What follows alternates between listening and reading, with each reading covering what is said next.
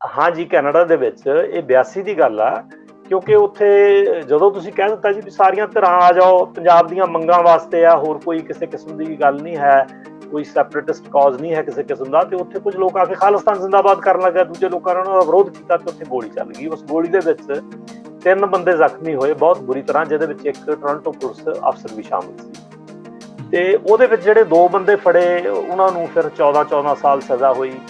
ਇਸ ਗੱਲ ਦਾ ਕਿਸੇ ਨੂੰ ਨਹੀਂ ਪਤਾ ਵੀ ਉਹ ਉੱਥੇ ਗਨ ਲੈ ਕੇ ਕਿਉਂ ਆਏ। ਜੇ ਤੁਸੀਂ ਇੰਡੀਅਨ ਕਾਉਂਸਲੇਟ ਦੇ ਬਾਹਰ ਪੰਜਾਬ ਦੀਆਂ ਮੰਗਾਂ ਦੀ ਸਪੋਰਟ ਦੇ ਵਿੱਚ ਪੀਸਫੁਲ ਪ੍ਰੋਟੈਸਟ ਕਰ ਰਹੇ ਹੋ, ਤੁਸੀਂ ਕਹਿੰਦੇ ਹੋ ਜੀ ਇਹਦੇ ਵਿੱਚ ਕੋਈ ਕਿਸੇ ਕਿਸਮ ਦੀ ਪੋਲੀਟਿਕਸ, ਖਾਲਿਸਤਾਨ, ਸੈਪਰੇਟਿਜ਼ਮ ਕੁਝ ਨਹੀਂ ਹੈ, ਸਾਰੀਆਂ ਧਿਰਾਂ ਆ ਜਾਓ, ਅਕਾਲੀ, ਕਾਂਗਰਸੀ, ਕਾਂਗਰਸ, ਜੋ ਵੀ ਤੁਹਾਡੀ ਪੋਲੀਟੀਕਲ ਐਫੀਲੀਏਸ਼ਨ ਆ, ਪੰਜਾਬ ਲਈ ਆਓ ਜੀ, ਤੇ ਆ ਗਏ। ਤੇ ਉੱਥੇ ਫਿਰ ਖਾਲਿਸਤਾਨ ਜ਼ਿੰਦਾਬਾਦ ਦੇ ਨਾਅਰੇ ਲਾਉਣ ਦਾ ਕੀ ਕੰਮ ਸੀ? ਤੇ ਜੇ ਖਾਲਿਸਤਾਨ ਜ਼ਿੰਦਾਬਾਦ ਦੇ ਨਾਅਰੇ ਲਾਏ ਤੇ ਜਿਹੜੀ ਧਿਰ ਸੀ ਖਾਲਿਸਤਾਨੀ, ਉਹਨੂੰ ਆਪਣੇ ਬੰਦਿਆਂ ਨੂੰ ਚਾਹੀਦਾ ਸੀ ਵੀ ਭਾਈ ਆਪਾਂ ਇਸ ਕੰਮ ਲਈ ਨਹੀਂ ਇੱਥੇ ਆਏ, ਇਹ ਬੰਦ ਕਰ ਦਿਓ, ਇਹ ਕੰਮ ਨਾ ਕਰੋ। ਤੇ ਜਦੋਂ ਉਹਨਾਂ ਨੇ ਬੰਦ ਨਾ ਕੀਤਾ ਤੇ ਦੂਜੇ ਸਾਈਡ ਤੋਂ ਕੁਝ ਲੋਕਾਂ ਨੇ ਵਿਰੋਧ ਕੀਤਾ ਵੀ ਤੁਸੀਂ ਕਿਉਂ ਕਰਦੇ ਹੋ, ਤੇ ਸ਼ਾਇਦ ਖਾਲਿਸਤਾਨ ਮੁਰਦਾਬਾਦ ਦੇ ਨਾਅਰੇ ਵੀ 2-4 ਲੱਗੇ ਉਹਨਾਂ ਦੇ ਵਿਰੋਧ ਦੇ ਵਿੱਚ, ਤੇ ਫਿਰ ਖਾਲਿਸਤਾਨੀ ਧਿਰ ਨੇ ਗੋਲੀ ਚਲਾਈ। ਤੇ ਅਜਾਇਬ ਸਿੰਘ ਬਾਗੜੀ ਦਾ ਜਦੋਂ ਵਰਲਡ ਸਿੱਖ ਆਰਗੇਨਾਈਜੇਸ਼ਨ ਬਣਾਈ ਗਈ ਜੁਲਾਈ 84 ਦੇ ਵਿੱਚ, ਮੈਡੀਸਨ ਸਕੁਅਰ ਗਾਰਡਨ ਨਿਊਯਾਰਕ ਦੇ ਵਿੱਚ, ਜਿਹਦੇ ਵਿੱਚ ਕੈਨੇਡਾ ਤੋਂ ਬਹੁਤ ਵੱਡੀ ਪੱਧਰ ਤੇ ਸਿੱਖ ਹੈ, ਉਹਦੇ ਵਿੱਚ ਇਹ ਕਹਿਣਾ ਵੀ ਜਦ ਤੱਕ ਅਸੀਂ 50,000 ਹਿੰਦੂਆਂ ਦਾ ਜਿਹੜਾ ਸਿਰ ਨਹੀਂ ਕਲਮ ਕਰਨ ਦੇ ਅਸੀਂ ਸਾਹ ਨਹੀਂ ਲਵਾਂਗੇ। ਸੋ ਉਹ ਸਾਰਾ ਕੁਝ ਜਦੋਂ ਆਪਾਂ ਵੇਖਦੇ ਹਾਂ ਤੇ ਹਾਂਜੀ, ਇਹ ਔਨ ਰਿਕਾਰਡ ਆ ਜੀ, ਇਹ ਹਾਂਜੀ ਇਹ ਔਨ ਰਿਕਾਰਡ ਆ। ਅਜਾਇਬ ਸਿੰਘ ਬਾਗੜੀ ਦੀ ਜਿਹੜੀ ਉਹ ਸਟੇਟਮੈਂਟ ਆ, ਉਹ ਬਕਾਇਦਾ ਏਅਰ ਇੰਡੀਆ ਟਰਾਇਲ ਵਿੱਚ ਵੀ ਪਲੇ ਕੀਤੀ ਗਈ, ਤੇ ਉਹ ਕੈਨੇਡੀਅਨ ਜਿਹੜੀਆਂ ਵੱਖ-ਵੱਖ ਨਿਊਜ਼ ਏਜੰਸੀਜ਼ ਆ, ਟੀਵੀ ਸਟੇਸ਼ਨਸ ਆ, ਇਹ ਵੀ ਬਹੁਤ ਵਾਰ ਪਲੇ ਕਰ ਚੁੱਕੇ ਆ। ਤੁਸੀਂ ਉਹਦੇ ਵਿੱਚ ਜਾਓ ਗੂਗਲ ਦੇ ਵਿੱਚ, ਤੇ ਉਹਦੇ ਵਿੱਚ ਵੀ ਬੜੇ ਆਰਾਮ ਨਾਲ ਮਿਲ ਜਾਂਦੇ।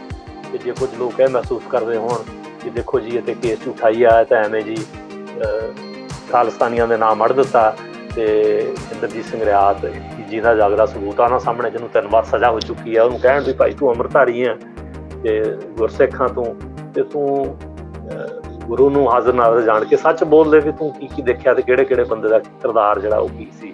ਮੌਕੇ ਦਾ ਜਿਹੜਾ ਕੈਨੇਡਾ ਦਾ ਪ੍ਰਧਾਨ ਮੰਤਰੀ ਆ ਬਰਾਇਨ ਮਲਰੋਨੀ, ਜਾਂ ਮੌਕੇ ਦੀ ਜਿਹੜੀ ਸਰਕਾਰ ਆ, ਉਹਨੇ ਇਸ ਘਟਨਾ ਨੂੰ ਓਨ ਹੀ ਨਹੀਂ ਕੀਤਾ ਕਿ ਇਹ ਸਾਡੀ ਕੈਨੇਡੀਅਨ ਟ੍ਰੈਜੇਡੀ ਹੈ। ਮਲਰੋਨੀ ਨੇ ਰਾਜੀਵ ਗਾਂਧੀ ਨੂੰ ਫੋਨ ਕਰਕੇ ਅਫਸੋਸ ਪ੍ਰਗਟ ਕੀਤਾ, ਕਿਉਂਕਿ ਜਿਹੜਾ ਜਹਾਜ਼ ਸੀ, ਜਿਹੜਾ ਇਕਵਿਪਮੈਂਟ ਸੀ, ਜਿਹੜਾ ਹਾਰਡਵੇਅਰ ਸੀ, ਉਹ ਇੰਡੀਆ ਦਾ ਸੀ। ਇਸ ਕਰਕੇ ਅਫਸੋਸ ਇੰਡੀਆ ਦੇ ਪ੍ਰਧਾਨ ਮੰਤਰੀ ਕੋਲ ਪ੍ਰਗਟ ਕੀਤਾ ਗਿਆ। ਔਰ ਫਿਰ ਲਗਾਤਾਰ ਸਰਕਾਰਾਂ ਦਾ ਜਿਹੜਾ ਰਵੱਈਆ ਸੀ, ਉਹ ਪਰਿਵਾਰਾਂ ਪ੍ਰਤੀ ਬਿਲਕੁਲ ਅਣਗਹਿਲੀ ਵਾਲਾ ਸੀ। ਬਿਲਕੁਲ ਕੈਨੇਡੀਅਨ ਦਹਿਸ਼ਤਗਰਦਾਂ ਨੇ ਇਹ ਕੰਮ ਕੀਤਾ। ਉਹਨੇ ਇਹ ਵੀ ਕਿਹਾ ਕਿ ਇੱਥੇ ਕੈਨੇਡਾ ਦੇ ਵਿੱਚ ਕੁਝ ਐਸੇ ਲੋਕ ਵਸਦੇ ਆ, ਕੁਝ ਐਸੇ ਕੱਟੜਪੰਥੀ ਆ, ਜਿਹੜੇ ਇੰਡੀਆ ਦੀਆਂ ਸਮੱਸਿਆਵਾਂ ਨੂੰ ਪਹਿਲਾਂ ਇੱਥੇ ਲੈ ਕੇ ਆਏ ਆ ਜਾਂ ਲਿਆ ਰਹੇ ਆ, ਫਿਰ ਇੱਥੋਂ ਉਹਨਾਂ ਨੂੰ ਹੋਰ ਘੁਮਾ ਕੇ ਤਕਨੀਆਂ ਕਰਕੇ ਫਿਰ ਐਕਸਪੋਰਟ ਕਰ ਰਿਹਾ, ਯਾਨੀ ਵਾਇਲੈਂਸ ਨੂੰ ਇੰਡੀਆ ਵੱਲ ਨੂੰ ਐਕਸਪੋਰਟ ਕਰ ਰਿਹਾ ਆ। ਔਰ ਇਸ ਕਿਸਮ ਦੇ ਜਿਹੜੇ ਤੱਤ ਆ, ਉਹਨਾਂ ਨੂੰ ਬਰਦਾਸ਼ਤ ਨਹੀਂ ਕੀਤਾ ਜਾਣਾ ਚਾਹੀਦਾ, ਉਹਨਾਂ ਨੂੰ ਐਨਕਰੇਜ ਨਹੀਂ ਕੀਤਾ ਜਾਣਾ ਚਾਹੀਦਾ। ਡੀ ਡਾਇਲੋਗ ਟਾਈਮ ਵੇਖ ਰਹੇ ਸਾਰੇ ਹੀ ਸਰੋਤਿਆਂ ਦਾ ਸਵਾਗਤ ਹੈ। ਵਿਊਅਰਸ, ਅੱਜ ਅਸੀਂ ਇੱਕ ਇਹੋ ਜਿਹੇ ਵਿਸ਼ੇ ਦੇ ਉੱਤੇ ਗੱਲ ਕਰਨ ਜਾ ਰਹੇ ਹਾਂ ਕਿ ਜਿਹੜਾ ਵਿਸ਼ਾ ਸਾਡੇ ਜੋ ਡਾਇਸਪੋਰਾ ਆ, ਸਿੱਖ ਡਾਇਸਪੋਰਾ ਜਾਂ ਇੰਡੀਅਨ ਡਾਇਸਪੋਰਾ ਪੰਜਾਬ ਤੋਂ ਬਾਹਰ, ਉਹਦੇ ਵਿੱਚ ਬੜਾ ਹੀ ਇੱਕ ਵੱਡੀ ਘਟਨਾ ਹੋਈ ਸੀਗੀ 1985 ਦੇ ਵਿੱਚ ਕੈਨੇਡਾ ਦੇ ਵਿੱਚ, ਕਿ ਇੱਕ ਏਅਰ ਇੰਡੀਆ ਦਾ ਜਹਾਜ਼ ਜੋ ਕਿ ਹਾਦਸਾਗ੍ਰਸਤ ਹੋ ਗਿਆ ਸੀ, ਜਿਸ ਦੇ ਬਾਅਦ ਇੱਕ ਬਹੁਤ ਲੰਬਾ ਕੇਸ ਚੱਲਿਆ। ਉਹ ਕੇਸ ਦੇ ਵਿੱਚ ਕੁਛ ਕਨਵਿਕਸ਼ਨਾਂ ਹੋਈਆਂ, ਕੁਛ ਨਹੀਂ ਹੋਈਆਂ, ਕੁਛ ਉਹਦੇ ਵਿੱਚ ਕੁਛ ਫਾਲਟ ਲਾਈਨ ਸੀ, ਕਿਵੇਂ ਹੋਇਆ, ਅਤੇ ਉਹਦੇ ਵਿੱਚ ਲਗਭਗ 329 ਜਿਹੜੇ ਸਿਟੀਜ਼ਨ ਜਾਂ ਇੱਕ ਹਿਊਮਨ ਮਾਰੇ ਗਏ, ਜਿਹੜੀ ਕਿ ਇੱਕ ਬਹੁਤ ਵੱਡੀ ਤਰਾਸਦੀ ਹੈ, ਜਿਸ ਦੇ ਵਿੱਚ ਲਗਭਗ 268 ਕੈਨੇਡੀਅਨ ਸਨ, 27 ਬ੍ਰਿਟਿਸ਼ ਸਨ ਅਤੇ 24 ਇੰਡੀਅਨ ਸਨ। ਉਸ ਜਿਹੜਾ ਬੰਬਿੰਗ ਹੈ, ਉਸ ਦੇ ਪਿੱਛੇ ਕਾਰਨ ਕੀ ਸਨ? ਕਾਰਨ ਤੋਂ ਬਿਨਾਂ ਉਸ ਨੂੰ ਐਗਜ਼ੀਕਿਊਟ ਕਿਵੇਂ ਕੀਤਾ ਗਿਆ, ਅਤੇ ਬਾਅਦ 'ਚੋਂ ਕਨਵੈਨਸ਼ਨ ਜਿਹੜੀ ਆ ਉਸ ਪੱਧਰ 'ਤੇ ਨਹੀਂ ਹੋ ਸਕੀ, ਜੋ ਲੋਕ ਜਾਂ ਜਿਹੜੇ ਉਹਨਾਂ ਦੀਆਂ ਫੈਮਲੀਜ਼ ਨੇ ਹੈਗੀਆਂ ਵਿਕਟਮਸ ਦੀਆਂ, ਉਹ ਉਸ ਤਰੀਕੇ ਨਾਲ ਉਹ ਸੈਟਿਸਫਾਈਡ ਨਹੀਂ ਹੋ ਸਕੇ। ਉਹ ਸਭ ਦੇ ਜਾਣਨ ਲਈ ਅੱਜ ਸਾਡੇ ਵਿਚਕਾਰ ਖਬਰਨਾਮਾ ਪੰਜਾਬੀ ਵੀਕਲੀ ਕੈਨੇਡਾ ਤੋਂ, ਜੋ ਕਿ ਪਹਿਲਾਂ ਛਪਦਾ ਸੀ, ਹੁਣ ਉਸ ਦਾ ਵੈਬ ਐਡੀਸ਼ਨ ਆ ਰਿਹਾ ਹੈ, ਅਤੇ ਉਸ ਦੇ ਸੰਪਾਦਕ ਸਰਦਾਰ ਬਲਰਾਜ ਦਿਓਲ ਜੀ ਸਾਡੇ ਵਿਚਕਾਰ ਨੇ। ਮੈਂ ਬਲਰਾਜ ਦਿਓਲ ਹੋਣਾ ਦਾ ਡੀ ਡਾਇਲੋਗ ਟਾਈਮ ਤੇ ਸਵਾਗਤ ਕਰਦਾ ਹਾਂ ਜੀ। ਬਹੁਤ ਮਿਹਰਬਾਨੀ। ਧੰਨਵਾਦ ਜੀ।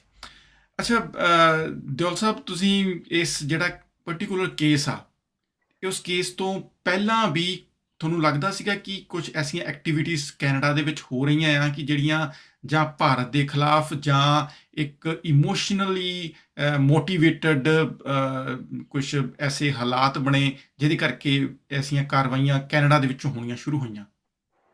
ਜੀ ਅਮਰਿੰਦਰ ਜੀ, ਤੁਹਾਡੇ ਸਵਾਲ ਦਾ ਜਵਾਬ ਦੇਣ ਤੋਂ ਪਹਿਲਾਂ ਮੈਂ ਤੁਹਾਨੂੰ ਕੰਪਲੀਮੈਂਟ ਦੇਣਾ ਚਾਹਾਂਗਾ।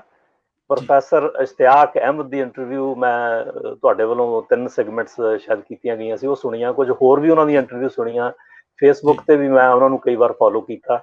ਬਹੁਤ ਹੀ ਆਲਾ ਦਰਜੇ ਦੇ ਬੁੱਧੀਜੀਵੀ ਆ। ਬਹੁਤ ਉਹਨਾਂ ਨੇ ਜਿਹੜੇ ਤੱਥ ਖੋਜੇ ਆ, ਜਿਵੇਂ ਜਿਸ ਢੰਗ ਨਾਲ ਉਹਨਾਂ ਦੇ ਤੱਥ ਬਿਆਨ ਕੀਤੇ, ਉਹਨਾਂ ਨੂੰ ਸਲਾਮ ਕਰਨਾ ਬਣਦਾ। ਤੇ ਮੈਂ ਤੁਹਾਡੇ ਜਿਹੜੇ ਦਰਸ਼ਕ ਆ ਇਹਨਾਂ ਨੂੰ ਬੇਨਤੀ ਕਰਾਂਗਾ ਵੀ ਪ੍ਰੋਫੈਸਰ ਸਾਹਿਬ ਦੀ ਤੁਹਾਡੇ ਨਾਲ ਜਿਹੜੀਆਂ ਇੰਟਰਵਿਊਜ਼ ਉਹਨਾਂ ਨੂੰ ਵੀ ਸੁਣਨ ਤੇ ਉਹਨਾਂ ਦੀਆਂ ਕਿਤਾਬਾਂ ਵੀ ਜ਼ਰੂਰ ਪੜ੍ਹਨ। ਮੈਨੂੰ ਇਹ ਕਹਿਣਾ ਹੀ ਪਿਆ ਕਿਉਂਕਿ ਮੈਂ ਉਹਨਾਂ ਤੋਂ ਬਹੁਤ ਜ਼ਿਆਦਾ ਇੰਪ੍ਰੈਸ ਹਾਂ। ਤੇ ਹੁਣ ਤੁਹਾਡੇ ਸਵਾਲ ਦੀ ਜਿਹੜੀ ਗੱਲ ਹੈ ਵੀ ਜਿਹੜੀ ਖਾਲਿਸਤਾਨ ਦੀ ਲਹਿਰ ਆ, ਇਸ ਇਨਸੀਡੈਂਟ ਤੋਂ ਪਹਿਲਾਂ ਵੀ ਕੀ ਹੋਇਆ ਜਾਂ ਕਿਸ ਕਿਸਮ ਦੀ ਐਕਟੀਵਿਟੀ ਸੀ, ਉਹਦੇ ਵਾਸਤੇ ਅਮਰਿੰਦਰ ਜੀ ਮੈਂ ਤੁਹਾਨੂੰ ਇਹ ਦੱਸਦਾ ਵੀ ਹੁਣ ਜਦੋਂ ਪਿੱਛੇ ਨੂੰ ਝਾਤੀ ਮਾਰੀਏ ਉਦੋਂ ਨਹੀਂ ਸੀ ਇੰਨਾ ਪਤਾ ਲੱਗਦਾ। ਜਦੋਂ ਪਿੱਛੇ ਨੂੰ ਝਾਤੀ ਮਾਰੀਏ ਤੇ ਇਸ ਤਰ੍ਹਾਂ ਲੱਗਦਾ ਵੀ ਕੈਨੇਡਾ ਦੇ ਵਿੱਚ ਜਿਹੜੀ ਖਾਲਿਸਤਾਨ ਦੀ ਮੂਵਮੈਂਟ ਆ ਉਹ ਸ਼ਾਇਦ ਕਿਸੇ ਵੀ ਹੋਰ ਦੇਸ਼ ਨਾਲੋਂ, ਪੱਛਮੀ ਦੇਸ਼ ਨਾਲੋਂ ਜਿੱਥੇ ਵੀ ਸਿੱਖ ਡਾਇਸਪੋਰਾ ਵੱਸਦਾ, ਜ਼ਿਆਦਾ ਸਟਰੋਂਗ ਸੀਗੀ ਔਰ ਬਹੁਤ ਇਹਦੀ ਅਰਾਈਵਲ ਬੜੀ ਅਰਲੀ ਸੀ। ਇਹਦੀ ਮੈਂ ਤੁਹਾਨੂੰ ਇੱਕ ਐਗਜ਼ਾਮਪਲ ਦਿੰਦਾ ਕਿ ਜਦੋਂ ਧਰਮਯੁੱਧ ਮੋਰਚਾ ਉੱਥੇ ਅਕਾਲੀਆਂ ਨੇ ਲਾਇਆ ਤੇ ਇੱਥੇ ਕਾਫੀ ਹਿਲਜੁਲ ਸ਼ੁਰੂ ਹੋ ਗਈ। ਵੈਨਕੂਵਰ ਤੋਂ, ਰੌਸ ਸਟਰੀਟ ਗੁਰਦੁਆਰੇ ਤੋਂ ਤੇ ਕੁਝ ਹੋਰ ਗੁਰਦੁਆਰਿਆਂ ਤੋਂ ਇੱਕ ਜਥਾ ਵੀ ਕੋਈ ਉੱਥੇ ਗ੍ਰਿਫਤਾਰੀ ਦੇਣ ਵਾਸਤੇ ਗਿਆ, ਵਾਇਆ ਟੋਰਾਂਟੋ ਲੰਘ ਕੇ ਗਏ। ਇੱਥੇ ਵੀ ਉਹਨਾਂ ਨੇ ਐਡਰੈਸ ਕੀਤਾ ਗੁਰਦੁਆਰੇ ਦੇ ਵਿੱਚ।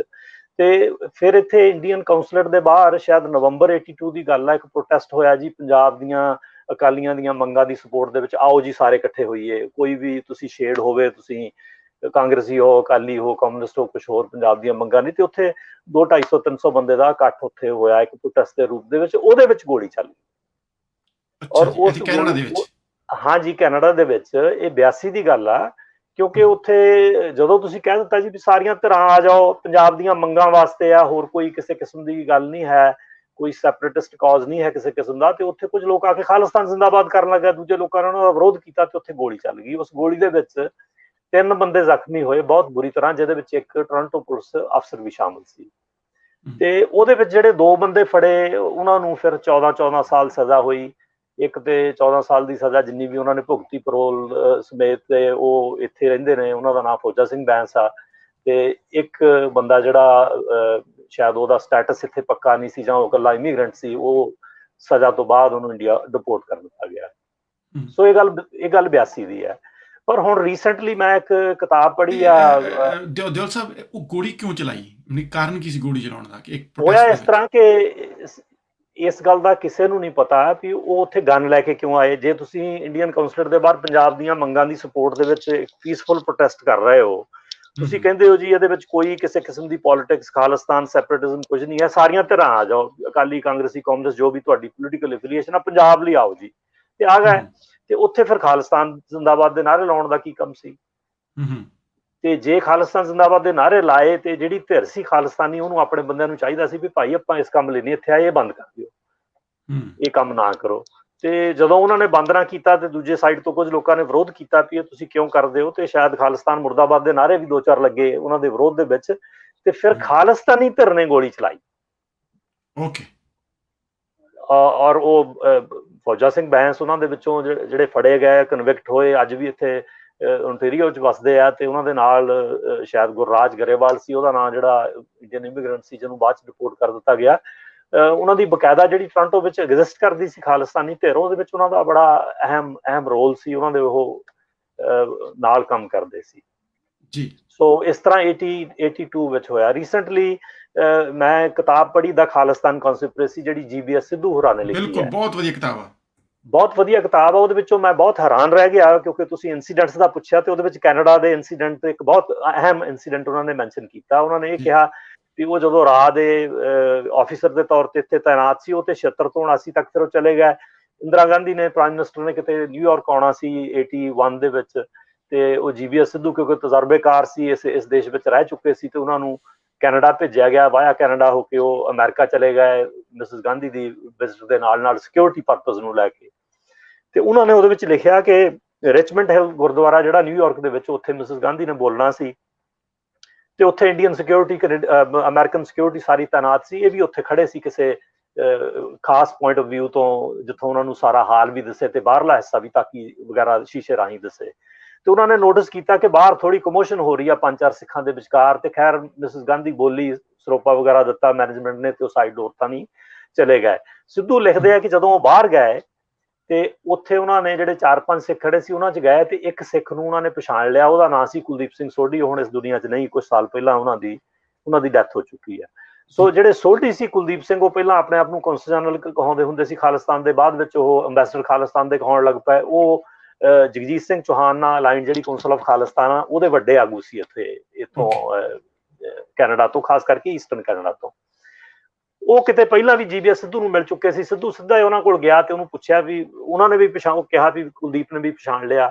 ਤੇ ਉਹਨੇ ਕਿਹਾ ਸਿੱਧੂ ਨੇ ਵੀ ਕੀ ਇੱਥੇ ਕਮੋਸ਼ਨ ਕੀ ਸੀ, ਕੁਛ ਮਤਲਬ ਤੁਸੀਂ ਕੋਈ ਹਲਚਲ ਜੀ ਲੱਗਦੀ ਸੀ ਤੁਹਾਡੇ ਪੰਜਾਂ ਚੋਂ ਵਿਚਾਰ। ਉਹ ਕਹਿੰਦਾ ਜੀ ਕੀ ਕਰੀਏ, ਬੰਦਾ ਇੱਕ ਟੋਰਾਂਟੋ ਤੋਂ ਮੇਰੇ ਨਾਲ ਆਇਆ ਸੀ, ਇੱਥੇ ਮੇਰੇ ਨਾਲ ਆਇਆ ਸੀ ਜਾਂ ਉਸ ਤਰ੍ਹਾਂ ਆਇਆ ਸੀ ਵੀ ਮੈਂ ਉਹਨੂੰ ਰੋਕਦਾ ਸੀ ਅੰਦਰ ਵੜਨ ਤੋਂ, ਤੇ ਉਹ ਅੰਦਰ ਵੜਨ ਨੂੰ ਇਨਸਿਸਟ ਕਰਦਾ ਸੀ ਤੇ ਉਹਦੇ ਕੋਲ ਗਨ ਸੀ। ਉਹ ਕਹਿੰਦਾ ਸੀ ਵੀ ਮੈਂ ਅੰਦਰ ਇੰਦਰਾ ਗਾਂਧੀ ਦੇ ਗੋਲੀ ਮਾਰਨੀ ਹੈ। ਤੇ ਅਸੀਂ ਦੋ ਤਿੰਨਾਂ ਨੇ ਉਹਨੂੰ ਰੋਕਿਆ ਵੀ ਇਹਦੇ ਨਾਲ ਸਿੱਖਾਂ ਦੀ ਬੜੀ ਬੇਇੱਜ਼ਤੀ ਹੋਏਗੀ, ਸਿੱਖਾਂ ਤੇ ਸ਼ਿਕੰਜਾ ਕੱਸਿਆ ਜਾਏਗਾ, ਗੁਰਦੁਆਰੇ ਵਿੱਚ ਇਸ ਤਰ੍ਹਾਂ ਨਹੀਂ ਹੋਣਾ ਚਾਹੀਦਾ। ਤੇ ਉਹ ਇਨਸੀਡੈਂਟ ਜਦੋਂ ਮੈਂ ਪੜ੍ਹਿਆ ਤੇ ਮੈਨੂੰ ਬਹੁਤ ਹੈਰਾਨੀ ਹੋਈ ਕਿ ਐਕਚੁਅਲੀ 82 ਦੇ ਵਿੱਚ ਤੇ ਗੋਲੀ ਚੱਲੀ ਕੌਂਸਲਰ ਦੇ ਬਾਹਰ, 81 ਵਿੱਚ ਟੋਰਾਂਟੋ ਦਾ ਕੋਈ ਬੰਦਾ ਨਿਊਯਾਰਕ ਦੇ ਵਿੱਚ ਗਨ ਲੈ ਕੇ ਗਿਆ ਸੀ ਮਿਸਿਸ ਗਾਂਧੀ ਤੇ ਗੋਲੀ ਚਲਾਉਣ। ਇਹ ਤੋਂ ਤੁਸੀਂ ਅੰਦਾਜ਼ਾ ਲਾ ਸਕਦੇ ਹੋ ਕਿ ਇੱਥੇ ਜਿਹੜੀ ਖਾਲਿਸਤਾਨ ਦੀ ਮੂਵਮੈਂਟ ਆ ਉਹ ਕਿੰਨਾ ਪਹਿਲਾਂ ਪੈਰ ਫੜ ਚੁੱਕੀ ਸੀ। ਹਾਂ ਜੀ, 81 ਦੀ ਇਹ ਇਨਸੀਡੈਂਟ ਆ। ਔਰ ਭਾਵੇਂ ਗਿਣਤੀ ਉਹਨਾਂ ਦੀ ਘੱਟ ਸੀ, ਪਰ ਇੱਥੇ ਉਹ ਐਗਜ਼ਿਸਟ ਕਰਦੇ ਸੀ। ਫਿਰ ਆਪਾਂ ਬਾਅਦ ਦੇ ਇਨਸੀਡੈਂਟਸ ਤੇ ਆ ਜਾਈਏ, ਜਿਵੇਂ ਆਪਾਂ 에ਅਰ ਇੰਡੀਆ ਨੂੰ ਤਾਂ ਡਿਸਕਸ ਕਰਾਂਗੇ ਜਿਹੜਾ ਜੂਨ 23 85 ਨੂੰ ਵਾਪਰਿਆ। ਉਹਦੇ ਤੋਂ ਇਲਾਵਾ 86 ਦੇ ਵਿੱਚ ਪੰਜਾਬ ਕੈਬਨਿਟ ਦੇ ਮੰਤਰੀ ਮਲਕੀਤ ਸਿੰਘ ਸਿੱਧੂ ਜਿਹੜੇ ਮੰਤਰੀ ਸੀ ਇੱਥੇ ਆਏ BC ਦੇ ਵਿੱਚ, ਬ੍ਰਿਟਿਸ਼ ਕੋਲੰਬੀਆ ਸਾਡੇ ਸੂਬਾ ਜਿਹੜਾ ਕੈਨੇਡਾ ਦਾ, ਤੇ ਉੱਥੇ ਕੋਈ ਵਿਆਹ ਵਗੈਰਾ ਅਟੈਂਡ ਕਰਨਾ ਸੀ ਤੇ ਉਹਨਾਂ ਦੇ ਉੱਤੇ ਜਾਨਲੇਵਾ ਹਮਲਾ ਕੀਤਾ ਗਿਆ। ਉਹਨਾਂ ਦੇ ਗੋਲੀਆਂ ਕਈ ਵੱਜੀਆਂ ਤੇ ਉਹ ਬਚ ਗਿਆ ਉਹਦੇ ਵਿੱਚ, ਤੇ ਉਹ ਬੰਦੇ ਵੀ ਫੜੇ ਗਏ ਸੀ। ਇੱਕ ਅਟਵਾਲ ਨਾਂ ਦਾ ਆਦਮੀ ਸੀ ਜਿਹੜਾ ਕਾਫੀ, ਜਿਹਦੀ ਚਰਚਾ ਜਸਪਾਲ ਅਟਵਾਲ ਦੀ ਬਾਅਦ ਵਿੱਚ ਵੀ ਹੋਈ, ਕਿਉਂਕਿ ਉਹ ਲਿਬਰਲ ਜਿਹੜੇ ਹੁਣ ਹੈਗੇ ਆ ਰੂਲਿੰਗ ਲਿਬਰਲਸ, ਇਹਨਾਂ ਨਾਲ ਉਹਦੀ ਕਾਫੀ ਨੇੜਤਾ ਸੀ। ਤੇ ਪ੍ਰਾਈਮ ਮਿਨਿਸਟਰ ਟਰੂਡੋ ਨੇ ਜਦੋਂ ਇੰਡੀਆ ਵਿਜ਼ਿਟ ਕੀਤਾ ਤੇ ਉਹ ਜਸਪਾਲ ਵੀ ਉੱਥੇ, ਜਦੋਂ ਪ੍ਰੈਸ ਨੇ ਦੇਖਿਆ ਤੇ ਕਾਫੀ ਹੱਲਾ ਗੁੱਲਾ ਹੋ ਗਿਆ ਸੀ। ਸੋ ਉਹਦੇ ਵਿੱਚ ਉਹ ਵੀ ਸ਼ਾਮਲ ਸੀ। ਸੋ ਇਸ ਤਰ੍ਹਾਂ ਮਲਕੀਤ ਸਿੰਘ ਸਿੱਧੂ ਤੇ 86 ਵਿੱਚ ਹਮਲਾ ਹੋਇਆ। ਉਹਦੇ ਤੋਂ ਇਲਾਵਾ ਉਜਵਲ ਦੋਸਾਂਝ ਜਿਹੜੇ ਬਾਅਦ ਵਿੱਚ ਪ੍ਰੀਮੀਅਰ ਬਣੇ BC ਦੇ, ਤੇ ਉਹ ਕੈਨੇਡਾ ਦੇ ਹੈਲਥ ਮਿਨਿਸਟਰ ਵੀ ਰਹੇ, ਉਹਨਾਂ ਦੇ ਉੱਤੇ ਵੀ ਫਰਵਰੀ ਜਾਂ ਮਾਰਚ 85 ਦੇ ਵਿੱਚ ਉਹਨਾਂ ਤੇ ਵੀ ਹਮਲਾ ਹੋਇਆ। ਉਹ ਬੁਰੀ ਤਰ੍ਹਾਂ ਜ਼ਖਮੀ ਹੋਏ। ਮੇਰੇ ਤੇ ਵੀ ਸੈਪਟੈਂਬਰ ਦੇ ਪਹਿਲੇ ਹਫ਼ਤੇ 85 ਵਿੱਚ ਹਮਲਾ ਹੋਇਆ ਔਰ ਮੈਨੂੰ ਮਾਰ ਕੇ ਹੀ ਸੁੱਟ ਗਿਆ। ਤੇ ਮੈਂ ਲੱਕੀ ਸੀ ਕਿ ਮੈਂ ਬਚ ਗਿਆ ਤੇ ਮੈਂ ਫੰਕਸ਼ਨਲ ਵੀ ਰਹੀ ਮੇਰੀ ਬੋਡੀ ਉਸ ਤੋਂ ਬਾਅਦ। ਤੇ ਇਹ ਜੇ ਆਪਾਂ ਇਹਨਾਂ ਇਨਸੀਡੈਂਟਸ ਨੂੰ ਛੱਡ ਦਈਏ ਤੇ ਕੁਛ ਇਨਸੀਡੈਂਟ ਇੱਥੇ ਵੱਡੇ ਪਲਾਨ ਹੋਏ ਜਿਹੜੇ ਸਿਰੇ ਨਹੀਂ ਲੱਗੇ। ਫੋਰ ਐਗਜ਼ਾਮਪਲ 86 ਦੇ ਵਿੱਚ ਇੱਕ ਹੈਮਿਲਟਨ ਕੰਸਪੀਰੇਸੀ ਕੇਸ ਦੇ ਨਾਲ ਜਾਣਿਆ ਜਾਂਦਾ ਕੇਸ ਆ, ਜਿਹਦੇ ਵਿੱਚ 6-7 ਬੰਦੇ ਚਾਰਜ ਹੋਏ, ਜਿਸ ਤਲਵਿੰਦਰ ਵੀ ਸ਼ਾਮਲ ਸੀ ਜੀ, ਤਲਵਿੰਦਰ ਸਿੰਘ ਪਰਮਾਰ। ਹਾਂ ਜੀ। ਤੇ ਉਹਦਾ ਉੱਥੇ ਬੜਾ ਵੱਡਾ ਸੈੱਲ ਸੀ। ਹੈਮਿਲਟਨ ਟੋਰਾਂਟੋ ਤੋਂ ਘੰਟਾ ਸਵਾ ਘੰਟਾ ਦੀ ਦੂਰੀ ਤੇ ਨਾਇਗਰਾ ਫਾਲਸ ਵਾਲੇ ਪਾਸੇ ਨੂੰ ਟਾਊਨ ਆ, ਉੱਥੇ ਕਾਫੀ ਸਿੱਖ ਵਸੋਂ ਆ। ਗੁਰਦੁਆਰਾ ਵੀ ਉੱਥੇ ਇੱਕ ਪਹਿਲਾਂ ਕਾਫੀ ਦੇਰ ਦਾ ਬਣਿਆ ਹੋਇਆ, mid-70s ਦਾ। ਸੋ ਉੱਥੇ ਕੁਝ ਲੋਕਾਂ ਨੇ ਬੈਠ ਕੇ ਕੰਸਪੀਰੇਸੀ ਕੀਤੀ, ਜਿਹਦੇ ਵਿੱਚ ਇੰਡੀਆ ਦੇ ਵਿੱਚ ਪਾਰਲੀਮੈਂਟ ਨੂੰ ਤਬਾਹ ਕਰਨਾ ਜਾਂ ਕੋਈ ਹੋਰ ਇਨਫਰਾਸਟਰਕਚਰ ਵਗੈਰਾ ਉੱਤੇ ਬਰੂਦ ਵਗੈਰਾ ਨਾਲ ਹਮਲਾ ਕਰਨਾ, ਉਹਦੀ ਕੋਈ ਕੰਸਪੀਰੇਸੀ ਸੀ। ਔਰ ਜਿਹੜੀ ਇੱਥੇ ਦੀ ਖੁਫੀਆ ਏਜੰਸੀ ਆ, ਉਹਦੇ ਜਿਹੜੇ ਏਜੰਟਸ ਵਗੈਰਾ ਆ, ਉੱਤੇ ਨਜ਼ਰ ਰੱਖ ਰਿਹਾ ਸੀ ਕੋਈ।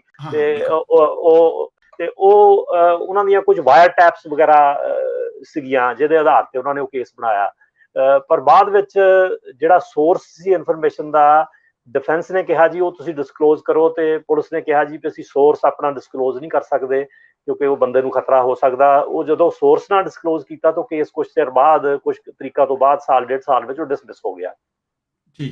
ਇਸੇ ਤਰ੍ਹਾਂ ਹੀ 86 ਦੇ ਵਿੱਚ ਮੌਂਟਰੀਅਲ ਦੇ ਵਿੱਚ ਜਿਹੜਾ ਬਬਰ ਖਾਲਸਾ ਦਾ ਵਿੰਗ ਸੀ, ਉਹਦੇ ਕੁਝ 5 ਜਾਂ 6 ਕਾਰਕੁਨ ਫੜ ਲਿਆ, ਜਿਨ੍ਹਾਂ ਚੋਂ 2 ਨੂੰ ਸਜ਼ਾ ਵੀ ਇਨੀਸ਼ੀਅਲ ਸਟੇਜ ਤੇ, ਪਹਿਲੀ ਸਟੇਜ ਤੇ ਹੋ ਗਈ। ਉਹ ਵੀ ਕੰਸਪੀਰੇਸੀ ਕਰ ਰਿਹਾ ਸੀ। ਨਿਊਯਾਰਕ ਤੋਂ ਜਿਹੜਾ 에ਅਰ ਇੰਡੀਆ ਦਾ ਜਹਾਜ਼ ਉੱਡਣਾ ਸੀ, ਉਹਦੀ ਬੰਬਿੰਗ ਲਈ, ਤੇ ਉਹਦੇ ਵਿੱਚ ਅਮਰੀਕਨ ਜਿਹੜੀ ਇਨਵੈਸਟੀਗੇਟਿਵ ਏਜੰਸੀਜ਼ ਵੀ ਇਨਵੋਲਵ ਸੀਗੀਆਂ। ਉਹਦੇ ਵਿੱਚ ਵੀ ਪਹਿਲੀ ਸਟੇਜ ਤੇ 2 ਬੰਦਿਆਂ ਨੂੰ ਸਜ਼ਾ ਵੀ ਹੋ ਗਈ, ਪਰ ਜਦੋਂ ਉਹਦੀ ਅਪੀਲ ਤੇ ਦਲੀਲ ਅੱਗੇ ਚੱਲੀ ਤੇ ਉੱਥੇ ਵੀ ਸੋਰਸ ਨੂੰ ਡਿਸਕਲੋਜ਼ ਕਰਨ ਵਾਸਤੇ ਇਨਸਿਸਟ ਕੀਤਾ ਡਿਫੈਂਸ ਨੇ, ਤੇ ਉਹ 5-6 ਸਾਲ ਕੇਸ ਵੱਖ-ਵੱਖ ਸਟੇਜਾਂ ਉੱਤੇ ਧੱਕੇ ਧੁੱਕੇ ਖਾਂਦਾ ਰਿਹਾ। ਅਖੀਰ ਤੇ ਉਹ ਬੰਦੇ ਵੀ ਬਚ ਗਏ ਸੀ, ਉਹ ਕੇਸ ਡਿਸਮਿਸ ਹੋ ਗਿਆ। ਪਰ ਤੁਸੀਂ ਦੇਖੋ ਕਿ 에ਅਰ ਇੰਡੀਆ ਬੰਬਿੰਗ ਤੋਂ ਬਾਅਦ ਵੀ 2 ਵੱਡੀਆਂ ਕਨਸਪੀਰੇਸੀਜ਼ ਹੋਈਆਂ, ਜਿਹੜੀਆਂ ਕਿ ਸਾਬਤ ਇਸ ਕਰਕੇ ਨਹੀਂ ਹੋ ਸਕੀਆਂ ਕਿਉਂਕਿ ਜਿਹੜੀ ਪੁਲਿਸ ਆ, ਉਹ ਜਿਹੜੇ ਉਹਨਾਂ ਦੇ ਸੋਰਸ ਆ ਜਾਂ ਗਵਾਹ ਆ ਜਾਂ ਉਹਨਾਂ ਨੂੰ ਜਿਹੜੀ ਜਾਣਕਾਰੀ ਦੇਣ ਵਾਲੇ ਉਹਨਾਂ ਦੀ ਉਹ ਜਾਣਕਾਰੀ ਜਿਹੜੀ ਆ ਉਹ ਜਨਤਕ ਨਹੀਂ ਸੀ ਕਰਨਾ ਚਾਹੁੰਦੇ, ਅਦਾਲਤ ਵਿੱਚ ਨਹੀਂ ਸੀ ਦੱਸਣਾ ਚਾਹੁੰਦੇ। ਇਸ ਤੋਂ ਇਲਾਵਾ ਜਦੋਂ ਆਪਾਂ 에ਅਰ ਇੰਡੀਆ ਕੇਸ ਵੱਲ ਜਾਈਏ, ਭਾਵੇਂ ਇਨਸੀਡੈਂਟ ਆਪਾਂ ਹਾਲੇ ਡਿਸਕਸ ਨਹੀਂ ਕੀਤਾ, ਉਹਦੇ ਵਿੱਚ ਵੀ ਜਿਹੜੇ ਗਵਾਹ ਸੀ ਉਹਨਾਂ ਨੂੰ ਬਹੁਤ ਕਿਸਮ ਦੀਆਂ ਥ੍ਰੈਟਸ ਆਈਆਂ। ਕਈ ਪ੍ਰੋਟੈਕਸ਼ਨ ਪ੍ਰੋਗਰਾਮ ਦੇ ਵਿੱਚ ਵੀ 1-2 ਨੂੰ ਜਾਣਾ ਪਿਆ।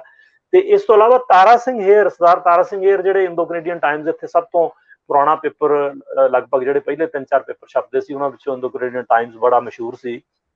ਉਹਦੇ ਐਡੀਟਰ ਸੀਗੇ, ਉਹਦੇ ਪਬਲਿਸ਼ਰ ਸੀ ਫਾਊਂਡਿੰਗ, ਤੇ ਉਹਨਾਂ ਉੱਤੇ 88 ਵਿੱਚ ਹਮਲਾ ਹੋਇਆ।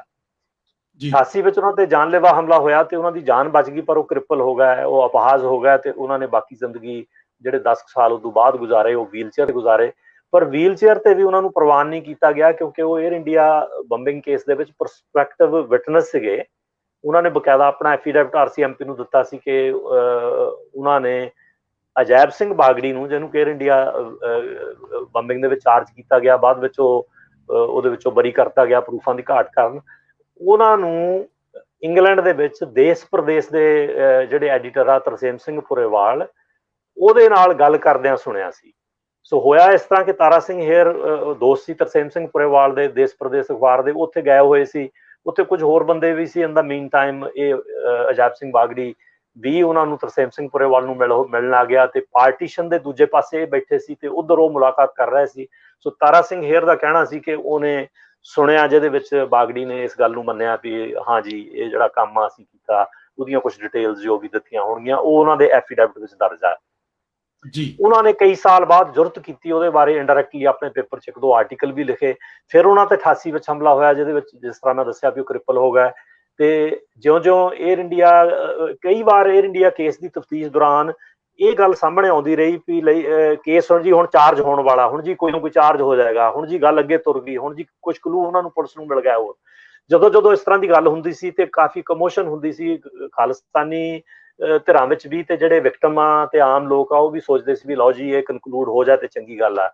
ਸੋ ਉਹਨਾਂ ਦਿਨਾਂ ਵਿੱਚ ਦੁਬਾਰਾ ਜਦੋਂ 98 ਵਿੱਚ ਚਰਚਾ ਇਸ ਕਿਸਮ ਦੀ ਹੋਈ ਕਿ Tara Singh hair prospective witness ਆ, ਤੇ ਉਹਨਾਂ ਉੱਤੇ ਦੂਜਾ ਹਮਲਾ ਕੀਤਾ ਗਿਆ ਜਦੋਂ ਆਪਣੇ ਘਰ ਵਿੱਚ ਆਪਣੇ ਦਫ਼ਤਰ ਤੋਂ ਕਾਰ ਰਾਹੀਂ ਆਏ ਤੇ ਉਹਦੇ ਵਿੱਚ ਉਹਨਾਂ ਦੀ ਮੌਤ ਹੋ ਗਈ। ਸੋ ਇਹ ਕੈਨੇਡਾ ਵਿੱਚ ਬਹੁਤ ਵੱਡਾ ਇਨਸੀਡੈਂਟ ਸੀ। ਇਹ ਪਹਿਲੀ ਵਾਰ ਹੋਇਆ ਸੀ ਕਿ ਕੈਨੇਡਾ ਦੇ ਵਿੱਚ ਇੱਕ ਐਡੀਟਰ ਜਿਹੜਾ ਉਹਨੂੰ ਕਤਲ ਕਰ ਦਿੱਤਾ ਗਿਆ। ਸੋ ਇਹ ਬਹੁਤ ਵੱਡਾ ਵਾਇਲੈਂਟ ਇਨਸੀਡੈਂਟ ਸੀ ਜਿਹਦੇ ਵਿੱਚ ਪ੍ਰੈਸ ਵਾਲੇ ਵੀ ਨਾਲ ਇਹਦੇ ਜੁੜ ਜਾਂਦੇ ਨੇ ਜੀ। ਅੱਛਾ ਦਿਓਲ ਸਾਹਿਬ, ਇਹ ਕੁਐਸਚਨ ਹੈ ਕਿ ਤੁਸੀਂ ਜਿਵੇਂ ਮੈਂ ਕਈ ਚੀਜ਼ਾਂ ਮੈਂ ਪਹਿਲਾਂ ਪੜ੍ਹੀਆਂ ਵੀ ਹੈ ਕਿ ਕਨਵਿਕਸ਼ਨ ਦੀ ਬਹੁਤ ਪ੍ਰੋਬਲਮ ਆ ਕੈਨੇਡਾ ਦੇ ਵਿੱਚ, ਕਿ ਜਿਵੇਂ ਤੁਹਾਡੇ ਤੇ ਅਟੈਕ ਹੋਇਆ ਜਾਂ ਹੇਅਰ ਸਾਹਿਬ ਤੇ ਅਟੈਕ ਹੋਇਆ, ਉਹਦੇ ਵਿੱਚ ਕਨਵਿਕਸ਼ਨਸ ਹੋਈਆਂ ਬਾਅਦ ਵਿੱਚ ਜਿਨ੍ਹਾਂ ਨੇ? ਹਾਂਜੀ, ਜਿਹੜਾ ਤਾਂ ਹੇਅਰ ਸਾਹਿਬ ਦੇ ਉੱਤੇ ਪਹਿਲਾ ਅਟੈਕ ਹੋਇਆ ਨਾ, ਉਹ ਹਰਕੀਰਤ ਸਿੰਘ ਬੱਗਾ ਨਾਮ ਦਾ ਲੜਕਾ ਸੀ, ਜਿਹੜਾ ਸ਼ਾਇਦ ਬਾਇਆ ਪਾਕਿਸਤਾਨ ਇੱਥੇ ਲਿਆਂਦਾ ਗਿਆ ਸੀ। ਫਿਰ ਉਹ ਟੋਰਾਂਟੋ ਤੋਂ ਵੈਨਕੂਵਰ ਗਿਆ। ਉਹਨੇ ਇਹ ਗੱਲ ਪੁਲਿਸ ਤਫਤੀਸ਼ ਵਿੱਚ ਮੰਨ ਲਈ ਸੀ ਕਿ ਮੈਨੂੰ ਹੇਅਰ ਨੂੰ ਮਾਰਨ ਵਾਸਤੇ ਕੁਝ ਬੰਦਿਆਂ ਨੇ ਕਿਹਾ।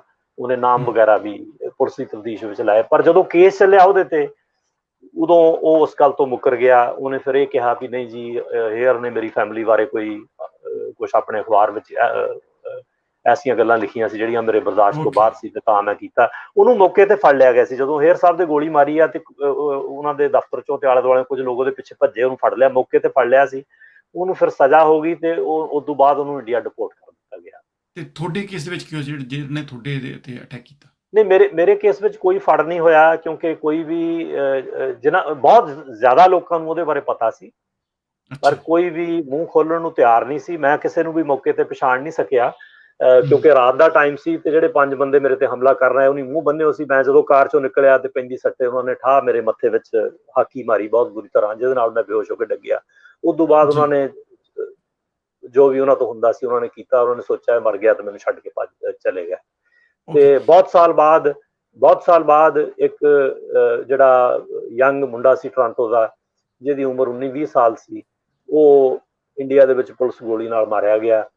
ਇੱਥੇ ਕੁਝ ਅੱਛਾ ਖਾਲਿਸਤਾਨੀ ਜਿਹੜੇ ਪਬਲੀਕੇਸ਼ਨਸ ਉਦੋਂ ਸੀ, ਉਹਦੇ ਤੇ ਉਹਦੀ ਫਰੰਟ ਪੇਜ ਦੇ ਉੱਤੇ ਫੋਟੋ ਛਪੀ ਕਿ ਜੀ ਇਹ ਸਾਡਾ ਸ਼ਹੀਦ ਆ।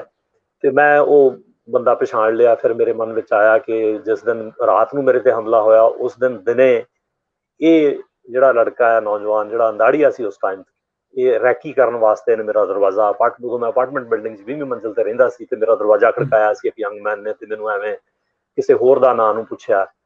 ਤੇ ਮੈਂ ਉਹਨੂੰ ਕਿਹਾ ਵੀ ਤੂੰ, ਉਹਨੂੰ ਤਾਂ ਮੈਂ ਜਾਣਦਾ ਨਹੀਂ, ਅਪਾਰਟਮੈਂਟ ਕੋਈ ਹੋਰ ਵੀ ਹੋ ਸਕਦਾ, ਤੂੰ ਅੰਦਰ ਆ ਕੇ ਮੇਰਾ ਫੋਨ ਯੂਜ਼ ਕਰ ਲਾ। ਉਹਨਾਂ ਦਿਨਾਂ 'ਚ ਕਿਹੜਾ ਸੈੱਲ ਫੋਨ ਹੁੰਦੇ ਸੀ, ਤੇ ਉਹਨੇ ਅੰਦਰ ਆਉਣ ਤੋਂ ਇਨਕਾਰ ਕਰਤਾ। ਫਿਰ ਮੈਂ ਉਹ ਸ਼ਕਲ ਪਛਾਣ ਲਈ, ਤੇ ਫਿਰ ਉਹਦੇ ਨਾਲ ਲਿੰਕ ਜੁੜ ਗਿਆ ਕਿ ਕਿਸ ਕਿਸਮ ਦੇ ਬੰਦੇ, ਕਿਹੜਾ ਗਰੁੱਪ ਸੀਗਾ ਉਹ।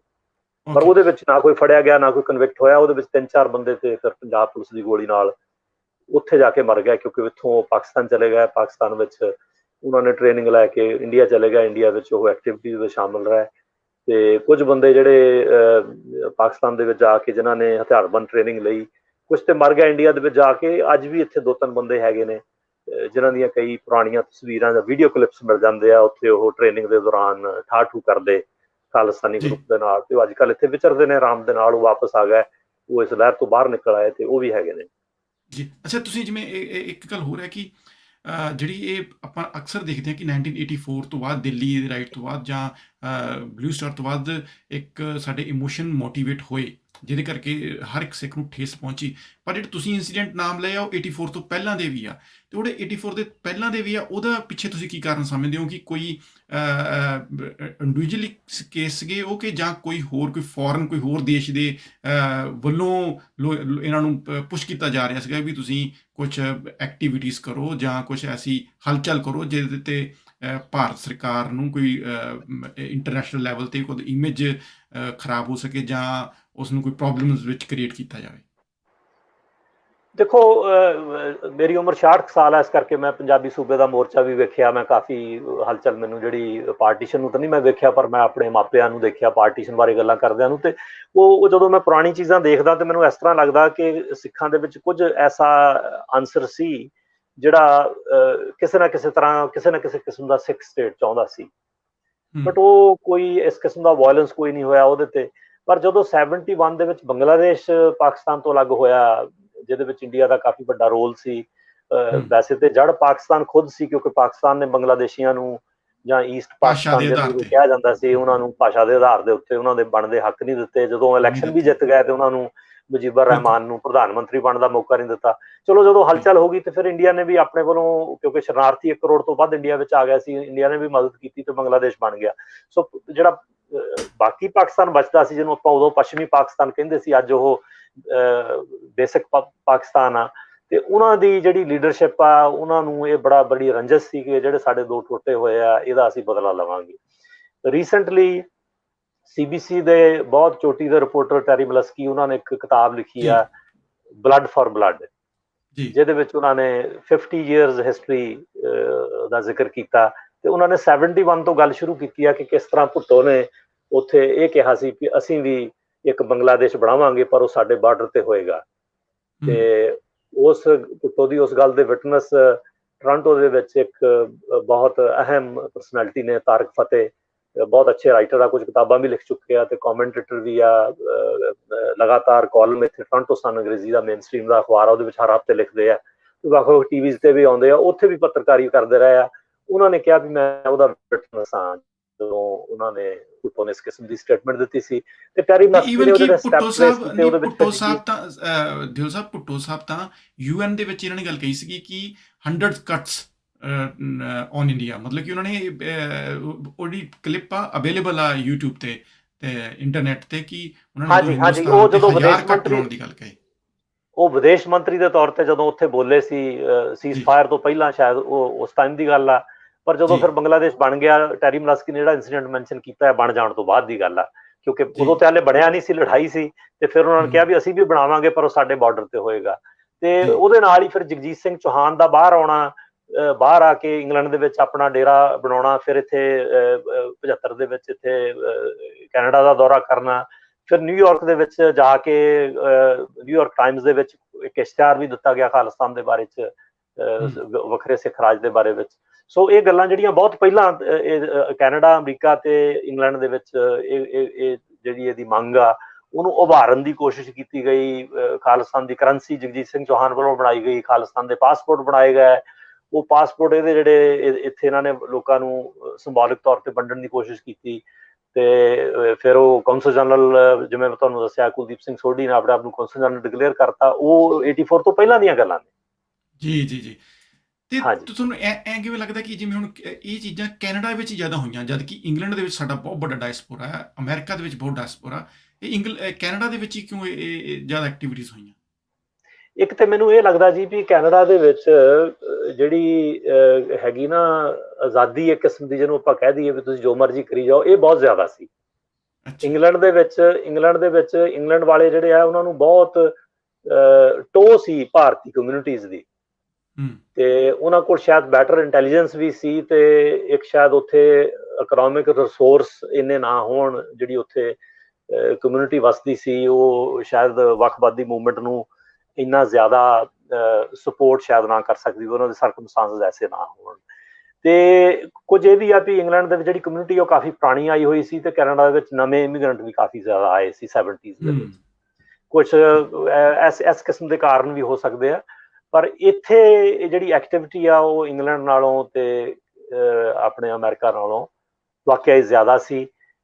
ਕੁਝ ਲਿੰਕ ਇਸ ਤਰ੍ਹਾਂ ਵੀ ਬਣਦਾ ਵੀ ਜਿਹੜਾ ਤਲਵਿੰਦਰ ਸਿੰਘ ਪਰਮਾਰ ਆ ਉਹ ਕੈਨੇਡਾ ਦਾ ਵਸਨੀਕ ਸੀ। ਜਦੋਂ 81 ਵਿੱਚ ਉੱਥੇ ਜਾ ਕੇ ਇੱਕ ਦੋ ਸ਼ਾਇਦ ਪੁਲਿਸ ਵਾਲਿਆਂ ਦੇ ਕਤਲ ਕੁਤਲ ਵਿੱਚ ਉਹ ਇਨਵੋਲਵ ਰਿਹਾ, ਫਿਰ ਉਹ ਭੱਜ ਆਇਆ ਉੱਥੋਂ ਤੇ ਉਹਨੇ ਬਬਰ ਖਾਲਸਾ ਫਾਊਂਡ ਕਰ ਲਿਆ। ਤੇ ਉਹ ਸ਼ਾਇਦ ਐਕਟੀਵਿਟੀ, ਅਰਲੀ ਐਕਟੀਵਿਟੀ ਦਾ ਸਟਾਰਟ ਹੋਣ ਦਾ ਵੀ ਇੱਕ ਕਾਰਨ ਹੋ ਸਕਦਾ।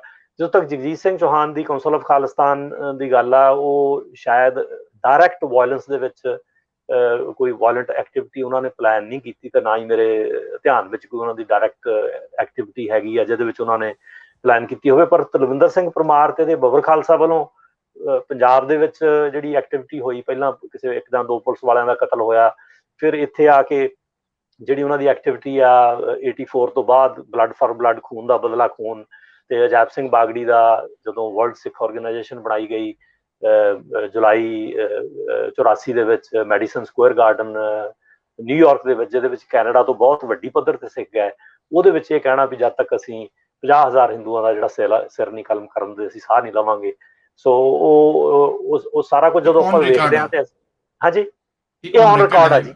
ਇਹ ਔਨ ਰਿਕਾਰਡ ਆ। ਅਜਾਇਬ ਸਿੰਘ ਬਾਗੜੀ ਦੀ ਜਿਹੜੀ ਉਹ ਸਟੇਟਮੈਂਟ ਆ ਉਹ ਬਕਾਇਦਾ ਏਅਰ ਇੰਡੀਆ ਟਰਾਇਲ ਵਿੱਚ ਵੀ ਪਲੇ ਕੀਤੀ ਗਈ, ਤੇ ਉਹ ਕੈਨੇਡੀਅਨ ਜਿਹੜੀਆਂ ਵੱਖ-ਵੱਖ ਨਿਊਜ਼ ਏਜੰਸੀਜ਼ ਆ, ਟੀਵੀ ਸਟੇਸ਼ਨਸ ਆ, ਇਹ ਵੀ ਬਹੁਤ ਵਾਰ ਪਲੇ ਕਰ ਚੁੱਕੇ ਆ। ਤੁਸੀਂ ਉਹਦੇ ਵਿੱਚ ਜਾਓ ਗੂਗਲ ਦੇ ਵਿੱਚ, ਤੇ ਉਹਦੇ ਵਿੱਚ ਵੀ ਬੜੇ ਆਰਾਮ ਨਾਲ ਮਿਲ ਜਾਂਦੀ ਹੈ। ਸੋ ਮਤਲਬ ਇਹ ਜਿਹੜਾ ਵਾਇਲੈਂਟ ਪੱਖ ਆ ਨਾ, ਮੈਂ ਕਹਿਣ ਦੀ ਇਹ ਕੋਸ਼ਿਸ਼ ਕਰ ਰਿਹਾ ਵੀ ਵੱਖਵਾਦ ਸ਼ਾਇਦ ਹੋਰ ਥਾਵਾਂ ਵਿੱਚ ਇੰਗਲੈਂਡ ਜਾਂ ਅਮਰੀਕਾ ਵਿੱਚ ਵੀ ਐਗਜ਼ਿਸਟ ਕਰਦਾ ਸੀ, ਪਰ ਵਾਇਲੈਂਟ ਪੱਧਰ ਦਾ ਜਿਹੜਾ ਅੱਤਵਾਦ ਆ ਜਾਂ ਖਾਲਿਸਤਾਨੀ ਲਹਿਰ ਆ, ਉਹਦਾ ਮੁੱਢ ਕੈਨੇਡਾ ਵਿੱਚ ਹੀ ਵੱਜਿਆ ਦਰਅਸਲ। ਜੀ ਠੀਕ ਹੈ ਜੋਲ ਸਾਹਿਬ, ਤੁਸੀਂ ਇਹਨੂੰ ਬਹੁਤ ਚੰਗੀ ਤਰੀਕੇ ਦੇ ਨਾਲ ਬਰੀਫ ਕਰਕੇ ਦੱਸਿਆ ਕਿ ਨਾਲੇ ਜਿਹੜੇ ਵਿਊਅਰਸ ਆ ਉਹਨਾਂ ਨੂੰ ਇੱਕ ਆਈਡੀਆ ਹੋ ਜਾਊਗਾ ਕਿ ਕਿੰਨੀਆਂ ਘਟਨਾਵਾਂ ਹੋ ਗਈਆਂ ਸਨ ਜਿਹੜੀਆਂ ਵੱਖਵਾਦੀ ਲਹਿਰ ਦੇ ਨਾਲ ਸੰਬੰਧਿਤ ਨੇ ਕੈਨੇਡਾ ਦੇ ਵਿੱਚ। ਤੇ ਇਸ ਤੋਂ ਆਪਾਂ ਹੁਣ ਅੱਗੇ ਚੱਲੀਏ, ਜਿਹੜਾ ਕਿ ਸਾਡਾ ਮੇਨ ਮਕਸਦ ਅੱਜ ਦੀ ਗੱਲ ਕਰਨ ਦਾ ਉਹ ਹੈ ਕਿ ਏਅਰ ਇੰਡੀਆ, ਜਿਹਦੇ ਵਿੱਚ 329 ਬੰਦੇ ਆਪਣੀ ਜਾਨ ਤੋਂ ਹੱਥ ਤੋਂ ਬੈਠੇ, ਉਸ ਦੇ ਜਾਣੀ ਕਿ ਜਿਹੜਾ ਸਿਲਸਿਲਾ ਚੱਲਿਆ, ਉਹਦੇ ਸਟਾਰਟਿੰਗ ਕਿਉਂ ਹੋਈ, ਕਦੋਂ ਤੋਂ ਹੋਈ, ਤੇ ਉਹਦੀ ਜੇ ਸਾਰੀ ਤੁਸੀਂ ਇੱਕ ਡਿਟੇਲ ਦੱਸੋ, ਕਿਉਂਕਿ ਤੁਸੀਂ ਇੱਕ ਜਰਨਲਿਸਟ ਵੀ ਹੋ, ਤੇ ਇੱਕ ਉਹ ਨਾਲੇ ਪਿਛਲੇ ਲਗਭਗ ਤੁਸੀਂ 22 ਸਾਲ ਤੋਂ ਅਖਬਾਰ ਇੱਕ ਉਹਦੇ ਐਡੀਟਰ ਹੋ, ਤੇ ਇੱਕ ਜਰਨਲਿਸਟ ਦੇ ਨਜ਼ਰੀਏ ਦੇ ਨਾਲ ਤੁਸੀਂ ਉਹਨੂੰ ਕਿਵੇਂ ਦੇਖੋਗੇ ਸਾਰੇ ਇੰਸੀਡੈਂਟ? ਅਮਰਿੰਦਰ ਜੀ, ਜਿਸ ਤਰ੍ਹਾਂ ਮੈਂ ਤੁਹਾਨੂੰ ਪਹਿਲਾਂ ਜ਼ਿਕਰ ਕੀਤਾ ਵੀ 84 ਦਾ ਕਾਂਡ ਵਾਪਰ ਜਾਣ ਤੋਂ ਬਾਅਦ ਜਿਹੜਾ ਤਲਵਿੰਦਰ ਸਿੰਘ ਪਰਮਾਰ ਸੀ, ਇਹਦੇ ਨਾਲ ਅਜਾਇਬ ਸਿੰਘ ਬਾਗੜੀ ਜਾਂ ਦਾ ਜਿਹੜਾ ਗਰੁੱਪ ਦੇ ਬਾਕੀ ਇਹਦੇ ਸਮਰਥਕ ਸੀ, ਉਹ ਕੈਨੇਡਾ ਦੇ ਵਿੱਚ ਉਹਨਾਂ ਨੇ ਕਈ ਟੂਰ ਕੀਤੇ, ਪੈਸੇ ਪੂਸੇ ਕਾਫੀ ਇਕੱਠੇ ਕੀਤੇ ਗਏ, ਤੇ ਨਾਲ ਦੀ ਨਾਲ ਉਹਨਾਂ ਨੇ ਬੜੇ ਗਰਮ ਨਾਅਰੇ, ਜਿਹੜਾ ਖੂਨ ਦਾ ਬਦਲਾ ਖੂਨ ਵਗੈਰਾ, ਉਹ ਲਾਏ ਗਏ। ਰੀਸੈਂਟਲੀ ਟੈਰੀ ਮਲਸਕੀ ਦੀ ਕਿਤਾਬ ਵਿੱਚ ਉਹਦਾ ਡਿਟੇਲ ਵੀ ਦਿੱਤਾ ਗਿਆ। ਮੈਂ ਜਿਵੇਂ ਪਹਿਲਾਂ ਦੱਸ ਚੁੱਕਾ ਵੀ ਵਰਲਡ ਸਿੱਖ ਆਰਗੇਨਾਈਜੇਸ਼ਨ ਜਦ ਬਣਾਈ ਗਈ ਤਾਂ ਉੱਥੇ ਅਜਾਇਬ ਸਿੰਘ ਬਾਗੜੀ ਨੇ ਵੀ 50,000 ਹਿੰਦੂਆਂ ਦਾ ਸਿਰ ਕਲਮ ਕਰਨ ਦੀ ਗੱਲ ਕੀਤੀ।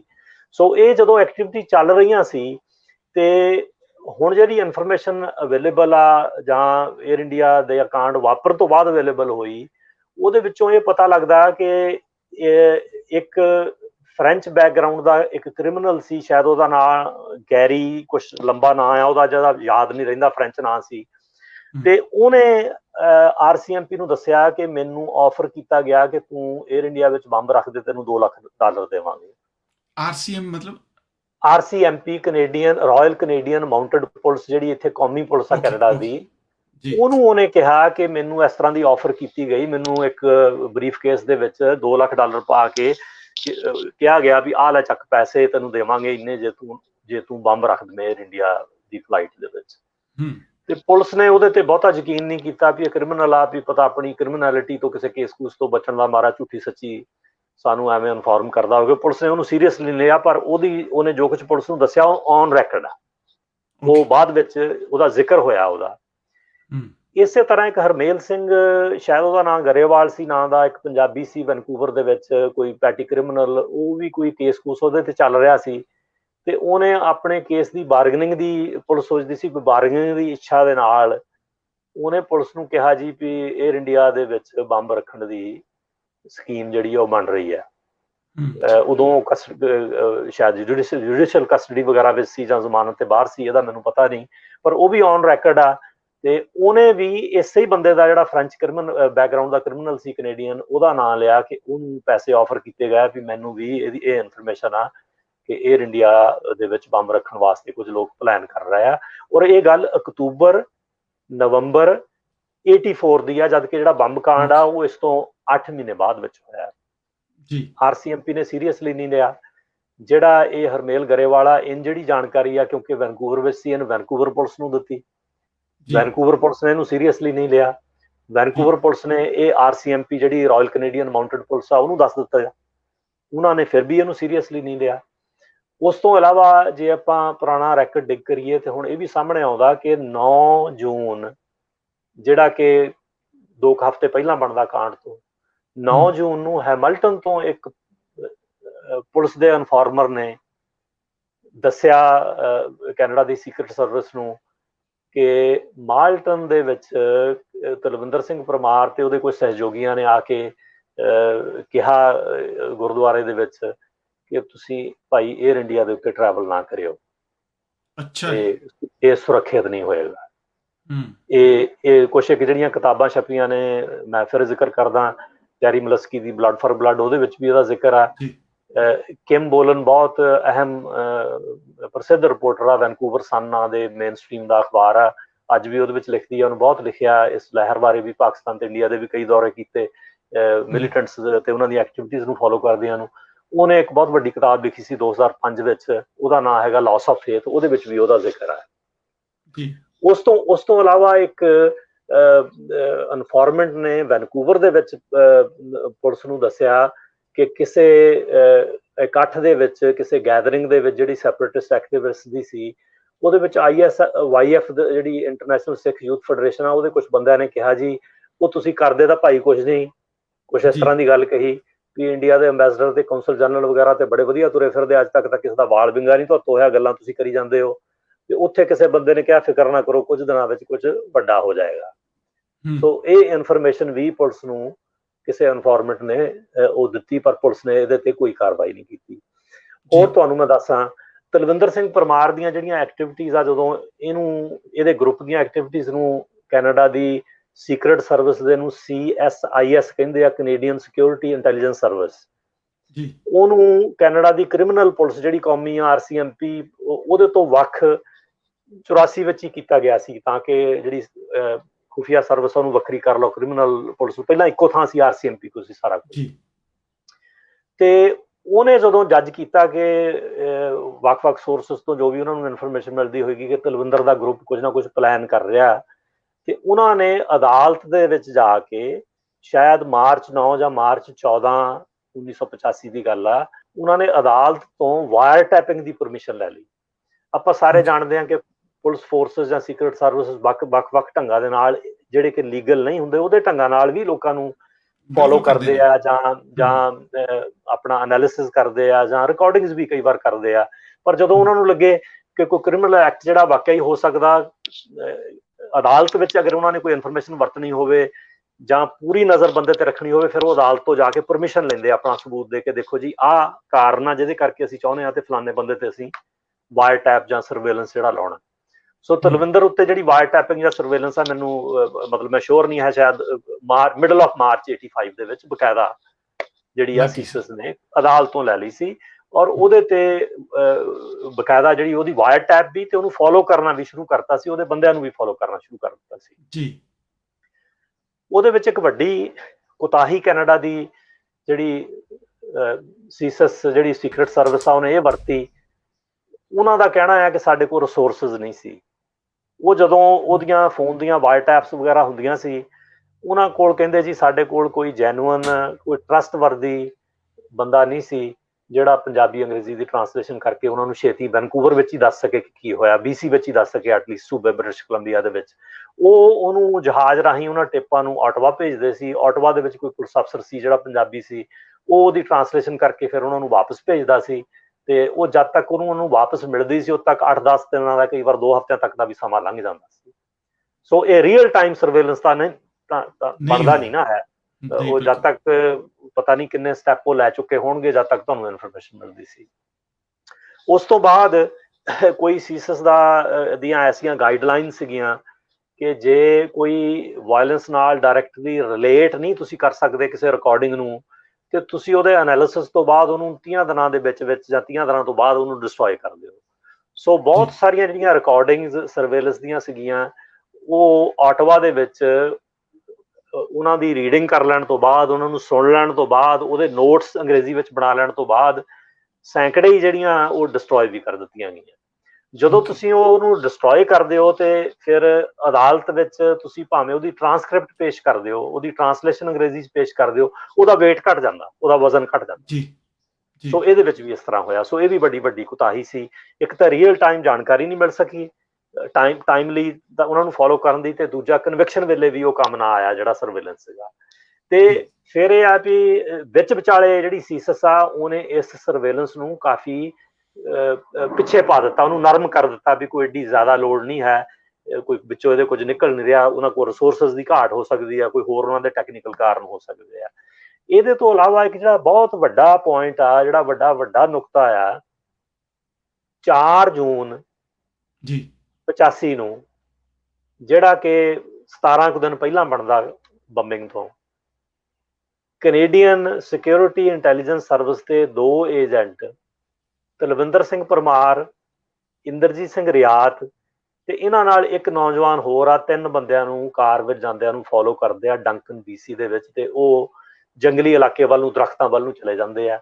ਤੇ ਏਜੰਟ ਬੜੇ ਸੇਫ ਡਿਸਟੈਂਸ ਤੇ ਉਹ ਦੋਵੇਂ ਖੜੇ ਰਹਿੰਦੇ ਆ, ਤੇ ਉਹਨਾਂ ਨੂੰ ਕੋਈ ਆਵਾਜ਼ ਸੁਣਦੀ ਆ ਵੀ ਕਿਸੇ ਕਿਸਮ ਦਾ ਕੋਈ ਧਮਾਕਾ, ਛੋਟਾ ਮੋਟਾ ਬਲਾਸਟ ਉਹਨਾਂ ਨੇ ਕੀਤਾ ਹੋ ਸਕਦਾ, ਕਿਸੇ ਕਿਸਮ ਦਾ ਕੋਈ ਡਿਵਾਈਸ ਉਹਨਾਂ ਨੇ ਟੈਸਟ ਕੀਤੀ ਹੋਵੇ। ਉਹਨਾਂ ਨੇ ਇਹ ਜਿਹੜੀ ਇਨਫੋਰਮੇਸ਼ਨ ਆ ਇਸ ਸਮੇਂ ਸਿਰ RCMP ਨੂੰ, ਜਿਹੜੀ ਕ੍ਰਿਮੀਨਲ ਪੁਲਿਸ ਆ, ਉਹਨੂੰ ਪ੍ਰੋਵਾਈਡ ਨਹੀਂ ਕੀਤੀ, ਤੇ ਇਹਨੂੰ ਬਹੁਤ ਜ਼ਿਆਦਾ ਸੀਰੀਅਸਲੀ ਨਹੀਂ ਲਿਆ। ਬਾਅਦ ਵਿੱਚ ਉਸ ਥਾਂ ਨੂੰ ਜਦੋਂ ਇਹਨਾਂ ਨੇ ਚੈੱਕ ਚੁੱਕ ਕੀਤਾ ਕਿਤੇ ਲੇਟਰ ਸਟੇਜ ਦੇ ਉੱਤੇ ਜਾ ਕੇ, ਤੇ ਇਹਨਾਂ ਨੂੰ ਕੋਈ ਉੱਥੋਂ ਚੱਲੀ ਉਹ ਡਿਵਾਈਸ ਦਾ ਮਾੜਾ ਮੋਟਾ ਕੋਈ ਕੰਪੋਨੈਂਟ ਵਗੈਰਾ ਵੀ ਮਿਲਿਆ। ਤੇ ਥਰਡ ਪਰਸਨ ਦਾ ਨਾਮ ਨਹੀਂ ਪਤਾ ਜਿਹੜਾ ਤੁਸੀਂ ਉਹ ਜਿਹੜਾ ਥਰਡ ਪਰਸਨ, ਹਾਂ ਮੈਂ ਉਹਦਾ ਹੀ ਜ਼ਿਕਰ ਕਰਨ ਲੱਗਾ ਸੀ। ਉਹ ਜਿਹੜਾ ਥਰਡ ਪਰਸਨ ਆ, ਉਹਨੂੰ 에ਅਰ ਇੰਡੀਆ ਬੰਬਿੰਗ ਕੇਸ ਦੇ ਵਿੱਚ ਮਿਸਟਰ X ਦੇ ਨਾਂ ਨਾਲ ਜਾਣਿਆ ਜਾਂਦਾ। ਕਿਉਂਕਿ ਉਹਦਾ ਨਾਂ ਨਹੀਂ ਸਾਡੇ ਕੋਲ। ਪਰ ਜਦੋਂ ਇੰਦਰਜੀਤ ਸਿੰਘ ਰਿਆਤ ਦੀ ਤਫਤੀਸ਼ ਹੋਈ, ਪਹਿਲਾਂ ਨਰੀਤਾ ਬੰਬਿੰਗ ਵਿੱਚ, ਉਹਦੇ ਤੇ ਆਪਾਂ ਥੋੜੀ ਦੇਰ ਬਾਅਦ ਜਾਵਾਂਗੇ, ਤੇ ਬਾਅਦ ਵਿੱਚ ਜਦੋਂ 에ਅਰ ਇੰਡੀਆ ਦਾ ਕੇਸ ਚੱਲਿਆ ਉਹਦੇ 'ਚ ਉਹਦੀ ਤਫਤੀਸ਼ ਹੋਈ, ਤੇ ਰਿਆਤ ਨੇ ਪੁਲਿਸ ਕੋਲੇ ਮੰਨ ਲਿਆ ਕਿ ਮੈਂ ਬੰਬ ਬਣਾਉਣ ਵਿੱਚ ਮੈਂ ਮਦਦ ਕੀਤੀ ਹੈ, ਮਟੀਰੀਅਲ ਵਗੈਰਾ ਇਕੱਠਾ ਕਰਨ ਵਿੱਚ। ਮੈਨੂੰ ਪਤਾ ਨਹੀਂ ਸੀ ਵੀ ਇਹ ਬੰਬ ਕਿੱਥੇ ਵਰਤਿਆ ਜਾਣਾ। ਮੇਰੇ ਖਿਆਲ ਵਿੱਚ ਸੀ ਵੀ ਕੋਈ ਇੰਡੀਆ ਵਿੱਚ ਕੋਈ ਸਟਰਕਚਰ ਕੋਈ ਬ੍ਰਿਜ ਬਰੁਜ ਤਬਾਹ ਕਰਨ ਵਾਸਤੇ ਹੋ ਸਕਦਾ ਹੋਵੇ, ਮੈਨੂੰ ਨਹੀਂ ਸੀ ਪਤਾ ਇਹਦੇ ਨਾਲ ਜਹਾਜ਼ ਸੁੱਟਿਆ ਜਾਣਾ। ਤੇ ਜਿਹੜਾ ਬੰਬ ਆ ਉਹ 'ਚ ਮੈਂ ਬਣਾਉਣ ਵਿੱਚ ਸਹਾਈ ਹੋਇਆ, ਯਾਨੀ ਮੇਰਾ ਪਾਰਟ ਆ ਬਣਾਉਣ ਵਿੱਚ। ਬਣਾਇਆ ਕਿਹਨੇ? ਉਹਦਾ ਇਹ ਕਹਿਣਾ ਸੀ ਵੀ ਜਿਹੜਾ ਮੈਂ ਇਨੀਸ਼ੀਅਲੀ ਕੰਮ ਕੀਤਾ ਉਹਦੇ ਤੋਂ ਤਲਵਿੰਦਰ ਸੰਤੁਸ਼ਟ ਨਹੀਂ ਸੀ, ਇਸ ਕਰਕੇ ਤਲਵਿੰਦਰ ਓਨਟੇਰੀਓ ਤੋਂ, ਜਿਸ ਸੂਬੇ ਵਿੱਚ ਮੈਂ ਬੈਠਾ, ਜਿਹਦੀ ਰਾਜਧਾਨੀ ਟੋਰਾਂਟੋ ਆ, ਓਨਟੇਰੀਓ ਤੋਂ ਇੱਕ ਨੌਜਵਾਨ ਸਿੱਖ ਨੂੰ ਲੈ ਕੇ ਆਇਆ। ਉਹ ਰਿਆਤ ਨੇ ਮੰਨਿਆ ਵੀ ਉਹਦੇ ਘਰ ਵਿੱਚ ਰਿਹਾ 8-10 ਦਿਨ ਜਾਂ ਇਸ ਤੋਂ ਵੱਧ, ਤੇ ਉਹਨੇ ਜਿਹੜੇ ਫਾਈਨਲ 2 ਡਿਵਾਈਸਿਸ ਆ ਉਹਨਾਂ ਨੂੰ, ਜਿਹੜੇ ਫਾਈਨਲ ਟੱਚਸ ਆ ਉਹਨੇ ਦਿੱਤੇ। ਉਹ ਮਿਸਟਰ ਐਕਸ ਦੇ ਨਾਂ ਨਾਲ ਉਹਨੂੰ ਤਾਂ ਜਾਣਦੇ ਕਿਉਂਕਿ ਉਹਦਾ ਨਾਂ ਨਹੀਂ ਪਤਾ। ਜਦੋਂ ਇਹਨੂੰ ਇਹ ਪੁੱਛਿਆ ਗਿਆ ਵੀ ਭਾਈ ਦੱਸ ਉਹ ਬੰਦਾ ਕੌਣ ਸੀ, ਉਹ ਕਿੱਦਾਂ ਦਾ ਸੀ, ਉਹਦਾ ਨਾਂ ਕੀ ਸੀ, ਉਹਦਾ ਥਹੁ ਪਤਾ ਕੀ ਆ, ਉਹਦਾ ਟੈਲੀਫੋਨ ਨੰਬਰ, ਉਹ ਕਹਿੰਦਾ ਜੀ ਬਾਕੀ ਮੇਰੇ ਕੋਲ ਕੁਛ ਹੈ ਨਹੀਂ, ਨਾ ਮੈਨੂੰ ਚੇਤਾ ਨਹੀਂ। ਉਹਦੇ ਘਰ ਰਿਹਾ, ਉਹਦੇ ਘਰ ਰੋਟੀ ਖਾਂਦਾ ਹੋਏਗਾ, ਉਹਦੇ ਘਰ ਸੌਂਦਾ ਹੋਏਗਾ, ਉਹਦੇ ਨਾਲ ਗੱਲਾਂ ਕਰਦਾ ਹੋਏਗਾ, ਤੇ ਉਹਨੂੰ ਉਹਦਾ ਨਾਂ ਨਹੀਂ ਪਤਾ ਤੇ ਉਹਦਾ ਟੈਲੀਫੋਨ ਨੰਬਰ ਨਹੀਂ ਪਤਾ। ਸੋ ਅੱਜ ਉਹ ਕਿਤੇ ਨਾ ਕਿਤੇ ਬੰਦਾ ਕੈਨੇਡਾ ਦੇ ਵਿੱਚ ਹੋਏਗਾ ਜਾਂ ਕੈਨੇਡਾ ਤੋਂ ਬਾਹਰ ਚਲਿਆ ਗਿਆ ਹੋਏਗਾ। ਜੇ ਉਦੋਂ ਨੌਜਵਾਨ ਸੀ ਤੇ ਨੈਚੁਰਲੀ ਜਿਹੜੀ ਉਹਦੀ ਉਮਰ ਆ 25 ਸਾਲ 30 ਸਾਲ ਦੇ ਲਾਗੇ ਹੋਏਗੀ, ਜ਼ਰੂਰ ਉਹਨੂੰ ਟੈਕਨੀਕ ਦਾ ਕੁਛ ਨਾ ਕੁਛ ਪਤਾ ਹੋਏਗਾ। ਇੰਦਰਜੀਤ ਸਿੰਘ ਰਿਆਤ ਜਿਹੜਾ, ਇਹ ਵੀ ਇਹਨੂੰ ਇਲੈਕਟ੍ਰੀਕਲ ਮਕੈਨੀਕਲ ਕੰਮ ਆਉਂਦਾ ਸੀ, ਇਸੇ ਕਿਸਮ ਦਾ ਕੰਮ ਕਿਤੇ ਉੱਥੇ ਕਿਸੇ ਵਰਕਸ਼ਾਪ ਲਈ ਕਰਦਾ ਸੀ, ਤੇ ਇਸ ਕਰਕੇ ਇਹਦੇ ਵਿੱਚ ਇਨਵੋਲਵ ਇਹਨੂੰ ਕੀਤਾ ਪਰਮਾਰ ਨੇ। ਹੁਣ ਜਿਹੜੇ ਸਬੂਤ, ਮਤਲਬ ਇਸ ਸਬੂਤ ਨੂੰ ਤੇ ਉਹ ਉੱਕ ਗਏ, ਵਰਤ ਨਹੀਂ ਸਕੇ, ਜਿਹੜਾ ਕਿ 17 ਦਿਨ ਪਹਿਲਾਂ ਸੀ ਜੀ। ਉਸ ਤੋਂ ਇਲਾਵਾ ਜਦੋਂ ਬੰਬ ਕਾਂਡ ਹੋ ਗਿਆ, ਹੁਣ ਹੁੰਦਾ ਕੀ ਆ ਕਿ ਇਸ ਬੰਬ ਕਾਂਡ ਦੇ ਵਿੱਚ 2 ਟਿਕਟਾਂ ਬੁੱਕ ਕਰਾਈਆਂ ਜਾਂਦੀਆਂ। ਟਿਕਟਾਂ ਜਿਹੜੀਆਂ ਬੁੱਕ 2 ਹੋਈਆਂ ਨੇ, ਉਹ ਪਹਿਲਾਂ 2 ਨਾਮਾਂ ਤੇ ਹੋਈਆਂ ਨੇ। ਲੰਬਾ ਮੈਂ ਤੁਹਾਨੂੰ ਦੱਸ ਵੀ ਸਕਦਾ, ਨੋਟ ਦੇ ਵਿੱਚ ਮੈਨੂੰ ਯਾਦ ਨਹੀਂ ਉੱਦਾਂ ਰਹਿੰਦਾ। ਤੇ ਉਹ ਫਿਰ ਉਹਨਾਂ ਨੂੰ ਇੱਕ ਦਿਨ ਪਹਿਲਾਂ ਬਦਲ ਕੇ ਐਮ ਸਿੰਘ ਤੇ ਐਲ ਸਿੰਘ ਨਾਂ ਕਰਤਾ ਗਿਆ। ਇੱਕ ਟਿਕਟ ਬੁੱਕ ਹੋਈ ਜਸਵੰਤ ਸਿੰਘ ਦੇ ਨਾਂ ਤੇ ਦੂਜੀ ਟਿਕਟ ਬੁੱਕ ਹੋਈ ਮਨਿੰਦਰ ਬਲ ਸਿੰਘ ਦੇ ਨਾਂ ਦੇ ਉੱਤੇ ਜੀ। ਇਹ ਫੋਨ ਦੇ ਉੱਤੇ CP Air ਉਦੋਂ ਇੱਥੇ ਹੁੰਦੀ ਸੀ, ਕੈਨੇਡੀਅਨ ਪੈਸੀਫਿਕ 에ਅਰਲਾਈਨ, ਉਹਦੇ ਤੋਂ ਬੁਕਿੰਗ ਕਰਵਾਈ ਗਈ। ਉਹ ਬਾਅਦ ਵਿੱਚ ਜਿਹੜੀ ਆ ਉਹਨੂੰ 에ਅਰ ਕੈਨੇਡਾ ਨੇ ਖਰੀਦ ਲਿਆ ਸੀ। ਅੱਜ ਉਹ 에ਅਰਲਾਈਨ ਨਹੀਂ ਹੈਗੀ, ਉਹਨੂੰ CP ਵੀ ਕਹਿੰਦੇ ਸੀ, ਕੈਨੇਡੀਅਨ ਪੈਸੀਫਿਕ ਵੈਸੇ ਉਹਦਾ ਪੂਰਾ ਨਾਂ ਸੀ। ਫੋਨ ਦੇ ਉੱਤੇ ਬੁਕਿੰਗ ਕਰਵਾਈ ਗਈ, ਔਰ ਫੋਨ ਤੇ ਜਿਹੜੀ ਬੁਕਿੰਗ ਕਰਵਾਈ ਉਹਦੇ ਉੱਤੇ 2 ਟੈਲੀਫੋਨ ਨੰਬਰ ਦਿੱਤੇ ਗਏ। ਇੱਕ ਟੈਲੀਫੋਨ ਨੰਬਰ ਰੌਸ ਸਟਰੀਟ ਗੁਰਦੁਆਰੇ ਦਾ ਦਿੱਤਾ ਗਿਆ, ਤੇ ਦੂਜੇ ਜਿਹੜਾ ਪੈਸੰਜਰ ਸੀ ਉਹਦੇ ਵਾਸਤੇ ਨੰਬਰ ਜਿਹੜਾ ਦਿੱਤਾ ਗਿਆ ਉਹ ਇੱਕ ਖਾਲਿਸਤਾਨੀ, ਇਹਨਾਂ ਦੇ ਤਲਵਿੰਦਰ ਸਿੰਘ ਪਰਮਾਰ ਹੋਣਾ ਦੇ ਉਹ ਇੱਕ ਸਹਿਯੋਗੀ ਸੀਗੇ, ਜੌਹਲ ਸਾਹਿਬ, ਹਰਦਿਆਲ ਸਿੰਘ ਜੌਹਲ, ਉਹਨਾਂ ਦੇ ਘਰ ਦਾ ਨੰਬਰ ਉੱਤੇ ਦਿੱਤਾ ਗਿਆ। ਹਰਦਿਆਲ ਸਿੰਘ ਜੌਹਲ ਸਕੂਲ ਦੇ ਵਿੱਚ ਕੰਮ ਕਰਦੇ ਸੀ, ਕਿਸੇ ਵੈਨਕੂਵਰ ਦੇ ਸਕੂਲ ਦੇ ਵਿੱਚ ਜੈਨੀਟੋਰੀਅਲ ਵਰਕ ਕਰਦੇ ਸੀ, ਜਿਹੜੇ ਮਾੜਾ ਮੋਟਾ ਸੇਵਾ ਸੰਭਾਲ, ਕੋਈ ਸਾਫ਼ ਸਫਾਈ ਤੇ ਕੋਈ ਟੀਚਰਾਂ ਦੀ ਮਦਦ ਵਗੈਰਾ ਦਾ ਹੁੰਦਾ, ਉਹ ਕੰਮ ਕਰਦੇ ਸੀ। ਸੋ ਉਹਨਾਂ ਨੂੰ ਵੀ ਬਾਅਦ ਵਿੱਚ ਇਨਵੈਸਟੀਗੇਟ ਕੀਤਾ ਗਿਆ, ਪਰ ਜੌਹਲ ਤੋਂ ਵੀ ਇਹਨਾਂ ਨੂੰ ਕੁਝ ਨਹੀਂ ਮਿਲਿਆ। ਤੇ ਇੱਕ ਰਿਕਾਰਡਿੰਗ ਜਿਹੜੀ ਆ, ਜਿਹਦੀ ਟਰਾਂਸਕ੍ਰਿਪਟ ਮਿਲਦੀ ਆ, ਉਹਦੇ ਵਿੱਚ ਤਲਵਿੰਦਰ ਸਿੰਘ ਪਰਮਾਰ 20 ਤਰੀਕ ਨੂੰ ਪੁੱਛਦਾ ਹਰਦਿਆਲ ਨੂੰ ਕਿ ਤੂੰ ਕਹਾਣੀ ਲਿਖ ਲਈ, ਸਟੋਰੀ ਲਿਖ ਲਈ। ਉਹ ਜਿਸ ਤਰ੍ਹਾਂ ਵੀ ਟਰਾਂਸਲੇਸ਼ਨ ਹੋਈ, ਕੁਝ ਲੋਕ ਕਹਿੰਦੇ ਆ ਜੀ ਉਹਨੇ ਕਿਹਾ ਤੂੰ ਖਤ ਲਿਖ ਲਿਆ, ਜੋ ਉਹਦੀ ਅੰਗਰੇਜ਼ੀ ਟਰਾਂਸਲੇਸ਼ਨ, ਪੰਜਾਬੀ ਵਿੱਚ ਉਹਨੇ ਕੀ ਲਫ਼ਜ਼ ਵਰਤਿਆ, ਅੰਗਰੇਜ਼ੀ ਟਰਾਂਸਲੇਟਰ ਨੇ ਉਹਨੂੰ ਕਿਹਾ ਵੀ ਤੂੰ ਸਟੋਰੀ ਲਿਖ ਲਈ, ਤੇ ਜੌਹਲ ਨੇ ਕਿਹਾ ਵੀ ਨਹੀਂ ਜੀ ਹਾਲੇ ਨਹੀਂ ਮੈਂ ਲਿਖੀ। ਉਹ ਕਹਿੰਦਾ ਵੀ ਪਹਿਲਾਂ ਤੂੰ ਉਹ ਲਿਖ ਛੇਤੀ। ਫਿਰ ਜੌਹਲ ਦੁਬਾਰਾ ਫੋਨ ਕਰਦਾ ਤੇ ਉਹ ਕਹਿੰਦਾ ਜੀ ਮੈਂ ਸਟੋਰੀ ਲਿਖ ਲਈ ਤੇ ਤੁਹਾਨੂੰ ਸੁਣਾ ਦਿਆਂ। ਉਹ ਕਹਿੰਦਾ ਨਹੀਂ, ਸੁਣਾਉਣ ਦੀ ਕੋਈ ਲੋੜ ਨਹੀਂ। ਉਦੋਂ ਬਾਅਦ ਸ਼ਾਇਦ ਜੌਹਲ ਉਹਨੂੰ ਜਾ ਕੇ ਪਰਸਨਲੀ ਮਿਲਿਆ ਵੀ ਹੋਵੇ। ਤੇ ਇੰਟਰਪ੍ਰੀਟੇਸ਼ਨ ਇਹਦੀ ਇਹ ਅੱਜ ਕੀਤੀ ਜਾ ਰਹੀ ਆ ਵੀ ਤਲਵਿੰਦਰ ਸਿੰਘ ਪਰਮਾਰ ਨੇ ਉਹਨੂੰ ਪੁੱਛਿਆ ਸੀ ਕਿ ਤੂੰ ਬੁਕਿੰਗ ਕਰਵਾਤੀ ਜੀ, ਤੇ ਉਹਨੇ ਕਿਹਾ ਜੀ ਮੈਂ ਹਾਲੇ ਨਹੀਂ ਕਰਵਾਈ, ਤੇ ਬਾਅਦ ਵਿੱਚ ਉਹਨੇ ਕਿਹਾ ਜੀ ਮੈਂ ਸਟੋਰੀ ਲਿਖ ਲਈ। ਤੇ ਇਹਦੀ ਇੰਟਰਪ੍ਰੀਟੇਸ਼ਨ ਇਸ ਕਿਸਮ ਦੀ ਉਹਦੀ ਕੀਤੀ ਜਾ ਰਹੀ ਹੈ, ਤੇ ਇਹਦੀ ਟਰਾਂਸਕ੍ਰਿਪਟ ਵਗੈਰਾ ਅਵੇਲੇਬਲ ਆ, ਕਿਤਾਬਾਂ ਵਿੱਚ ਵੀ ਇਹਦਾ ਜ਼ਿਕਰ ਹੋਇਆ। ਸੋ ਜਦੋਂ ਇਹ ਟਿਕਟਾਂ ਐਲ ਸਿੰਘ ਤੇ ਐਮ ਸਿੰਘ ਦੇ ਨਾਂ ਤੇ ਬੁੱਕ ਹੋ ਗਈਆਂ, ਤੇ ਫਿਰ ਇਹਦੀ ਜਦੋਂ ਚੈੱਕ ਇਨ ਹੋਈ, ਲਗੇਜ ਦੀ ਚੈੱਕ ਇਨ ਹੋਈ CP Air ਦੀਆਂ 2 ਫਲਾਈਟਾਂ ਦੇ ਉੱਤੇ, ਤੇ ਹਰਦਿਆਲ ਸਿੰਘ ਜੌਹਲ ਜਿਹੜਾ ਆ, ਜਿਹਦੇ ਉੱਤੇ ਸ਼ੱਕ ਕੀਤਾ ਜਾਂਦਾ ਵੀ ਸ਼ਾਇਦ ਟਿਕਟਾਂ ਉਹਨੇ ਬੁੱਕ ਕਰਾਈਆਂ ਸੀ, ਔਰ ਟਿਕਟਾਂ 21 ਤਰੀਕ ਨੂੰ ਪਿਕ ਕੀਤੀਆਂ ਇੱਕ ਬੰਦੇ ਨੇ, ਇੱਕ ਜਿਹਦੇ ਪੱਗ ਬੰਨੀ ਹੋਈ ਸੀ, ਤੇ ਉਹਦਾ ਨਾਂ ਨਹੀਂ, ਉਹਨੂੰ ਆਇਡੈਂਟੀਫਾਈ ਨਹੀਂ ਉਹ ਕੀਤਾ ਜਾ ਸਕਿਆ। ਉਹ $3000 ਤੇ $5 ਕੈਸ਼ ਦੇ ਕੇ ਉਹ ਟਿਕਟਾਂ ਉੱਥੋਂ ਪਿਕ ਕੀਤੀਆਂ ਗਈਆਂ CP Air ਦੇ ਦਫ਼ਤਰ ਦੇ ਵਿੱਚੋਂ। ਤੇ ਜਦੋਂ ਇਹ ਚੈੱਕ ਇਨ ਹੋਈ, ਸੂਟਕੇਸ ਚੈੱਕ ਇਨ ਕੀਤੇ ਗਏ, ਉਸ ਵੇਲੇ ਕੋਈ ਸਟੂਡੈਂਟ ਸੀ ਇੱਕ ਸਕੂਲ ਦਾ, ਜਿਸ ਸਕੂਲ ਦੇ ਵਿੱਚ ਇਹ ਹਰਦਿਆਲ ਜੌਹਲ ਕੰਮ ਕਰਦਾ ਸੀ, ਉਹ ਸਟੂਡੈਂਟ ਨੇ ਵੀ ਉਹਨੂੰ ਪਛਾਣ ਲਿਆ, ਹਰਦਿਆਲ ਜੌਹਲ ਨੂੰ, ਤੇ ਹਰਦਿਆਲ ਜੌਹਲ ਨੇ ਵੀ ਉਹਨੂੰ ਪਛਾਣ ਲਿਆ ਕਿਤੇ ਐਸਕੈਲੇਟਰ ਤੋਂ ਉੱਪਰ ਥੱਲੇ ਆਉਂਦੇ ਆ, ਤੇ ਉਹਨਾਂ ਨੇ ਇੱਕ ਦੂਜੇ ਨੂੰ ਦੁਆ ਸਲਾਮ ਵੀ ਕੀਤੀ। ਉਸ ਲੜਕੇ ਦਾ ਜਿਹੜਾ ਫਾਦਰ ਆ, ਉਹ ਉਸੇ ਜਹਾਜ਼ ਵਿੱਚ ਸੀ ਪਿੱਛੇ ਟਰੈਵਲ ਕਰਕੇ, ਤੇ ਉਹ 에ਅਰ ਇੰਡੀਆ ਵਿੱਚ ਤਬਦੀਲ ਹੋਣਾ ਸੀ, ਤੇ ਉਹ ਵਿਕਟਮ ਉਸ ਫਲਾਈਟ ਦੇ ਵਿੱਚ ਬਣਿਆ। ਤੇ ਉਹਦਾ ਜ਼ਿਕਰ ਵੀ ਵੱਖ-ਵੱਖ ਕਿਤਾਬਾਂ ਤੇ ਕੇਸਾਂ ਦੇ ਵਿੱਚ ਵੀ ਉਹਦਾ ਜ਼ਿਕਰ ਹੋਇਆ। ਤੇ ਉਹਨੇ ਇਹਨੂੰ ਪਛਾਣਿਆ ਹਰਦਿਆਲ ਜੌਹਲ ਨੂੰ। ਸੋ ਏਅਰਪੋਰਟ ਤੇ ਉਸ ਦਿਨ ਕੀ ਕਰਨ ਗਿਆ ਕਿ ਇਹਨੇ ਚੈੱਕ ਇਨ ਕੀਤਾ ਇੱਕ ਬੈਗੇਜ ਉੱਥੇ, ਜਾਂ ਇਹ ਕਿਸੇ ਦੀ ਮਦਦ ਕਰਨ ਉੱਥੇ ਗਿਆ, ਜਾਂ ਇਹ ਬਾਈ ਚਾਂਸ ਉੱਥੇ ਸੀ ਦੈਟ ਓਨਲੀ ਹਰਦਿਆਲ ਨੂੰ ਪਤਾ, ਜਾਂ ਉਹਦੇ ਸਹਿਯੋਗੀਆਂ ਨੂੰ ਪਤਾ, ਜਾਂ ਖੁਦਾ ਨੂੰ ਪਤਾ ਹੋ ਸਕਦਾ। ਸੋ ਇਹ ਲਿੰਕ ਵੀ ਜੁੜਦਾ ਹੈ। ਹੁਣ ਜਿਹੜੀ ਏਜੰਟ ਆ ਜਿਹਨੇ ਚੈੱਕ ਕੀਤਾ ਐਮ ਸਿੰਘ ਨਾਂ ਦੇ ਪੈਸੇਂਜਰ ਨੂੰ ਟੋਰਾਂਟੋ ਵਾਸਤੇ, ਉਹ ਕਹਿੰਦੀ ਆ ਕਿ ਉਹਨੇ ਉਹਨੂੰ ਕਿਹਾ ਵੀ ਤੇਰੀ CP Air ਦੀ ਕਨਫਰਮ ਆ ਟੋਰਾਂਟੋ ਤੱਕ, ਪਰ ਟੋਰਾਂਟੋ ਤੋਂ 에ਅਰ ਇੰਡੀਆ ਦਾ ਜਿਹੜਾ ਤੇਰਾ ਲਿੰਕ ਆ ਉਹ ਕਨਫਰਮ ਨਹੀਂ ਹੈ ਹਾਲੇ, ਉਹ ਵੇਟਿੰਗ ਦੇ ਵਿੱਚ ਆ। ਤੇ ਉਹਨੇ ਉਹਦੇ ਨਾਲ ਏਜੰਟ ਨਾਲ ਕਾਫੀ ਆਰਗਿਊ ਕੀਤਾ। ਉਹਦਾ CP Air ਦੀ ਏਜੰਟ ਦਾ ਕਹਿਣਾ ਸੀ ਵੀ ਤੈਨੂੰ ਮੈਂ ਚਾੜ ਦਿੰਦੀ ਇੱਥੋਂ ਲਗੇਜ ਨੂੰ, ਤੇ ਤੂੰ ਟੋਰਾਂਟੋ 'ਚ ਆਪਣਾ ਲਗੇਜ ਪਿਕ ਕਰ ਲਈ, ਤੇ ਫਿਰ ਤੂੰ ਦੁਬਾਰਾ 에ਅਰ ਇੰਡੀਆ ਦੇ ਕਾਊਂਟਰ ਤੇ ਜਾ ਕੇ ਦੁਬਾਰਾ ਤੈਨੂੰ ਚੈੱਕ ਇਨ ਕਰਨਾ ਪਏਗਾ, ਤਦ ਤੱਕ ਹੋ ਸਕਦਾ ਤੇਰੀ ਸੀਟ ਕਨਫਰਮ ਹੋ ਜਾਵੇ। ਉਹ ਕਹਿੰਦਾ ਨਾ ਜੀ ਨਾ, ਤੂੰ ਮੇਰਾ ਧੁਰ ਤੱਕ ਚੈੱਕ ਇਨ ਕਰ ਮੇਰਾ ਦਿੱਲੀ ਤੱਕ ਲਗੇਜ ਨੂੰ, ਡਾਇਰੈਕਟ ਆਟੋ ਟਰਾਂਸਫਰ ਜਿਹਨੂੰ ਆਪਾਂ ਕਹਿੰਦੇ ਹਾਂ। ਉਹ ਕਿਸੇ ਢੰਗ ਨਾਲ ਉਹਦੇ ਪ੍ਰੈਸ਼ਰ ਥੱਲੇ, ਦਬਾਅ ਥੱਲੇ ਆ ਗਈ। ਉਹਨੇ ਵਿਟਨੈਸ ਦਿੱਤੀ ਬਕਾਇਦਾ, ਉਹਨੇ ਬਾਅਦ ਵਿੱਚ ਇਹ ਬਿਆਨ ਦਿੱਤਾ। ਉਹਨੇ ਉਹ ਜਿਹੜਾ ਲਗੇਜ ਆ ਉਹਦੀ ਚੈੱਕ ਇਨ ਧੁਰ ਦਿੱਲੀ ਤੱਕ ਕਰ ਦਿੱਤੀ। ਹਾਂਜੀ, ਤੇ ਉਹ ਲਗੇਜ ਜਿਹੜਾ ਟੋਰਾਂਟੋ ਤੋਂ ਆਟੋਮੈਟਿਕਲੀ ਉਹ ਟਰਾਂਸਫਰ ਹੋ ਗਿਆ 에ਅਰ ਇੰਡੀਆ ਨੂੰ।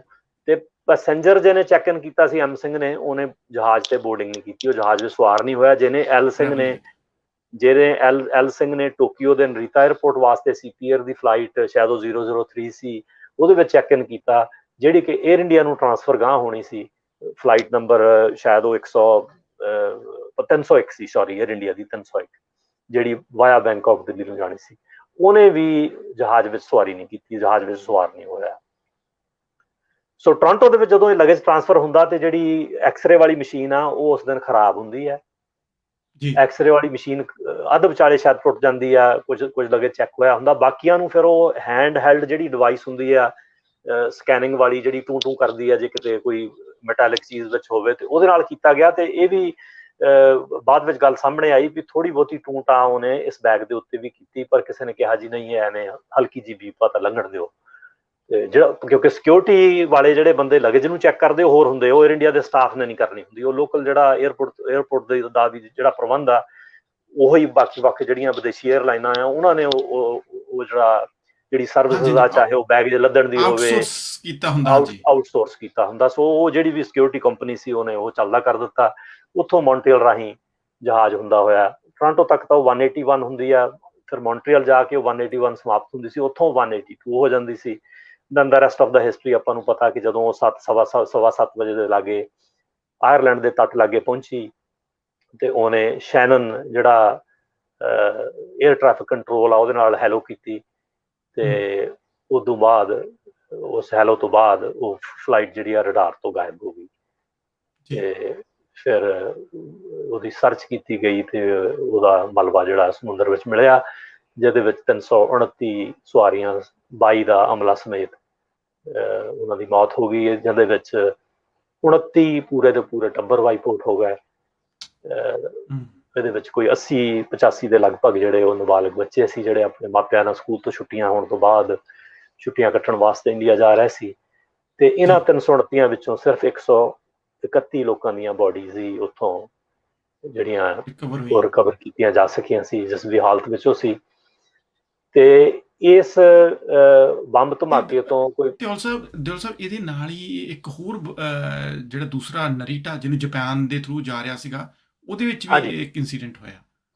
ਹਾਂਜੀ, ਇਹਦੇ ਤੋਂ 50-55 ਮਿੰਟ ਦੇ ਫਰਕ ਨਾਲ, ਕੋਈ 1 ਘੰਟੇ ਤੋਂ ਘੱਟ ਦੇ ਫਰਕ ਦੇ ਨਾਲ ਇਸ ਧਮਾਕੇ ਤੋਂ ਬਾਅਦ ਨਰੀਤਾ ਦੇ ਵਿੱਚ ਬੰਬ ਫਟਿਆ। ਪਰ ਉਹ ਬੰਬ ਫਟਿਆ ਉਹ ਲਗੇਜ ਦੇ ਵਿੱਚ ਹੀ, ਕਿਉਂਕਿ ਉਹ ਬੈਗ ਦੇ ਵਿੱਚ ਰੱਖਿਆ ਸੀ, ਤੇ ਉਹ ਇੱਕ ਜਹਾਜ਼ ਤੋਂ CP Air ਦੀ ਫਲਾਈਟ ਤੋਂ ਚੁੱਕ ਕੇ ਜਿਹੜੇ ਬੈਗੇਜ ਹੈਂਡਲਰ ਆ ਉਹਨੂੰ ਲਿਜਾ ਰਹੇ ਸੀ। ਡਿਸਪਰਸ ਕਰਨਾ ਹੁੰਦਾ ਉਹਨਾਂ ਨੇ, ਪਤਾ ਨਹੀਂ CP Air 'ਚ ਕਿੰਨੀਆਂ ਗਾਂਹ ਕਨੈਕਟਿੰਗ ਫਲਾਈਟਾਂ ਲਈ ਗਿਆ, ਜਾਂ ਲੋਕਲ ਲਗੇਜ ਆ ਉਹਨੂੰ ਸੈਪਰੇਟ ਕਰਨਾ। ਜਦੋਂ ਇਸ ਪ੍ਰੋਸੈਸ ਵਿੱਚ ਸੀ, ਉਸ ਲਗੇਜ ਨੂੰ ਸੈਪਰੇਟ ਕਰਕੇ ਵੱਖ-ਵੱਖ ਏਅਰਲਾਈਨਾਂ ਨੂੰ ਕਨੈਕਟਿੰਗ ਨੂੰ ਪਹੁੰਚਾਉਣ ਦਾ, ਜਾਂ ਲੋਕਲ ਜਿਹੜੇ ਪੈਸੇਂਜਰ ਉਹਨਾਂ ਦਾ ਵੱਖ ਕਰਨ ਦਾ, ਜਦੋਂ ਲੈ ਕੇ ਜਾ ਰਿਹਾ ਸੀ, ਤੇ ਉਹ ਬੈਗੇਜ ਜਿਹੜੀ ਕੈਰੇਜ ਸੀ ਉਹਦੇ ਵਿੱਚ ਫਟਿਆ, ਜਿਹਦੇ ਨਾਲ 2 ਜਿਹੜੇ ਬੈਗੇਜ ਕੈਰੀਅਰ ਉਹ ਮਾਰੇ ਗਏ, 4 ਜ਼ਖਮੀ ਹੋ ਗਏ। ਦਰਅਸਲ ਇਹ ਜਿਹੜਾ ਨਰੀਤਾ ਵਾਲਾ ਬੰਬ ਕਾਂਡ ਸੀ, ਇਹਦੇ ਤੋਂ ਹੀ ਟਰੇਸਿਸ ਜਿਹੜੀਆਂ ਮਿਲਣੀਆਂ ਸ਼ੁਰੂ ਹੋਈਆਂ ਕਿ ਇਹਦੇ ਪਿੱਛੇ ਅਸਲ ਵਿੱਚ ਕੌਣ ਆ, ਮਟੀਰੀਅਲ ਜਿਹਨੂੰ ਆਪਾਂ ਸਬੂਤ ਕਹਿੰਦੇ ਉੱਥੋਂ ਮਿਲਣੇ ਸ਼ੁਰੂ ਹੋਏ। ਜਦੋਂ ਜੈਪਨੀਜ਼ ਫੋਰੈਂਸਿਕ ਮਾਹਰਾਂ ਨੇ ਉਹਦੀ ਚੰਗੀ ਤਰ੍ਹਾਂ ਖੋਜ ਪੜਤਾਲ ਕੀਤੀ, ਉਹਨਾਂ ਨੂੰ ਬੰਬ ਜਿਹੜਾ ਜਿਸ ਢੰਗ ਦੇ ਨਾਲ ਕਿਸੇ ਟੇਪ ਨਾਲ ਲਪੇਟਿਆ ਗਿਆ ਸੀ ਉਹ ਟੇਪ ਵੀ ਮਿਲੀ। ਉਹਨਾਂ ਨੂੰ ਸੈਨੀਓ ਦੇ ਸਟੇਰੀਓ ਦਾ ਸੀਰੀਅਲ ਨੰਬਰ ਦਾ ਟੁਕੜਾ ਮਿਲ ਗਿਆ ਜਿਹਦੇ ਵਿੱਚ ਬੰਬ ਰੱਖਿਆ ਗਿਆ ਸੀ। ਸੈਨੀਓ ਕੰਪਨੀ ਤੋਂ ਪੁੱਛਿਆ ਗਿਆ, ਸੈਨੀਓ ਕੰਪਨੀ ਨੇ ਉਹ ਕੈਨੇਡਾ ਦੀ ਇੱਕ, ਉਦੋਂ ਹੁਣ ਤੇ ਉਹ ਬੰਦ ਹੋ ਗਈ, ਇੱਕ ਸੀਗੀ ਸਟੋਰਾਂ ਦੀ ਚੇਨ ਸੀ, ਉਹਨੂੰ ਵੇਚਿਆ ਸੀ ਤੇ ਉਸ ਸਟੋਰ ਦੇ ਵਿੱਚੋਂ ਆਪਣੇ ਕ੍ਰੈਡਿਟ ਕਾਰਡ ਤੇ ਰਿਆਤ ਨੇ ਉਹਨੂੰ ਖਰੀਦਿਆ ਸੀ। ਸੋ ਉੱਥੋਂ ਜਿਹੜਾ ਲਿੰਕ ਆ ਇਹਦੇ ਨਾਲ ਜੁੜ ਗਿਆ। ਹੋਰ ਵੀ ਕਈ ਸਬੂਤ ਮਿਲੇ। ਉਦੋਂ ਬਾਅਦ ਇਹਨੇ ਬਰੂਦ ਜਿਹੜਾ ਲੈਣ ਦੀ ਕੋਸ਼ਿਸ਼ ਕੀਤੀ ਜਾਂ ਪ੍ਰਕਿਓਰ ਕੀਤਾ, ਉਹਦੇ ਵੀ ਕੁਛ ਸਬੂਤ ਸਾਹਮਣੇ ਆਏ। ਬੈਟਰੀਆਂ ਖਰੀਦੀਆਂ, ਜਿਹੜਾ ਟ੍ਰਿਗਰ ਹੁੰਦਾ ਉਹ ਫਾਈਂਡ ਆਊਟ ਕਰਨ ਦੀ, ਖਰੀਦਿਆ ਵੀ ਤੇ ਉਹ ਫਾਈਂਡ ਆਊਟ ਕਰਨ ਦੀ ਕੋਸ਼ਿਸ਼ ਵੀ ਕੀਤੀ। ਕੁਛ ਬੰਦਿਆਂ ਨਾਲ ਗੱਲ ਕੀਤੀ ਵੀ ਯਾਰ ਇਹ ਕਿਸ ਤਰ੍ਹਾਂ ਹੁੰਦਾ, ਕੋਈ ਲਾਈਟ ਬਲਬ ਮੈਂ ਜਗਾਉਣਾ ਉਹਦੇ ਲਈ ਕਿੱਦਾਂ ਹੁੰਦਾ ਹੈ ਉਹ, ਕੋਈ ਨੋ ਹਾਓ। ਵਾਸਤੇ ਉਦੋਂ ਤੇ ਕੋਈ ਗੂਗਲ ਨਹੀਂ ਸੀ ਹੁੰਦਾ, ਇੰਟਰਨੈਟ ਸੀ ਹੁੰਦਾ ਜਿਹਨੂੰ ਸਰਚ ਕਰ ਲਓ। ਸੋ ਇਸ ਕਿਸਮ ਦੇ ਨਿੱਕੇ ਨਿੱਕੇ ਜਿਹੜੇ ਸਬੂਤ ਆ ਇਕੱਠੇ ਹੁੰਦੇ ਗਏ। ਖਾਸ ਕਰਕੇ ਸੈਨੀਓ ਦਾ ਜਿਹੜਾ ਟਿਊਨਰ ਸੀ ਉਹ ਟਰੇਸ ਹੋ ਗਿਆ, ਇਹਦਾ ਖਰੀਦਣਾ ਟਰੇਸ ਹੋ ਗਿਆ, ਤੇ ਬੈਟਰੀਆਂ ਦਾ ਲੈਣ ਜਾਣਾ, ਟੇਪ ਵਗੈਰਾ, ਜਦੋਂ ਇਹ ਚੀਜ਼ਾਂ ਇਕੱਠੀਆਂ ਹੋ ਗਈਆਂ। ਪਰ ਇਹਦੇ ਤੋਂ ਪਹਿਲਾਂ ਇੱਕ ਹੋਰ ਇੰਸੀਡੈਂਟ ਹੋਇਆ ਇਸ ਕੇਸ ਨੂੰ ਮਟੀਰੀਅਲਾਈਜ਼ ਹੋਣ ਤੋਂ ਪਹਿਲਾਂ, ਇੰਦਰਜੀਤ ਰਿਆਤ ਨੂੰ ਇਹਦੇ ਵਿੱਚ ਚਾਰਜ ਕੀਤੇ ਜਾਣ ਤੋਂ ਪਹਿਲਾਂ ਜਿਹੜੀ ਘਟਨਾ ਵਾਪਰੀ, ਇਹ ਦੋਏ ਡਿਜ਼ਾਸਟਰ ਹੋ ਜਾਣ ਤੋਂ ਬਾਅਦ, ਉਹ ਇਹ ਸੀ ਕਿ ਨਵੰਬਰ ਜਾਂ ਦਸੰਬਰ 85 ਦੇ ਵਿੱਚ ਕੈਨੇਡੀਅਨ ਪੁਲਿਸ ਨੇ ਇੰਦਰਜੀਤ ਸਿੰਘ ਰਿਆਤ ਤੇ ਤਲਵਿੰਦਰ ਸਿੰਘ ਪਰਮਾਰ ਦੋਵਾਂ ਨੂੰ ਫੜ ਲਿਆ ਤੇ ਇੱਕਦਮ ਰੌਲਾ ਪੈ ਗਿਆ ਕਿ ਇਹਨਾਂ ਉੱਤੇ ਜਿਹੜਾ ਇਹ ਬੰਬ ਕਾਂਡ ਦੇ 2 ਜਿਹੜੇ ਚਾਰਜਸ ਲੱਗ ਜਾਣੇ ਆ। ਤੇ ਪੁਲਿਸ ਨੇ ਕਾਫੀ ਕੁਝ ਫਾਈਂਡ ਆਊਟ ਕਰ ਲਿਆ। ਪ੍ਰੈਸ ਵਿੱਚ ਕਾਫੀ ਕੁਸਰ ਚੱਲ ਗਈ, ਰਿਪੋਰਟਾਂ ਕਈ ਪੇਸ਼ ਹੋਈਆਂ, ਪਰ ਵਿੱਚੋਂ ਨਿਕਲਿਆ ਕੁਝ ਨਾ। ਪੁਲਿਸ ਨੇ ਦੋਵਾਂ ਨੂੰ ਕੁਐਸਚਨਿੰਗ ਵਗੈਰਾ ਕੀਤੀ ਤੇ ਫਿਰ ਵਿੱਚੋਂ ਇਹ ਨਿਕਲਿਆ ਵੀ ਤਲਵਿੰਦਰ ਨੂੰ ਨਹੀਂ ਛੱਡ ਦਿੱਤਾ ਕਿਉਂਕਿ ਉਹਨਾਂ ਕੋਲ ਕੋਈ ਸਬੂਤ ਨਹੀਂ ਸੀ, ਤੇ ਰਿਆਤ ਨੂੰ ਉਹਨਾਂ ਨੇ ਇੱਕ ਕੋਈ ਇਲੀਗਲ ਫਾਇਰ ਆਰਮ ਛੋਟਾ ਜਿਹਾ ਰੱਖਣ ਦੇ ਦੋਸ਼ ਦੇ ਵਿੱਚ, ਤੇ ਇੱਕ ਕੋਈ ਬਰੂਦ ਦਾ ਕੋਈ ਟੁਕੜਾ ਉਹਦੇ ਘਰੋਂ ਮਿਲ ਗਿਆ ਹੋਏਗਾ, ਐਕਸਪਲੋਸਿਵ ਲਫ਼ਜ਼ ਵਰਤਿਆ ਉਹਦੇ ਵਿੱਚ, ਐਕਸਪਲੋਸਿਵ ਰੱਖਣ ਦੇ ਵਿੱਚ ਉਹਨੂੰ ਚਾਰਜ ਕਰ ਲਿਆ। ਉਹ ਜਿਹੜੇ 2 ਚਾਰਜਸ ਸੀ, ਇਹਨੇ ਫਟਾਫਟ ਹੀ ਉਹ ਅਦਾਲਤ ਵਿੱਚ ਪਲੀ ਗਿਲਟੀ ਕਰ ਦਿੱਤਾ, ਕੋਈ ਪਲੀ ਬਾਰਗੇਨਿੰਗ ਕਰ ਲਈ। ਉਹਦੇ ਵਿੱਚ ਇਹਨੂੰ $2000 ਜੁਰਮਾਨਾ ਹੋਇਆ ਤੇ 2000 ਜੁਰਮਾਨੇ ਨਾਲ ਇਹ ਵਿਹਲਾ ਹੋ ਗਿਆ। ਵਿਹਲਾ ਹੋਣ ਤੋਂ ਬਾਅਦ ਪਰ ਕਨਵਿਕਟਡ ਤਾਂ ਹੋ ਗਿਆ ਨਾ 2000 ਦੇ ਨਾਲ। ਹਾਂਜੀ 2000 ਦੇ ਨਾਲ, ਚਾਹੇ ਇਹਨਾਂ ਆਪਣਾ ਕਸੂਰ ਮੰਨ ਲਿਆ, ਪਹਿਲੀ ਇਹਦੀ ਕਨਵਿਕਸ਼ਨ ਮੰਨ ਲਓ ਹੈ ਤੇ ਕਨਵਿਕਸ਼ਨ ਹੀ ਹੈ, ਜੇ ਤੁਸੀਂ ਆਪਣਾ ਕਸੂਰ ਮੰਨਦੇ ਹੋ ਤੁਹਾਨੂੰ ਚਾਹੇ ਫਾਈਨ ਹੀ ਹੁੰਦਾ। ਤੇ ਇਹ ਡੂਲ ਨੈਸ਼ਨਲ ਸੀ ਕਿਉਂਕਿ ਪਹਿਲਾਂ ਇੰਗਲੈਂਡ ਵਿੱਚ ਰਹਿੰਦਾ ਸੀ, ਫਿਰ ਇੱਥੇ ਆ ਗਿਆ ਤੇ ਇਹ ਫਟਾਫਟ ਇਹਨਾਂ ਆਪਣਾ ਟੱਬਰ ਲਿਆ ਤੇ ਇੰਗਲੈਂਡ ਨੂੰ ਚਲਾ ਗਿਆ, ਕੈਨੇਡਾ ਹੀ ਛੱਡ ਗਿਆ। ਜੀ ਇੱਕ ਤੁਸੀਂ ਵਿੱਚ ਆਪਾਂ ਹੋਰ ਗੱਲ ਜੋ ਕਰ ਰਹੇ ਸੀਗੇ ਨਰੀਟਾ ਵਾਲੀ, ਉਹ ਨਰੀਟਾ ਵਾਲਾ ਉਹ ਜਦੋਂ ਸ਼ਿਫਟ ਕਰ ਰਹੇ ਸਨ ਬੈਗੇਜ ਤੋਂ ਉਦੋਂ ਹੋ ਗਿਆ, ਤੇ ਇਹ ਇਹਨਾਂ ਦੀ ਕੈਲਕੂਲੇਸ਼ਨ 'ਚ ਗਲਤੀ ਹੋ ਗਈ ਕਿ ਉਹ ਜਹਾਜ਼, ਕੋਸ਼ਿਸ਼ ਤਾਂ ਆਈ ਥਿੰਕ ਇਹਨਾਂ ਨੇ ਇਹੀ ਕੀਤੀ ਹੋਣੀ ਕਿ ਜਹਾਜ਼ ਜਦੋਂ ਉੱਡ ਰਿਹਾ ਹੋਵੇ ਅਸਮਾਨ ਦੇ ਵਿੱਚ ਉਦੋਂ ਉਹ ਬੰਬ ਧਮਾਕਾ ਹੋਵੇ, ਪਰ ਇਹਨਾਂ ਦੀ ਕੈਲਕੂਲੇਸ਼ਨ 'ਚ ਫਰਕ ਰਹਿ ਗਿਆ ਕਿ ਉਹਦਾ ਕੀ ਸੰਬੰਧ ਸੀਗਾ ਇਹਨਾਂ ਦੇ ਨਾਲ। ਦੇਖੋ ਦੋ ਕਿਸਮ ਦੇ ਵਿਊ ਲੋਕ ਦੇਣ ਦੀ ਕੋਸ਼ਿਸ਼ ਕਰ ਰਹੇ ਆ। ਪਤਾ ਤੇ ਉਹਨਾਂ ਨੂੰ ਆ ਜਿਨ੍ਹਾਂ ਨੇ ਸਾਜ਼ਿਸ਼ ਬਣਾਈ ਆ। ਇੱਕ ਕਿਸਮ ਦੇ ਲੋਕ ਜਿਹੜੇ ਉਹਨਾਂ ਨੂੰ ਘੱਟ ਕਸੂਰਵਾਰ ਦੱਸਣ ਦੀ ਕੋਸ਼ਿਸ਼ ਕਰਦੇ ਆ, ਉਹਨਾਂ ਦਾ ਇਹ ਕਹਿਣਾ ਹੈ ਕਿ ਜੀ ਨਰੀਤਾ ਵਾਲਾ ਬੰਬ ਜਿਹੜਾ ਉਹ ਏਅਰਪੋਰਟ ਤੇ ਇਸ ਕਰਕੇ ਫਟਿਆ ਕਿਉਂਕਿ ਉਹ ਫਲਾਈਟ ਔਨ ਟਾਈਮ ਸੀ, ਤੇ ਜਿਨ੍ਹਾਂ ਨੇ ਇਹ ਬੰਬ ਕਾਂਡ ਵਰਤਾਇਆ, ਭਾਣਾ ਵਰਤਾਇਆ, ਉਹ ਚਾਹੁੰਦੇ ਸੀ ਵੀ ਜਿਹੜਾ ਬੰਬ ਆ ਉਹ ਧਰਤੀ ਤੇ ਫਟੇ ਤਾਂ ਕਿ ਬੰਦੇ ਥੋੜੇ ਮਰਨ, ਤੇ ਨਰੀਤਾ ਵਾਲਾ ਧਰਤੀ ਤੇ ਫਟ ਗਿਆ। ਤੇ ਜਿਹੜਾ ਲੰਡਨ ਉਤਰਨੀ ਸੀ 182 ਜਾ ਕੇ ਆਪਣੇ ਪਹਿਲੇ ਪੜਾਅ ਦੇ ਵਿੱਚ ਮੌਂਟਰੀਅਲ ਤੋਂ, ਉਹ ਲੇਟ ਹੋ ਗਈ। ਉਹ ਲੇਟ ਹੋਣ ਕਾਰਨ ਉਹ ਅੱਧ ਅਸਮਾਨੇ ਫਟ ਗਿਆ 31000 ਫੁੱਟ ਦੇ ਉੱਤੇ। ਇੱਕ ਉਹ ਵਿਊ ਦੇ ਰਿਹਾ। ਦੂਜਾ ਵਿਊ ਟੈਕਨੀਕਲ ਪੱਧਰ ਦੇ ਉੱਤੇ ਇਹ ਦਿੱਤਾ ਜਾ ਰਿਹਾ ਕਿ ਜਿਹੜੇ ਬੰਦੇ ਬੰਬ ਰੱਖਣ ਵਾਲੇ ਆ ਜਾਂ ਬਣਾਉਣ ਵਾਲੇ ਸਾਜ਼ਿਸ਼ਘਾੜੇ ਆ, ਉਹਨਾਂ ਨੂੰ ਕੈਨੇਡਾ ਦੇ ਵਿੱਚ ਟਾਈਮ ਜਿਹੜਾ ਚੇਂਜ ਆ ਉਹਦਾ ਖਿਆਲ ਨਹੀਂ ਰਿਹਾ, ਕਿਉਂਕਿ ਕੈਨੇਡਾ ਵਿੱਚ ਵੀ ਟਾਈਮ ਚੇਂਜ ਹੁੰਦਾ, ਇੰਗਲੈਂਡ ਵਿੱਚ ਵੀ ਟਾਈਮ ਚੇਂਜ ਹੁੰਦਾ, ਜਿਹਨੂੰ ਡੇ ਲਾਈਟ ਸੇਵਿੰਗ ਆਵਰ ਕਹਿੰਦੇ ਆ। ਸਮਰ ਦੇ ਵਿੱਚ ਘੜੀਆਂ ਜਿਹੜੀਆਂ 1 ਘੰਟਾ ਅੱਗੇ ਕਰ ਦਿੰਦੇ ਆ, ਪਰ ਜਾਪਾਨ ਵਿੱਚ ਨਹੀਂ ਕਰਦੇ। ਉਹਨਾਂ ਨੂੰ ਇਸ ਗੱਲ ਦਾ ਨਹੀਂ ਸੀ ਅਹਿਸਾਸ ਕਿ ਜਾਪਾਨ ਦੇ ਵਿੱਚ ਜਿਹੜਾ ਟਾਈਮ ਆ ਉਹ ਕੀ ਆ, ਉਹ ਘੰਟੇ ਦਾ ਫਰਕ ਰਹਿ ਗਿਆ। ਤੇ ਜੇ ਉਹ ਘੰਟੇ ਦਾ ਫਰਕ ਨਾ ਹੁੰਦਾ ਤੇ ਉਹ ਏਅਰ ਇੰਡੀਆ ਜਿਹੜੀ 301 ਆ ਉਹਦੇ ਵਿੱਚ ਲੈ ਜਾਣਾ ਸੀ ਤੇ ਉਹਨੇ ਵੀ ਉੱਡ ਜਾਣਾ ਸੀ, ਉਹਦੇ ਵਿੱਚ ਅਮਲੇ ਸਮੇਤ 172 ਸਵਾਰੀਆਂ ਸੀ, ਉਹਨੇ ਬੈਂਕਾਕ ਰਾਹੀਂ ਦਿੱਲੀ ਜਾਣਾ ਸੀ ਤੇ ਉਹ ਵੀ ਤਬਾਹ ਹੋ ਜਾਣਾ ਸੀ। ਸੋ ਦੂਜਾ ਵਿਊ ਇਹ ਆ ਵੀ ਉਹ ਦੋ ਜਹਾਜ਼ ਦੁਨੀਆ ਦੇ ਦੋ ਕੋਨਿਆਂ ਵਿੱਚ ਇੱਕੋ ਸਮੇਂ ਤਬਾਹ ਕਰਨਾ ਚਾਹੁੰਦੇ ਸੀ। ਇਹ ਦੋਵੇਂ ਵਿਊ ਜਿਹੜੇ ਪ੍ਰੈਜ਼ੈਂਟ ਕੀਤੇ ਜਾ ਰਹੇ। ਓਕੇ ਓਕੇ, ਯਾਨੀ ਕਿ ਟਾਈਮ ਦਾ ਉਹਨਾਂ ਨੂੰ ਸ਼ਾਇਦ ਭੁਲੇਖਾ ਪੈ ਗਿਆ, ਤੇ ਜਾਂ ਚਲੋ ਤੁਸੀਂ ਦੂਜਾ ਵਿਊ ਵੀ ਦੱਸ ਦਿੱਤਾ। ਹਾਂ ਚਲੋ, ਉਹਨਾਂ ਦਾ ਵਿਊ ਹਰ ਇੱਕ ਦਾ ਜੋ ਵੀ ਹੈ, ਜਾਣੀ ਇਹ ਦੋ ਵਿਊ ਸਾਹਮਣੇ ਆਉਂਦੇ ਆ। ਤੇ ਇਹ ਚਲੋ ਪਰਮਾਰ ਜਿਹੜਾ ਆ ਉਹ 2000 ਦਾ ਜੁਰਮਾਨਾ ਭੁਗਤ ਕੇ ਉੱਥੋਂ ਚਲਿਆ ਗਿਆ ਜੀ। ਇਨ ਦਾ ਮੀਨ ਟਾਈਮ ਜਿਹੜੀ ਏਅਰ ਇੰਡੀਆ ਦੀ ਤਫਤੀਸ਼ ਵੀ ਚੱਲ ਰਹੀ ਆ, ਪਰ ਉਹਦੇ ਵਿੱਚ ਬਹੁਤੇ ਸਬੂਤ ਹੱਥ ਨਹੀਂ ਆਉਂਦੇ, ਕਿਉਂਕਿ ਜਿਹੜਾ ਮਲਬਾ ਉਹ ਤੇ ਸਮੁੰਦਰ ਦੇ ਵਿੱਚ ਬੜਾ ਡੂੰਘਾ ਡਿੱਗਿਆ ਆ। ਉੱਥੋਂ ਡੁੱਬਣੀਆਂ ਕਿਸ਼ਤੀਆਂ ਕੁਸ਼ਤੀਆਂ ਜਿਹੜੀਆਂ ਕੋਈ ਰੋਬਾਟਸ ਵਗੈਰਾ ਉਹਨਾਂ ਦੇ ਨਾਲ ਉਹਨਾਂ ਨੇ ਕੁਝ ਨਾ ਕੁਝ ਹਿੱਸਾ ਉਹਦਾ ਰਿਕਵਰ ਕੀਤਾ, ਤਾਂ ਕਿ ਇਨਵੈਸਟੀਗੇਸ਼ਨ ਵਿੱਚ ਇਹ ਦੇਖਿਆ ਜਾਵੇ ਵੀ ਬੰਬ ਜਹਾਜ਼ ਦੇ ਕਿਸ ਹਿੱਸੇ ਵਿੱਚ ਰੱਖਿਆ ਗਿਆ ਸੀ, ਜਾਂ ਜਿਹੜਾ ਧਮਾਕਾ ਆਇਆ ਹੋਇਆ ਤੇ ਉਹ ਕਿੱਥੇ ਹੋਇਆ ਤੇ ਉਹ ਧਮਾਕੇ ਦਾ ਕਾਰਨ ਕੀ ਸੀ। ਕੈਨੇਡੀਅਨ ਜਿਹੜੀ ਸੇਫਟੀ ਏਅਰ ਟਰਾਂਸਪੋਰਟ ਸੇਫਟੀ ਉਹਨੇ ਵੀ ਇਨਵੈਸਟੀਗੇਟ ਕੀਤਾ। ਇੰਡੀਆ ਨੇ ਵੀ ਇੱਕ ਕਰਪਾਲ ਕਮਿਸ਼ਨ ਬਣਾਇਆ, ਉਹਨਾਂ ਨੇ ਵੀ ਇਨਵੈਸਟੀਗੇਟ ਕੀਤਾ। ਬੋਇੰਗ ਕੰਪਨੀ ਦਾ ਜਹਾਜ਼ ਸੀ, ਉਹ ਵੀ ਇਨਵੈਸਟੀਗੇਸ਼ਨ ਵਿੱਚ ਇਨਵੋਲਵ ਹੋਏ, ਪੁਲਿਸ ਫੋਰਸਾਂ ਵੀ ਹੋਈਆਂ। ਅਖੀਰ ਦੇ ਉੱਤੇ ਇਹਨਾਂ ਨੇ ਫਾਈਂਡ ਆਊਟ ਕੀਤਾ ਵੀ ਧਮਾਕਾ ਜਿਹੜਾ ਉਹ ਜਿਹੜਾ ਜਹਾਜ਼ ਦਾ ਡਿੱਗਣਾ ਆ ਉਹ ਬੰਬ ਧਮਾਕੇ ਕਾਰਨ ਹੋਇਆ, ਜਿਹੜਾ ਕਿ ਫਾਰਵਰਡ ਕਾਰਗੋ ਹੋਲਡ ਦੇ ਵਿੱਚ ਜਿਹੜਾ ਧਮਾਕਾ ਹੋਇਆ। ਸੋ ਨਰੀਤਾ ਵਾਲਾ ਜਦੋਂ ਉਹਨਾਂ ਨੇ ਟਰੇਸ ਕਰ ਲਿਆ ਸਾਰਾ ਕੁਝ, ਤੇ ਉਹਦੇ ਜਿਹੜੇ ਤੰਦ ਆ ਉਹ ਇੰਦਰਜੀਤ ਸਿੰਘ ਰਿਆਤ ਨਾਲ ਜੁੜ ਗਏ। ਤੇ ਫਿਰ ਕੈਨੇਡਾ ਨੇ ਇੰਗਲੈਂਡ ਗਏ, ਇੰਦਰਜੀਤ ਸਿੰਘ ਰਿਆਤ ਨੂੰ ਕੈਨੇਡਾ ਬੁਲਾਉਣ ਦੀ ਕੋਸ਼ਿਸ਼ ਕੀਤੀ। ਜਦੋਂ ਉਹਨੇ ਉੱਥੇ ਨਾ ਕਰ ਦਿੱਤੀ ਤੇ ਇਹਨਾਂ ਨੇ ਫਿਰ ਐਕਸਟ੍ਰਾਡੀਸ਼ਨ ਜਿਹੜੀ ਅਦਾਲਤ ਦੇ ਥਰੂ, ਸਰਕਾਰ ਦੇ ਥਰੂ ਕਰਨੀ ਹੁੰਦੀ ਹੈ, ਉਹ ਕੇਸ ਫਾਈਲ ਕੀਤਾ ਤੇ 88 ਵਿੱਚ ਇਹਨੂੰ ਸ਼ਾਇਦ ਐਂਡ ਵਿੱਚ ਇਹਨੂੰ ਲਿਆਉਣ ਵਿੱਚ ਇੱਥੇ ਕਾਮਯਾਬ ਹੋ ਗਏ। ਫਿਰ ਇਹਦੇ ਤੇ ਇੱਥੇ ਕੇਸ ਚੱਲਿਆ, ਪਰ ਉਸ ਕੇਸ ਦੇ ਵਿੱਚ ਉਹ ਮੈਨ ਸਲਾਟਰ ਦਾ ਕੇਸ ਸੀ। ਉਹ ਉਹਨਾਂ ਨੇ ਕੇਸ ਵੀ ਸਿਰਫ ਨਰੀਤਾ ਦਾ ਸੀ, ਕਿਉਂਕਿ ਸਬੂਤ ਹੀ ਨਰੀਤਾ ਦੇ ਸੀ। ਏਅਰ ਇੰਡੀਆ ਨਾਲ ਗੱਲ ਜੁੜੀ ਨਹੀਂ ਕਿਸੇ ਢੰਗ ਦੇ ਨਾਲ। ਉਹਨਾਂ ਨੇ ਇਨਵੈਸਟੀਗੇਟ ਵੀ ਕੀਤਾ, ਪਰ ਉਹ ਮੂੰਹ ਕੁਝ ਫੁੱਟਿਆ ਨਹੀਂ, ਨਾ ਕੋਈ ਹੋਰ ਇਸ ਕਿਸਮ ਦਾ ਗਵਾਹ ਸਾਹਮਣੇ ਆਇਆ ਜਿਹੜਾ ਇਹਨੂੰ ਜੋੜ ਦੇਵੇ, ਇਸ ਲਿੰਕ ਨੂੰ ਜੋੜ ਦੇਵੇ। ਸੋ ਨਰੀਤਾ ਮਾਮਲੇ ਵਿੱਚ ਉਹਨੂੰ ਫਿਰ ਉਦੋਂ 10 ਸਾਲ 1990 ਦੇ ਵਿੱਚ 10 ਸਾਲ ਦੀ ਦੋ ਮੈਨ ਸਲਾਟਰ ਛੋਟਾ ਚਾਰਜ ਹੁੰਦਾ, ਜਿਹੜਾ ਫਸਟ ਡਿਗਰੀ ਮਰਡਰ ਜਾਂ ਮਰਡਰ ਆਪਾਂ ਕਹਿ ਦਈਏ ਕਤਲ ਆ, ਉਹ ਤੱਕ ਜ਼ਿਆਦਾ ਸੀਰੀਅਸ ਹੁੰਦਾ। ਸੋ ਮੈਨ ਸਲਾਟਰ ਦੇ ਵਿੱਚ ਇਹਨੂੰ 10 ਸਾਲ ਦੀ ਕੈਦ ਹੋਈ 90 ਦੇ ਵਿੱਚ।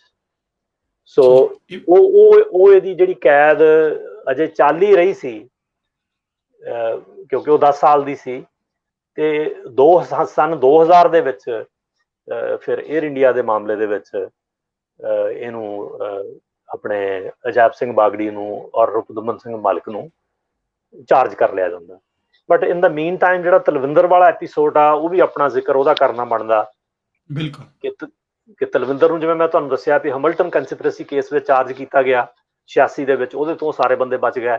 ਫਿਰ ਤਲਵਿੰਦਰ ਦੇ ਸਹਿਯੋਗੀ 86 ਦੇ ਵਿੱਚ ਮੌਂਟਰੀਅਲ ਦੇ ਕੇਸ ਵਿੱਚ ਚਾਰਜ ਹੋਏ, ਉਹ ਵੀ ਕੇਸ ਲੰਬਾ ਚੱਲਿਆ, ਉਹਦੇ ਵੀ ਐਟ ਦਾ ਐਂਡ ਉਹ ਡਿਸਮਿਸ ਹੋ ਗਿਆ, ਉਹਦੇ ਵਿੱਚੋਂ ਵੀ ਬਚ ਗਏ। ਸੋ ਤਲਵਿੰਦਰ ਨੇ ਆਪਣਾ ਜਿਹੜਾ ਪ੍ਰਚਾਰ ਦੇ ਸਾਧਨ ਆ ਖਾਲਿਸਤਾਨ ਦੇ ਉਹ ਜਾਰੀ ਰੱਖੇ। ਪਰ ਅਚਾਨਕ ਪੁਲਿਸ ਦੇ ਸਰਵੇਲੈਂਸ ਦੇ ਥੱਲੇ ਸੀ ਤਲਵਿੰਦਰ, ਪਰ ਉਹ 1988 ਦੇ ਵਿੱਚ ਕੈਨੇਡਾ ਤੋਂ ਅਮਰੀਕਾ ਖਿਸ ਗਿਆ, ਅਮਰੀਕਾ ਤੋਂ ਉਹ ਪਾਕਿਸਤਾਨ ਚਲਾ ਗਿਆ। ਔਰ ਇਹ ਗੱਲ ਕਿਮਬੋਲਨ ਨੇ ਲਾਸ ਆਫ ਫੇਥ ਕਿਤਾਬ ਦੇ ਵਿੱਚ ਬੜੀ ਡਿਟੇਲ ਵਿੱਚ ਜ਼ਿਕਰ ਕੀਤਾ ਕਿ ਇੱਕ ਪੰਧੇਰ ਨਾਂ ਦਾ ਖਾਲਿਸਤਾਨੀ ਸਮਰਥਕ ਸੀ, ਉਹਦੇ ਪਾਸਪੋਰਟ ਉੱਤੇ ਜਿਹੜਾ ਤਲਵਿੰਦਰ ਆ ਉਹ ਸਫ਼ਰ ਕੀਤਾ। ਪਹਿਲਾਂ ਤੇ ਬਾਰਡਰ ਤੇ ਉੱਦਾਂ ਹੀ ਟੱਪਿਆ, ਕਿਉਂਕਿ BC ਦੇ ਵਿੱਚੋਂ ਲੈਂਡ ਬਾਰਡਰ ਕਿਸੇ ਢੰਗ ਨਾਲ ਵੀ ਟੱਪ ਗਿਆ, ਕੁਝ ਗਰੁੱਪ ਦੇ ਵਿੱਚ ਭੇਸ-ਭੂਸ ਬਦਲ ਕੇ ਜਿਹੜਾ ਉਹਨੇ ਟਰੈਵਲ ਕੀਤਾ ਪਾਸਪੋਰਟ ਰਾਹੀਂ, ਉਹ ਉਹਨੇ ਉਸ ਪੰਧੇਰ ਨਾਂ ਦੇ ਸ਼ਖਸ ਦੇ ਪਾਸਪੋਰਟ ਤੇ ਉਹ ਪਾਕਿਸਤਾਨ ਗਿਆ। ਪਾਕਿਸਤਾਨ ਤੋਂ ਫਿਰ ਉਹ ਇਹ ਨੰਬਰ ਆਫ ਟਾਈਮਸ ਕਦੇ ਇੰਡੀਆ ਚਲਾ ਗਿਆ, ਕਦੇ ਪਾਕਿਸਤਾਨ ਆ ਗਿਆ, ਕਦੇ ਇੰਡੀਆ ਚਲਾ ਗਿਆ, ਪਾਕਿਸਤਾਨ ਆ ਗਿਆ। ਉਹਦੇ ਕਈ ਟ੍ਰਿਪ ਜਿਹੜੇ ਅਕ੍ਰੋਸ ਦਾ ਬਾਰਡਰ ਜਿਹੜੇ ਲਾਏ। ਔਰ ਇੱਥੋਂ ਤੱਕ ਲਾਸ ਆਫ ਫੇਥ ਵਿੱਚ ਜ਼ਿਕਰ ਕੀਤਾ ਕਿਮਬੋਲਨ ਨੇ ਕਿ ਤਲਵਿੰਦਰ ਸਿੰਘ ਪਰਮਾਰ 92 ਦੇ ਵਿੱਚ ਵਾਪਸ ਕੈਨੇਡਾ ਆ ਗਿਆ 2 ਹਫ਼ਤਿਆਂ ਵਾਸਤੇ, ਜਾਲੀ ਡਾਕੂਮੈਂਟਸ। ਫਿਰ ਵੀ ਕੈਨੇਡੀਅਨ ਜਿਹੜੀ ਇੰਟੈਲੀਜੈਂਸ ਹੈ ਇਹਨੂੰ ਕੁਝ ਨਾ ਜਾਣ ਦਾ ਪਤਾ ਲੱਗਿਆ, ਨਾ ਆਉਣ ਦਾ ਪਤਾ ਲੱਗਿਆ, ਉਹ ਫਿਰ ਵਾਪਸ ਚਲਾ ਗਿਆ। ਔਰ ਉਸ ਤੋਂ ਬਾਅਦ ਫਿਰ ਉਹ 92 ਦੇ ਵਿੱਚ ਤਾਂ ਆਪਾਂ ਜਾਣਦੇ ਹਾਂ ਕਿ ਉਹ ਪੰਜਾਬ ਪੁਲਿਸ ਦਾ ਕਹਿਣਾ ਹੈ ਕਿ ਇੱਕ ਬਹੁਤ ਵੱਡੇ ਮੁਕਾਬਲੇ ਵਿੱਚ ਉਹ ਮਾਰਿਆ ਗਿਆ। ਉਹਦੇ ਸਮੇਤ 6 ਬੰਦੇ ਉਸ ਮੁਕਾਬਲੇ ਵਿੱਚ ਮਾਰੇ ਗਏ, ਜਿਹਦੇ ਵਿੱਚ 2 ਮੁਸਲਮਾਨ ਬੈਕਗਰਾਊਂਡ ਦੇ ਸੀ। ਪਹਿਲਾਂ ਸ਼ੱਕ ਕੀਤਾ ਜਾਂਦਾ ਸੀ ਕਿ ਦੋਵੇਂ ਉਹ ਪਾਕਿਸਤਾਨੀ ਆ, ਪਰ ਬਾਅਦ ਵਿੱਚ ਉਹਨਾਂ ਦੀਆਂ ਆਈਡੀਜ਼ ਤੋਂ ਪਤਾ ਲੱਗਿਆ ਕਿ ਇੱਕ ਪਾਕਿਸਤਾਨੀ ਸੀ, ISI ਦਾ ਆਪਰੇਟਿਵ ਜਿਹੜਾ ਇਹਨਾਂ ਨਾਲ ਕੰਮ ਕਰਦਾ ਸੀ, ਤੇ ਦੂਜਾ ਕਸ਼ਮੀਰੀ ਵੱਖਵਾਦੀ ਸੀ ਜਿਹੜਾ ISI ਵਾਸਤੇ ਕੰਮ ਕਰਦਾ ਸੀ। ਸੋ 2 ਸੀ, ਇੱਕ ਤਲਵਿੰਦਰ ਸੀ ਤੇ 3 ਹੋਰ ਸੀ। ਜੀ। ਤੇ ਜਿਹੜੇ ਇਸ ਤੋਂ ਬਾਅਦ ਫਿਰ ਖਾਲਿਸਤਾਨੀ ਆ, ਕੈਨੇਡਾ ਦੇ ਵਿੱਚ ਜਿਹੜਾ ਕੇਸ ਚੱਲ ਰਿਹਾ ਸੀ ਉਹ 'ਚ ਹੋਰ ਅੱਗੇ ਕਨਵਿਕਸ਼ਨਸ ਕਿਹਨਾਂ ਕਿਹਨਾਂ ਦੀਆਂ ਹੋਈਆਂ? ਸੋ ਕੈਨੇਡਾ ਦੇ ਵਿੱਚ ਜਦੋਂ ਅਜੈਬ ਸਿੰਘ ਬਾਗੜੀ ਤੇ ਰਪੁਦਮਨ ਸਿੰਘ ਮਲਿਕ ਨੂੰ ਚਾਰਜ ਕਰ ਲਿਆ ਗਿਆ, 329 ਪਲੱਸ 2 ਨਰੀਤਾ ਵਾਲੇ, ਉਹਨਾਂ ਨੂੰ ਕਤਲਾਂ ਵਿੱਚ ਚਾਰਜ ਕੀਤਾ ਗਿਆ। ਓਕੇ। ਇੰਦਰਜੀਤ ਸਿੰਘ ਰਿਆਤ ਜੇਲ੍ਹ ਵਿੱਚ ਸੀ, ਪਰ ਕਿਉਂਕਿ ਇਹਨੂੰ ਐਕਸਟਰਾਡਾਈਟ ਕਰਕੇ ਲਿਆਂਦਾ ਗਿਆ ਸੀ ਸਿਰਫ ਉਸ ਕੇਸ ਵਾਸਤੇ, ਨਰੀਤਾ ਵਾਲੇ ਵਾਸਤੇ, ਉਹਦੇ ਤੇ ਨਵੇਂ ਜੇ ਚਾਰਜ ਲਾਉਣੇ ਆ ਤੇ ਉਹਦੀ ਪਰਮਿਸ਼ਨ ਉਹਨਾਂ ਤੋਂ ਲੈਣੀ ਪੈਣੀ ਸੀ, ਇੰਗਲੈਂਡ ਵਾਲਿਆਂ ਤੋਂ, ਉਹਨਾਂ ਦੇ ਹੋਮ ਆਫਿਸ ਤੋਂ, ਕਿ ਤੁਹਾਡੇ ਸ਼ਹਿਰੀ ਨੂੰ ਅਸੀਂ ਹੁਣ ਹੋਰ ਕਿਸੇ ਕੇਸ ਵਿੱਚ ਚਾਰਜ ਕਰਨ ਲੱਗੇ ਹਾਂ। ਉਹ ਪਰਮਿਸ਼ਨ ਜਿਹੜੀ ਟੈਕਨੀਕਲਿਟੀ ਪੱਧਰ ਤੇ ਮਿਲਦਿਆਂ ਨੂੰ 5-4 ਮਹੀਨੇ ਲੰਘ ਗਏ। 2001 ਵਿੱਚ ਉਹਨੂੰ ਚਾਰਜ ਕਰ ਲਿਆ ਗਿਆ ਏਅਰ ਇੰਡੀਆ ਬੰਬਿੰਗ ਵਿੱਚ ਦੁਬਾਰਾ। ਸੋ ਉਸ ਚਾਰਜ ਥੱਲੇ ਜਦੋਂ ਉਹਦੀ ਤਫਤੀਸ਼ ਹੋਈ ਤੇ ਉਹ ਕਾਫੀ ਇੰਟੈਂਸਿਵ ਸੀ ਤਫਤੀਸ਼ ਉਹਦੀ, ਤੇ ਉਸ ਤਫਤੀਸ਼ ਦੌਰਾਨ ਸ਼ਾਇਦ ਕਰਾਊਨ ਜਿਹੜਾ ਸਰਕਾਰੀ ਧਿਰ ਸੀ, ਵਕੀਲ, ਉਹਨਾਂ ਨੇ ਇਹ ਸੋਚਿਆ ਵੀ ਜੇ ਇਹਨੂੰ ਕੁਛ ਬਣਾ ਲਈਏ ਤੇ ਸਾਡਾ ਕੇਸ ਦੂਜੇ 2 ਦੇ ਖਿਲਾਫ ਜਿਹੜਾ ਆ ਉਹ ਸਟਰੋਂਗ ਹੋ ਜਾਂਦਾ, ਜਿਹਨੂੰ ਆਪਾਂ ਪਲੀ ਬਾਰਗਨਿੰਗ ਵੀ ਕਹਿੰਦੇ ਆ। ਪੱਛਮੀ ਸਾਰੇ ਦੇਸ਼ਾਂ ਵਿੱਚ ਡੈਮੋਕ੍ਰੇਸੀ ਵਿੱਚ ਪਲੀ ਬਾਰਗਨਿੰਗ ਹੁੰਦੀ ਹੈ, ਜਿਹੜੀ ਸਰਕਾਰੀ ਧਿਰ ਆ ਉਹ ਬਚਾਅ ਪੱਖ ਦੀ ਧਿਰ ਨੂੰ ਕਹਿੰਦੀ ਆ ਵੀ ਆਹ ਚਾਰਜ ਮੰਨ ਲਓ ਤੇ ਆਹ ਛੱਡ ਦਿਆਂਗੇ ਤੇ ਇੰਨੀ ਸਜ਼ਾ ਦੇਵਾਂਗੇ। ਉਹ ਕਈ ਵਾਰ ਜੱਜ ਦੇ ਕੋਰਟ ਤੋਂ ਬਾਹਰ ਹੋ ਜਾਂਦਾ, ਫਿਰ ਅਦਾਲਤ ਸਾਹਮਣੇ ਇਕੱਠੇ ਪੇਸ਼ ਹੋ ਕੇ ਜੱਜ ਨੂੰ ਕਹਿੰਦੇ ਜੀ ਆਹ ਅਸੀਂ ਮੰਨ ਗਏ ਹਾਂ, ਤੇ ਉਹ ਕਈ ਵਾਰ ਅਦਾਲਤ ਵੀ ਉਹਨੂੰ ਬਾਈ ਕਰ ਦਿੰਦੀ ਹੈ। ਸੋ ਉਹ ਜਿਹੜੀ ਪਲੀ ਬਾਰਗਨਿੰਗ ਇਹਦੇ ਨਾਲ ਇੱਕ ਕਿਸਮ ਦੀ ਕਰ ਲਈ ਗਈ ਕਿ ਤੈਨੂੰ ਅਸੀਂ 5 ਸਾਲ ਸਜ਼ਾ ਦਿੰਦੇ ਏਅਰ ਇੰਡੀਆ ਦੇ ਵਿੱਚ ਬੰਬਿੰਗ ਦੇ ਵਿੱਚ, ਤੇ ਤੂੰ ਜੋ ਵੀ ਦੱਸ ਸਕਦਾ ਸਾਨੂੰ ਦੱਸ ਦੇ। ਉਹਨਾਂ ਨੂੰ ਆਸ ਸੀ ਕਿ ਜਿਹੜਾ ਇੰਦਰਜੀਤ ਸਿੰਘ ਰਿਆਤ ਆ ਉਹ ਉਹਨਾਂ ਕੋਲ ਮੰਨ ਗਿਆ ਦੁਬਾਰਾ, ਫਿਰ ਵੀ ਮਿਸਟਰ ਐਕਸ ਨਾਂ ਦਾ ਬੰਦਾ ਆਇਆ, ਉਹਨੂੰ ਤਲਵਿੰਦਰ ਲਿਆਇਆ। ਉਹ ਮੇਰੇ ਬਣਾਏ ਜਿਹੜਾ ਇਨੀਸ਼ੀਅਲ ਬੰਬ ਸੀ ਉਹ ਤੋਂ ਤਲਵਿੰਦਰ ਸੰਤੁਸ਼ਟ ਨਹੀਂ ਸੀ, ਮੈਨੂੰ ਪਤਾ ਨਹੀਂ ਸੀ ਬੰਬ ਕਾਹਦੇ ਵਾਸਤੇ ਵਰਤ ਹੋਣਾ, ਹਾਂ ਮੈਂ ਸਹਿਯੋਗ ਕੀਤਾ ਹੈ, ਉਹ ਇਸ ਕਿਸਮ ਦੀਆਂ ਸਾਰੀਆਂ ਗੱਲਾਂ ਮੰਨ ਗਿਆ। ਤੇ ਉਹਨੂੰ ਉਹਦੇ ਤੇ 5 ਸਾਲ ਸਜ਼ਾ ਦਿੱਤੀ 2003 ਵਿੱਚ। ਅਜੇ ਕੇਸ ਚੱਲ ਰਿਹਾ, ਔਰ ਉਸ ਕੇਸ ਦੇ ਉਹ ਕੇਸ ਬੜਾ ਲੰਬਾ ਚੱਲਿਆ, ਉਹ 4 ਤੱਕ ਚੱਲਿਆ। 2000 ਵਿੱਚ ਉਹਨਾਂ ਨੂੰ ਚਾਰਜ ਕੀਤਾ ਤੇ 2004 ਤੱਕ ਕੇਸ ਚੱਲਿਆ, ਤੇ ਫਿਰ ਜੱਜ ਨੇ ਜਿਹੜੀ ਆਪਣੀ ਜੱਜਮੈਂਟ ਸੀ ਉਹ ਰਿਜ਼ਰਵ ਰੱਖ ਲਈ, ਤੇ ਉਹ 2005 ਦੇ ਸ਼ੁਰੂ ਵਿੱਚ ਉਹਨੂੰ ਜੱਜਮੈਂਟ ਦਿੱਤੀ ਜੱਜ ਜੋਸਫਸਨ ਨੇ, ਜਿਹਦੇ ਵਿੱਚ ਉਹਨਾਂ ਨੂੰ ਬਰੀ ਕਰਤਾ ਗਿਆ, ਮਾਲਿਕ ਨੂੰ ਤੇ ਅਜੈਬ ਸਿੰਘ ਬਾਗੜੀ ਨੂੰ।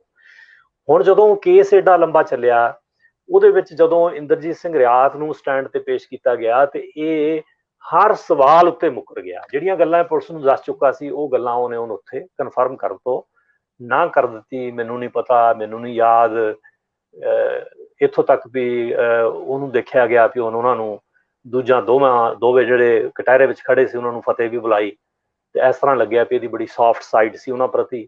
ਤੇ ਜੱਜ ਜੋਸਫਸਨ ਨੇ ਆਪਣੀ ਜੱਜਮੈਂਟ ਦੇ ਵਿੱਚ ਆਪਣੇ ਜਿਹੜੇ ਕਮੈਂਟ ਵਗੈਰਾ ਸੀ ਉਹਦੇ ਵਿੱਚ ਉਹਨੇ ਇਹਨੂੰ ਅਨਮਿਟੀਗੇਟਡ ਲਾਇਰ, ਮਤਲਬ ਹੱਦ ਦਰਜੇ ਦਾ ਝੂਠਾ ਆਪਾਂ ਕਿਹਾ।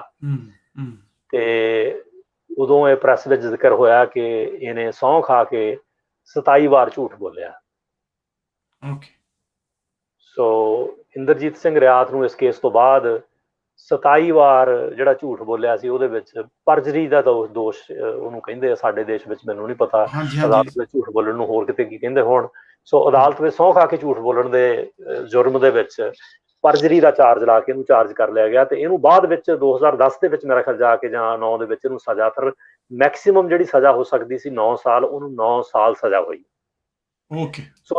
ਸੋ ਇਸ ਤਰ੍ਹਾਂ ਬਹੁਤ ਸਾਰੇ ਲੋਕ ਕਹਿੰਦੇ ਜੀ ਏਅਰ ਇੰਡੀਆ ਵਿੱਚ ਦੇਖੋ ਜੀ ਉਹਦੇ ਵਿੱਚ ਤਾਂ ਕੋਈ ਜੀ ਲਫ਼ਜ਼ ਤਾਂ ਵਰਤਣਗੇ ਸਿੱਖ, ਪਰ ਗੱਲ ਸਿੱਖ ਦੀ ਨਹੀਂ ਹੈ, ਗੱਲ ਹੈ ਕਿ ਸਾਜ਼ਿਸ਼ ਘਾੜਿਆਂ ਦੀ, ਜਿਨ੍ਹਾਂ ਨੇ ਸਾਜ਼ਿਸ਼ ਕੀਤੀ, ਜਿਹੜੇ ਬੰਬਰ ਸੀ, ਜਿਹੜੇ ਦਹਿਸ਼ਤਗਰਦ ਸੀ, ਉਹਨਾਂ ਚੋਂ ਜੀ ਕਿਸੇ ਨੂੰ ਕਿਸੇ ਕਸੂਰਵਾਰ ਨੂੰ ਸਜ਼ਾ ਨਹੀਂ ਹੋਈ।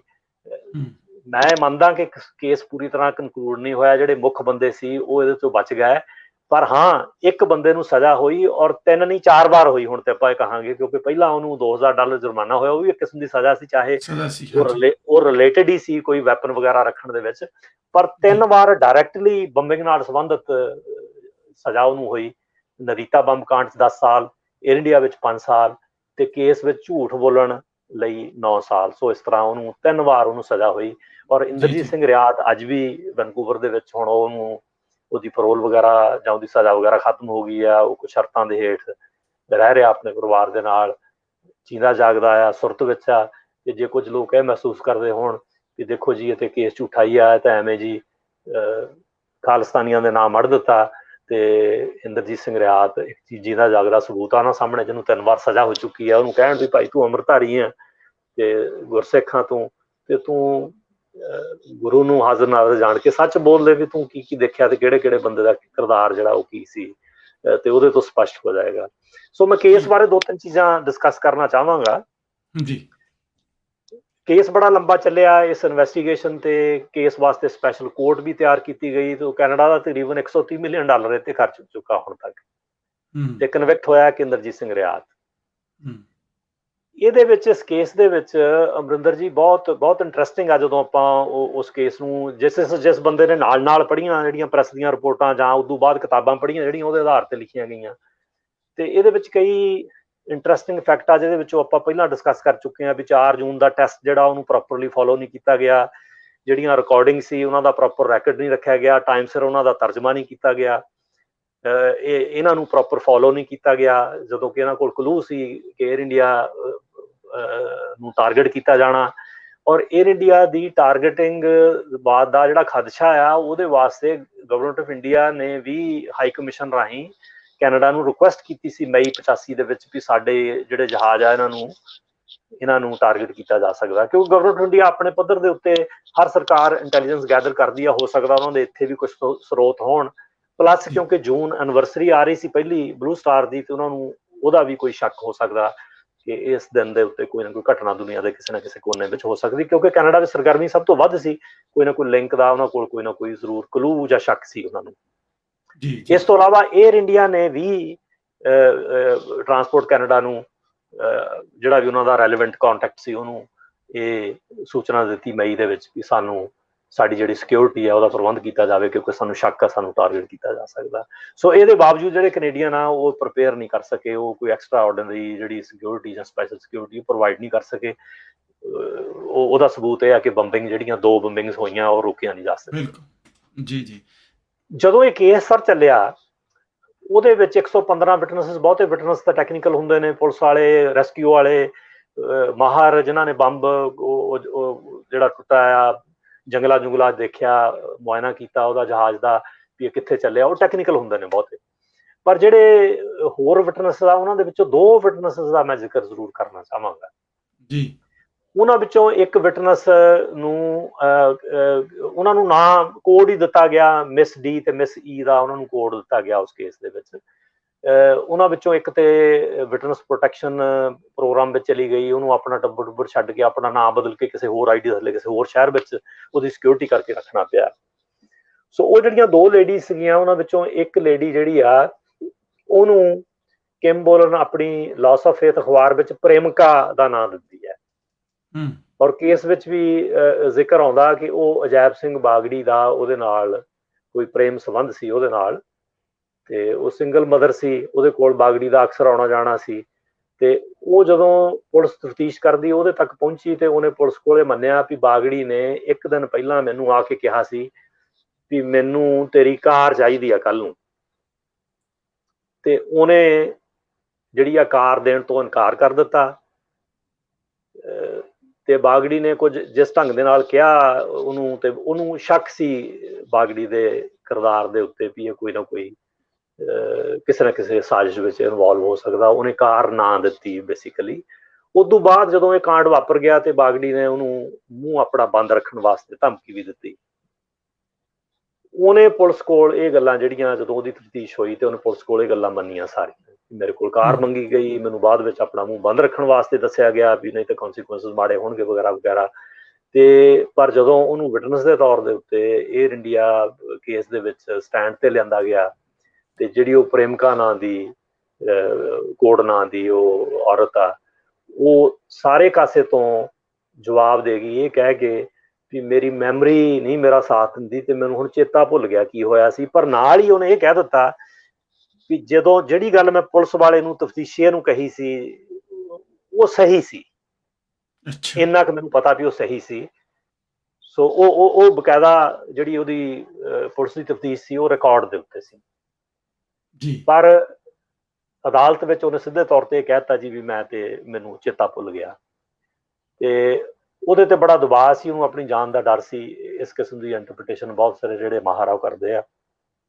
ਜਿਹੜੀ ਦੂਜੀ ਔਰਤ ਆ ਜਿਹਨੇ ਜਿਹੜੀ ਵਿਟਨੈਸ ਪ੍ਰੋਟੈਕਸ਼ਨ ਪ੍ਰੋਗਰਾਮ ਥੱਲੇ ਚਲੀ ਗਈ ਆ, ਉਹਦੀ ਆਈਡੀ ਵੀ ਬਦਲ ਦਿੱਤੀ ਗਈ, ਉਹਨੇ ਬੜਾ ਸਫਰ ਕੀਤਾ।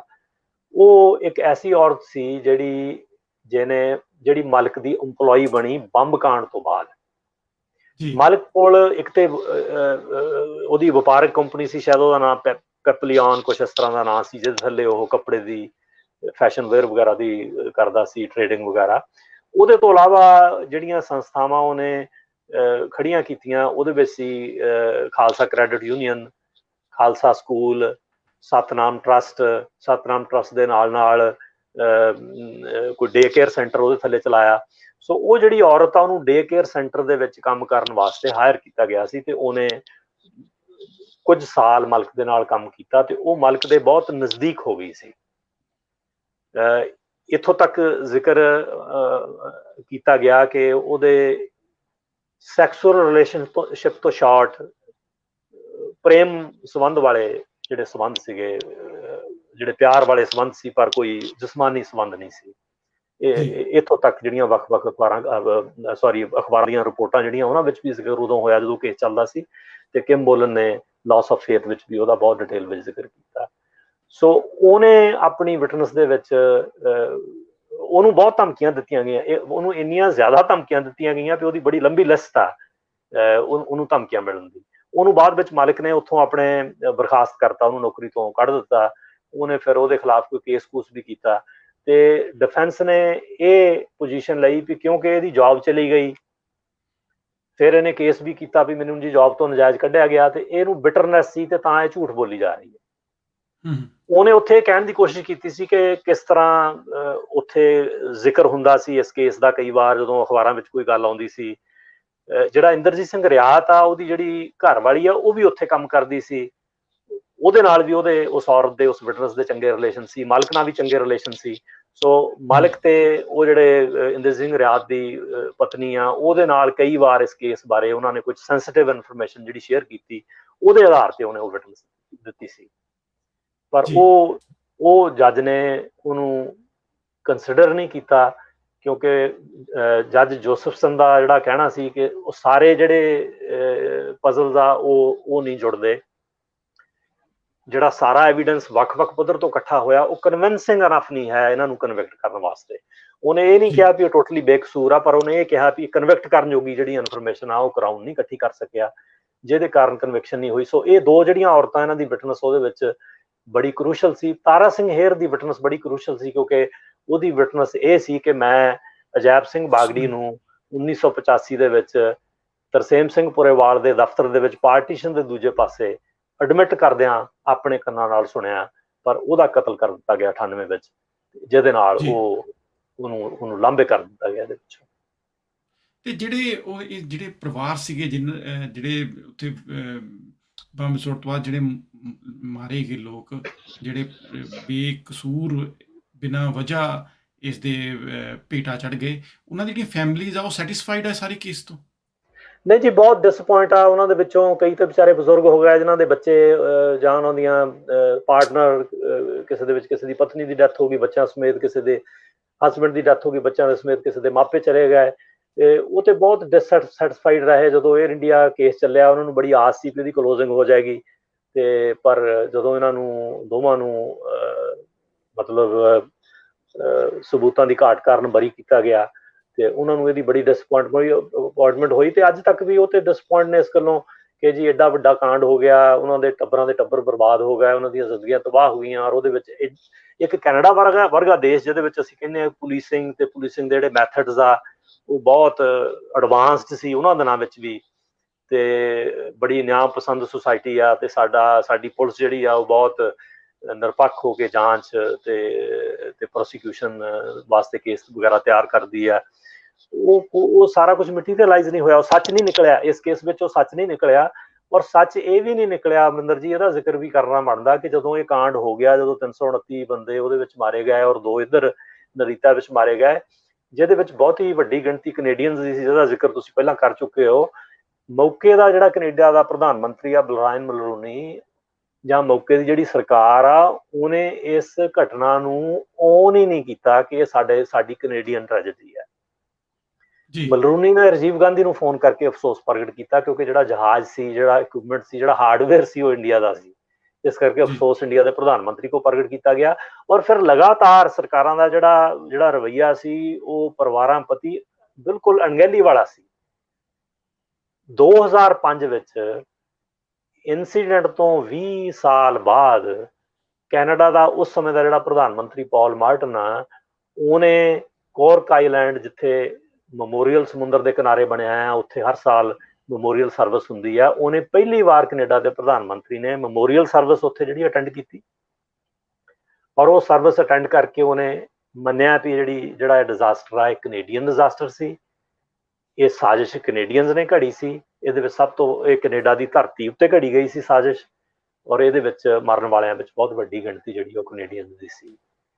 ਤੇ ਉਦੋਂ ਬਾਅਦ 2010 ਵਿੱਚ, ਜਾਣੀ ਘਟਨਾ ਤੋਂ 25 ਸਾਲ ਬਾਅਦ, ਜਿਹੜਾ ਪ੍ਰਧਾਨ ਮੰਤਰੀ ਆਇਆ ਸਟੀਵਨ ਹਾਰਪਰ, ਉਹਨੇ 2006 ਦੇ ਵਿੱਚ ਜਿਹੜੀ ਇੱਕ ਇਨਕੁਆਇਰੀ ਉਹਨੇ ਪ੍ਰੋਮਿਸ ਕੀਤੀ ਸੀ ਲੋਕਾਂ ਨੂੰ ਕਿ ਮੈਂ ਇਨਕੁਆਇਰੀ ਜਿਹੜੀ ਇਹਦੀ ਕਰਵਾਵਾਂਗਾ, ਪਰ ਕਿਉਂਕਿ ਕ੍ਰਿਮੀਨਲ ਕੇਸ ਜਿਹੜਾ ਆ ਉਹ ਡਿਸਮਿਸ ਹੋ ਚੁੱਕਾ ਸੀ 2 ਬੰਦਿਆਂ ਦੇ ਖਿਲਾਫ, ਇਸ ਕਰਕੇ ਕੋਈ ਕ੍ਰਿਮੀਨਲ ਇਨਵੈਸਟੀਗੇਸ਼ਨ ਤਾਂ ਨਹੀਂ ਸੀ ਹੋ ਸਕਦੀ। ਪਰ ਸਰਕਮਸਟਾਂਸਿਸ ਜਿਨ੍ਹਾਂ ਦੇ ਵਿੱਚ ਓਵਰਲੁੱਕ ਇੰਨਾ ਹੋ ਗਿਆ, ਸਬੂਤ ਨਹੀਂ ਸਾਂਭੇ ਗਏ, ਇਨਸੀਡੈਂਟ ਨੂੰ ਦੇ ਕਲੂ ਮਿਲਣ ਦੇ ਬਾਵਜੂਦ ਇਨਸੀਡੈਂਟ ਰੋਕਿਆ ਨਹੀਂ ਗਿਆ, ਉਹਦੇ ਵਿੱਚ ਕਮੀਆਂ ਪੇਸ਼ੀਆਂ ਕੀ ਰਹੀਆਂ, ਕੋਆਰਡੀਨੇਸ਼ਨ ਕਿੱਥੇ ਨਹੀਂ ਹੋ ਸਕੀ, ਉਹ ਸਾਰੇ ਸਰਕਮਸਟਾਂਸਿਸ ਦੀ ਤਫਤੀਸ਼ ਵਾਸਤੇ ਰਿਟਾਇਰਡ ਜਿਹੜਾ ਜੱਜ ਸੀ ਸੁਪਰੀਮ ਕੋਰਟ ਦਾ, ਜਸਟਿਸ ਜੌਨ ਮੇਜਰ, ਉਹਦੇ ਥੱਲੇ ਇਨਕੁਆਇਰੀ 2006 ਦੇ ਵਿੱਚ ਪ੍ਰਧਾਨ ਮੰਤਰੀ ਹਾਰਪਰ ਨੇ ਜਿਹੜੀ ਆਰਡਰ ਕੀਤੀ।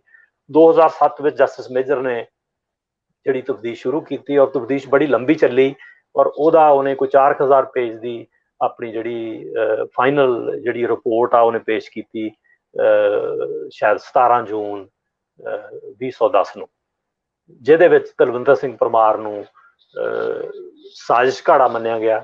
ਉਸ ਕੇਸ ਦੇ ਵਿੱਚ ਵੀ ਸਾਜ਼ਿਸ਼ ਨੇ ਘੜੀ ਸੀ, ਔਰ ਜਿਹੜਾ ਮਿਸਟਰ ਐਕਸ ਆ ਔਰ ਇੰਦਰਜੀਤ ਸਿੰਘ ਰਿਆਤ ਆ, ਉਹਨੂੰ ਬੰਬ ਘਾੜੇ ਸਮਝਿਆ ਜਾਂਦਾ ਕਿ ਉਹਨਾਂ ਨੇ ਬੰਬ ਘੜੇ ਸੀ। ਤੇ ਪ੍ਰਾਈਮ ਮਿਨਿਸਟਰ ਹਾਰਪਰ ਨੇ 2010 ਵਿੱਚ 23 ਜੂਨ ਨੂੰ ਟੋਰਾਂਟੋ ਦੇ ਵਿੱਚ ਏਅਰ ਇੰਡੀਆ ਮੈਮੋਰੀਅਲ ਜਿਹੜਾ ਬਣਿਆ ਲੇਕ ਦੇ ਕਿਨਾਰੇ, ਉੱਥੇ ਇੱਕ ਫੰਕਸ਼ਨ ਨੂੰ ਅਟੈਂਡ ਕੀਤਾ। ਉੱਥੇ ਉਹਨਾਂ ਨੇ ਬਹੁਤ ਸਟਰੋਂਗ ਸਟੇਟਮੈਂਟ ਦਿੱਤੀ ਕਿ ਇਹ ਬਿਲਕੁਲ ਕੈਨੇਡੀਅਨ ਦਹਿਸ਼ਤਗਰਦਾਂ ਨੇ ਇਹ ਕੰਮ ਕੀਤਾ। ਉਹਨੇ ਇਹ ਵੀ ਕਿਹਾ ਕਿ ਇੱਥੇ ਕੈਨੇਡਾ ਦੇ ਵਿੱਚ ਕੁਝ ਐਸੇ ਲੋਕ ਵਸਦੇ ਆ, ਕੁਝ ਐਸੇ ਕੱਟੜਪੰਥੀ ਆ ਜਿਹੜੇ ਇੰਡੀਆ ਦੀਆਂ ਸਮੱਸਿਆਵਾਂ ਨੂੰ ਪਹਿਲਾਂ ਇੱਥੇ ਲੈ ਕੇ ਆਏ ਆ ਜਾਂ ਲਿਆ ਰਹੇ ਆ, ਫਿਰ ਇੱਥੋਂ ਉਹਨਾਂ ਨੂੰ ਹੋਰ ਘੁਮਾ ਕੇ ਤਕਨੀਆਂ ਕਰਕੇ ਫਿਰ ਐਕਸਪੋਰਟ ਕਰ ਰਿਹਾ, ਯਾਨੀ ਵਾਇਲੈਂਸ ਨੂੰ ਇੰਡੀਆ ਵੱਲ ਨੂੰ ਐਕਸਪੋਰਟ ਕਰ ਰਿਹਾ ਆ।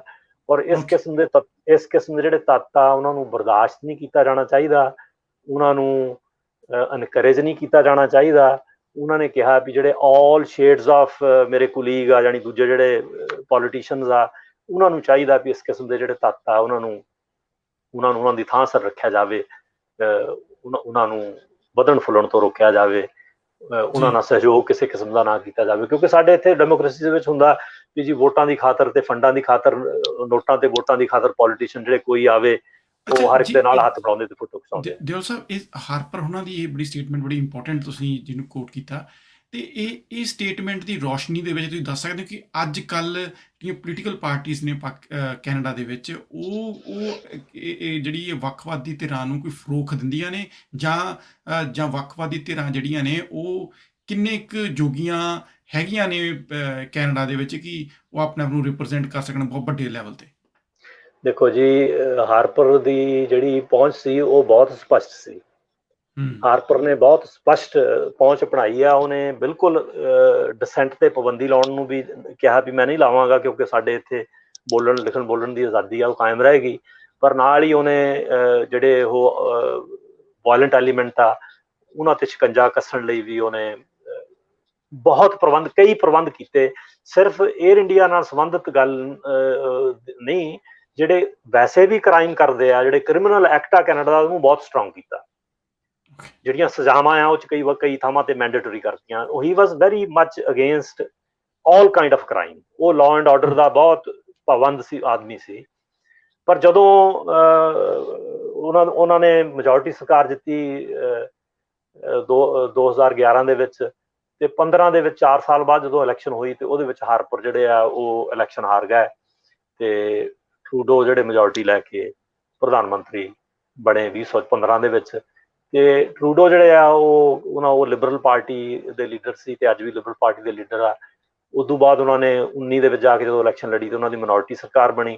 ਹੁਣ ਜਦੋਂ ਆਪਾਂ ਗੱਲ ਕਰ ਰਹੇ ਹਾਂ ਤੇ ਉਹਨਾਂ ਨੇ ਕੈਨੇਡਾ ਵਿੱਚ ਫਿਰ ਮੱਧਕਾਲੀ ਚੋਣ ਦਾ ਆਗਾਜ਼ ਕਰਤਾ 2 ਹਫ਼ਤੇ ਪਹਿਲਾਂ, ਤੇ ਉਹ ਹੁਣ 20 ਸੈਪਟੈਂਬਰ ਨੂੰ ਹੋਣੀ ਹੈ। ਸੋ ਹੁਣ ਜਦੋਂ ਆਪਾਂ 3 ਪੋਲੀਟੀਕਲ ਪਾਰਟੀਆਂ ਨੇ ਕੈਨੇਡਾ ਵਿੱਚ ਮੇਨ, ਜਿਹਦੇ ਵਿੱਚ ਇੱਕ ਰੂਲਿੰਗ ਲਿਬਰਲਸ ਆ ਜਿਹੜੇ ਜਸਟਿਨ ਟਰੂਡੋ ਥੱਲੇ, ਇਸ ਪਾਰਟੀ ਦੇ ਵਿੱਚ ਖਾਲਿਸਤਾਨੀਆਂ ਦੀ ਘੁਸਪੈਠ ਬਹੁਤ ਜ਼ਿਆਦਾ ਹੈ। ਜਾਣੀ ਮੰਤਰੀ ਲੈਵਲ ਤੱਕ ਉਹਨਾਂ ਦੀ ਘੁਸਪੈਠ ਆ, ਔਰ ਇਹਦਾ ਜ਼ਿਕਰ ਹੋਇਆ ਵਾਰ-ਵਾਰ, ਮੈਂ ਵੀ ਆਪਣੀਆਂ ਲਿਖਤਾਂ ਵਿੱਚ ਕੀਤਾ ਔਰ ਕੈਨੇਡੀਅਨ ਮੀਡੀਆ ਦੇ ਵਿੱਚ ਵੀ ਇਹਦਾ ਜ਼ਿਕਰ ਕੀਤਾ। ਇੰਨੀ ਵੱਡੀ ਘੁਸਪੈਠ ਆ ਦੈਟ ਉਹ ਪ੍ਰਾਈਮ ਮਿਨਿਸਟਰ ਨੂੰ ਇਨਫਲੂਐਂਸ ਕਰਨ ਦੇ ਯੋਗ ਆ ਵੱਖ-ਵੱਖ ਗੱਲਾਂ ਉੱਤੇ। ਉਹਦਾ ਮੈਂ ਇੱਕ ਸਬੂਤ ਵੀ ਤੁਹਾਨੂੰ ਪੇਸ਼ ਕਰਦਾ ਕਿਉਂਕਿ ਤੁਸੀਂ ਪੁੱਛ ਲਿਆ। ਸਾਲ 2018 ਦੇ ਵਿੱਚ ਇੱਥੇ ਹਰ ਸਾਲ ਜਿਹੜੀਆਂ ਸਿਕਿਉਰਿਟੀ ਏਜੰਸੀਜ਼ ਆ ਉਹ ਇੱਕ ਪਬਲਿਕ ਸੇਫਟੀ ਰਿਪੋਰਟ ਪੇਸ਼ ਕਰਦੀਆਂ, ਜਿਹੜਾ ਪਬਲਿਕ ਸੇਫਟੀ ਮਿਨਿਸਟਰ ਆ ਉਹਨੂੰ, ਤੇ ਉਹਦੇ ਕਾਫੀ ਸਾਰਾ ਉਹ ਫਿਰ ਅਵੇਲੇਬਲ ਜਨਤਕ ਤੌਰ ਤੇ ਵੀ ਅਵੇਲੇਬਲ ਹੁੰਦੀ ਗਵਰਨਮੈਂਟ ਦੀ ਵੈਬਸਾਈਟ ਦੇ ਉੱਤੇ। 2018 ਦੀ ਜਿਹੜੀ ਰਿਪੋਰਟ ਆ ਉਹ ਦਸੰਬਰ ਦੇ ਵਿੱਚ ਜਦੋਂ ਆਈ, ਉਹਦੇ ਵਿੱਚ ਖਾਲਿਸਤਾਨੀ ਐਕਸਟਰੀਮਿਸਟ ਜਿਹੜੀ ਥ੍ਰੈਟ ਆ, ਸਿੱਖ ਖਾਲਿਸਤਾਨੀ ਐਕਸਟਰੀਮਿਸਟ 3 ਲਫ਼ਜ਼ਾਂ ਉਹਦੀ ਹੈਡਲਾਈਨ ਸੀ।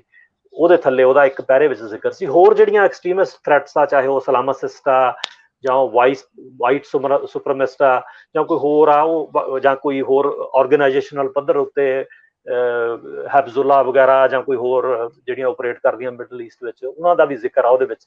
ਸੋ ਇੱਕ ਪੈਰੇ ਦੇ ਵਿੱਚ ਸਿੱਖ ਖਾਲਿਸਤਾਨੀ ਐਕਸਟਰੀਮਿਸਟ ਜਿਹੜੀ ਥ੍ਰੈਟ ਆ ਉਹਦਾ ਜ਼ਿਕਰ ਸੀ ਜੀ। ਉਹਦਾ ਇੱਕਦਮ ਜਿਹੜਾ ਬੜਾ ਵੱਡੀ ਪੱਧਰ ਦੇ ਉੱਤੇ ਵਿਰੋਧ ਖਾਲਿਸਤਾਨੀਆਂ ਨੇ ਕੀਤਾ। ਇਹ ਕਿਹਾ ਗਿਆ ਕਿ ਇਹ ਸਿੱਖਾਂ ਦੇ ਖਿਲਾਫ ਆ, ਇਹ ਸਿੱਖਾਂ ਦੀ ਇਮੇਜ ਨੂੰ, ਸਾਰੇ ਸਿੱਖਾਂ ਦੀ ਇਮੇਜ ਨੂੰ ਇਹ ਤਬਾਹੀ ਮਚਾਉਣ ਵਾਲੀ ਗੱਲ ਆ, ਸਾਨੂੰ ਦਾਗੀ ਕਰਨ ਵਾਲੀ ਗੱਲ ਆ। ਜਦਕਿ ਉਹ ਬੜਾ ਸਪੈਸੀਫਿਕ ਸੀ ਖਾਲਿਸਤਾਨੀ ਐਕਸਟਰੀਮਿਸਟ।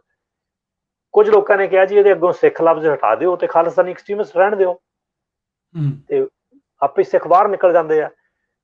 ਉਹਦੇ ਵਿੱਚ ਜਿਹੜੇ ਲਿਬਰਲ ਦੇਸੀ ਪੋਲੀਟੀਸ਼ੀਅਨ ਸੀ, ਚਾਹੇ ਉਹ ਮਿਨਿਸਟਰ ਸੀ ਚਾਹੇ ਉਹ MP ਸੀ, ਉਹਨਾਂ ਚੋਂ ਬਹੁਤ ਸਾਰੇ ਜਿਹੜੇ ਆ ਉਹਨਾਂ ਨੇ ਸ਼ਰੇਆਮ ਆ ਕੇ ਇਹ ਕਿਹਾ ਵੀ ਜੀ ਇਹ ਬਿਲਕੁਲ ਗਲਤ ਹੋਇਆ ਜੀ, ਇਹ ਪਬਲਿਕ ਰਿਪੋਰਟ ਗਲਤ ਆ ਜੀ, ਇਹ ਸਿਕਿਉਰਿਟੀ ਰਿਪੋਰਟ ਇਹ ਜੀ ਅਮੈਂਡ ਕਰਾ ਕੇ ਰਹਾਂਗੇ ਜੀ, ਅਮੈਂਡ ਕੀਤੀ ਜਾਣੀ ਚਾਹੀਦੀ ਆ। ਕੰਜ਼ਰਵੇਟਿਵ ਪਾਰਟੀ ਜਿਹੜੀ ਹਾਰਪਰ ਦੀ ਪਾਰਟੀ ਸੀ, ਉਹਦੇ ਹੁਣ ਉਹ ਆਗੂ ਨਹੀਂ ਸੀ ਰਹੇ 2019 ਦੇ ਵਿੱਚ, ਤੇ ਉਹ ਨਹੀਂ ਸੀਗੇ। ਤੇ ਉਹਦੇ ਵਿੱਚ ਵੀ ਜਿਹੜੇ ਉਦੋਂ ਦੀ ਕੰਜ਼ਰਵੇਟਿਵ ਪਾਰਟੀ ਸੀ, ਉਹਦੇ ਅੰਦਰ ਵੀ ਇਹਨਾਂ ਦੇ ਐਸੇ ਸੈੱਲ ਸੀ ਵੀ ਉਹਦੇ ਵਿੱਚੋਂ ਵੀ ਜਿਹੜੇ ਉਹਨਾਂ ਨੇ ਇਹਨਾਂ ਦੀ ਹਾਮੀ ਭਰੀ ਵੀ ਨਹੀਂ ਜੀ ਇਹ ਧੱਕਾ ਆ। ਵੈਸੇ ਤਾਂ ਕਿਹਾ ਜਾਂਦਾ ਸੀ ਸਿੱਖਾਂ ਨਾਲ ਧੱਕਾ, ਪਰ ਸਿੱਖਾਂ ਵਾਲੀ ਤੇ ਕੋਈ ਗੱਲ ਨਹੀਂ ਸੀ, ਉੱਥੇ ਖਾਲਿਸਤਾਨੀ ਐਕਸਟਰੀਮਿਸਟ ਦੀ ਗੱਲ ਸੀ। ਤੇ NDP ਦੇ ਆਗੂ ਤੇ ਜਗਮੀਤ ਸਿੰਘ ਹੈ ਹੀ ਖਾਲਿਸਤਾਨੀ ਬੈਕਗਰਾਊਂਡ ਤੋਂ ਆ, ਭਾਵੇਂ ਉਹ ਆਪਣੇ ਆਪ ਨੂੰ ਜਿਵੇਂ ਮਰਜ਼ੀ ਡਿਸਟੈਂਸ ਕਰਨ।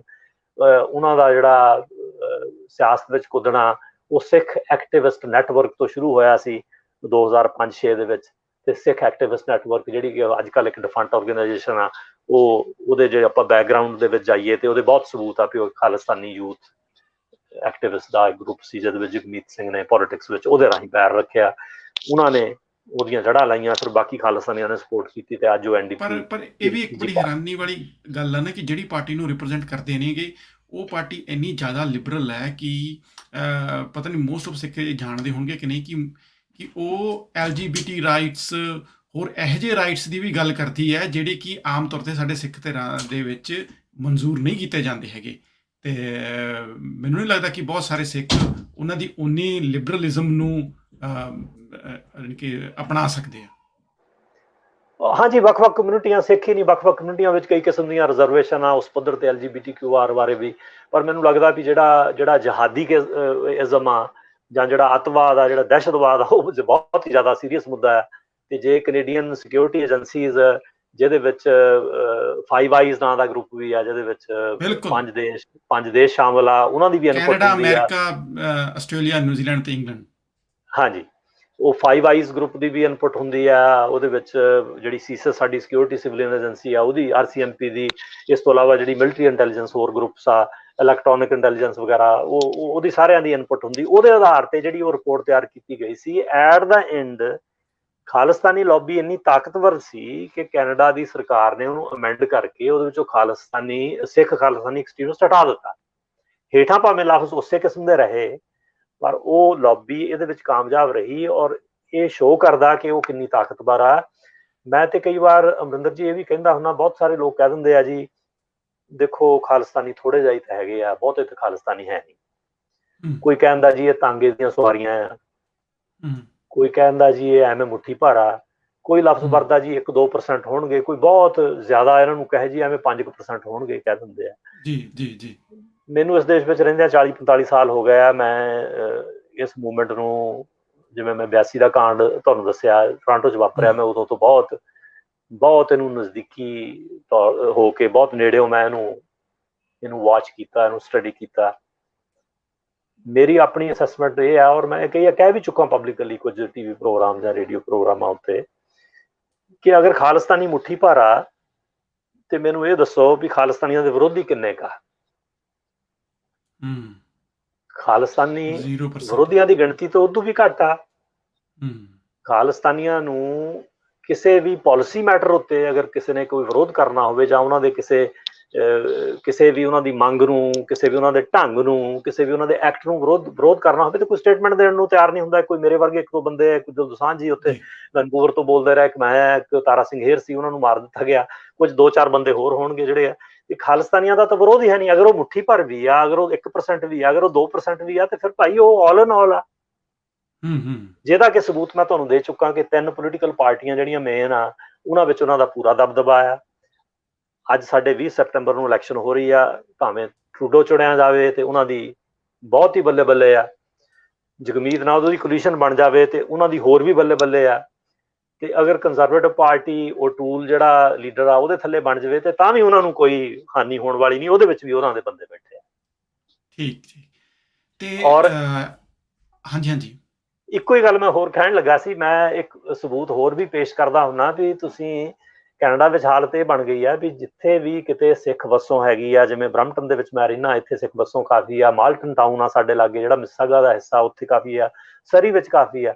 ਸੋ ਇਸ ਤਰ੍ਹਾਂ ਕੁਝ ਹੋਰ ਵੀ ਪਾਕਟਸ ਹੈਗੀਆਂ ਜਿੱਥੇ ਵੀ ਸਿੱਖ ਵਸੋਂ ਆ। ਉੱਥੋਂ ਬਹੁਤ ਸਾਰੇ ਸਿੱਖ ਜਿਹੜੇ ਆ ਉਹ ਵੱਖ-ਵੱਖ ਲੈਵਲਸ ਵਾਸਤੇ ਇਲੈਕਸ਼ਨ ਲੜਨੀ ਚਾਹੁੰਦੇ ਆ। ਪਹਿਲਾਂ ਇੱਥੇ ਨੋਮੀਨੇਸ਼ਨ ਲੜਨੀ ਪੈਂਦੀ ਵਿਦਨ ਪਾਰਟੀ, ਫਿਰ ਤੁਸੀਂ ਇਲੈਕਸ਼ਨ ਲਈ ਖੜਦੇ ਆ, ਫਿਰ ਪ੍ਰੋਵਿੰਸ਼ੀਅਲ ਜਿਹੜੀ ਸੂਬਾਈ ਇਲੈਕਸ਼ਨ ਹੁੰਦੀਆਂ ਉਹਦੇ ਲਈ ਖੜਦੇ ਆ ਲੋਕ, ਫਿਰ ਇੱਥੇ ਸਿਟੀਜ਼ ਦੀਆਂ ਸਿਵਿਕ ਇਲੈਕਸ਼ਨ ਹੁੰਦੀਆਂ, ਉਹਦੇ ਵਿੱਚ ਵੀ ਕਾਫੀ ਬੰਦੇ ਆਪਣੇ ਕੈਂਡੀਡੇਟਸ ਖੜਦੇ ਆ।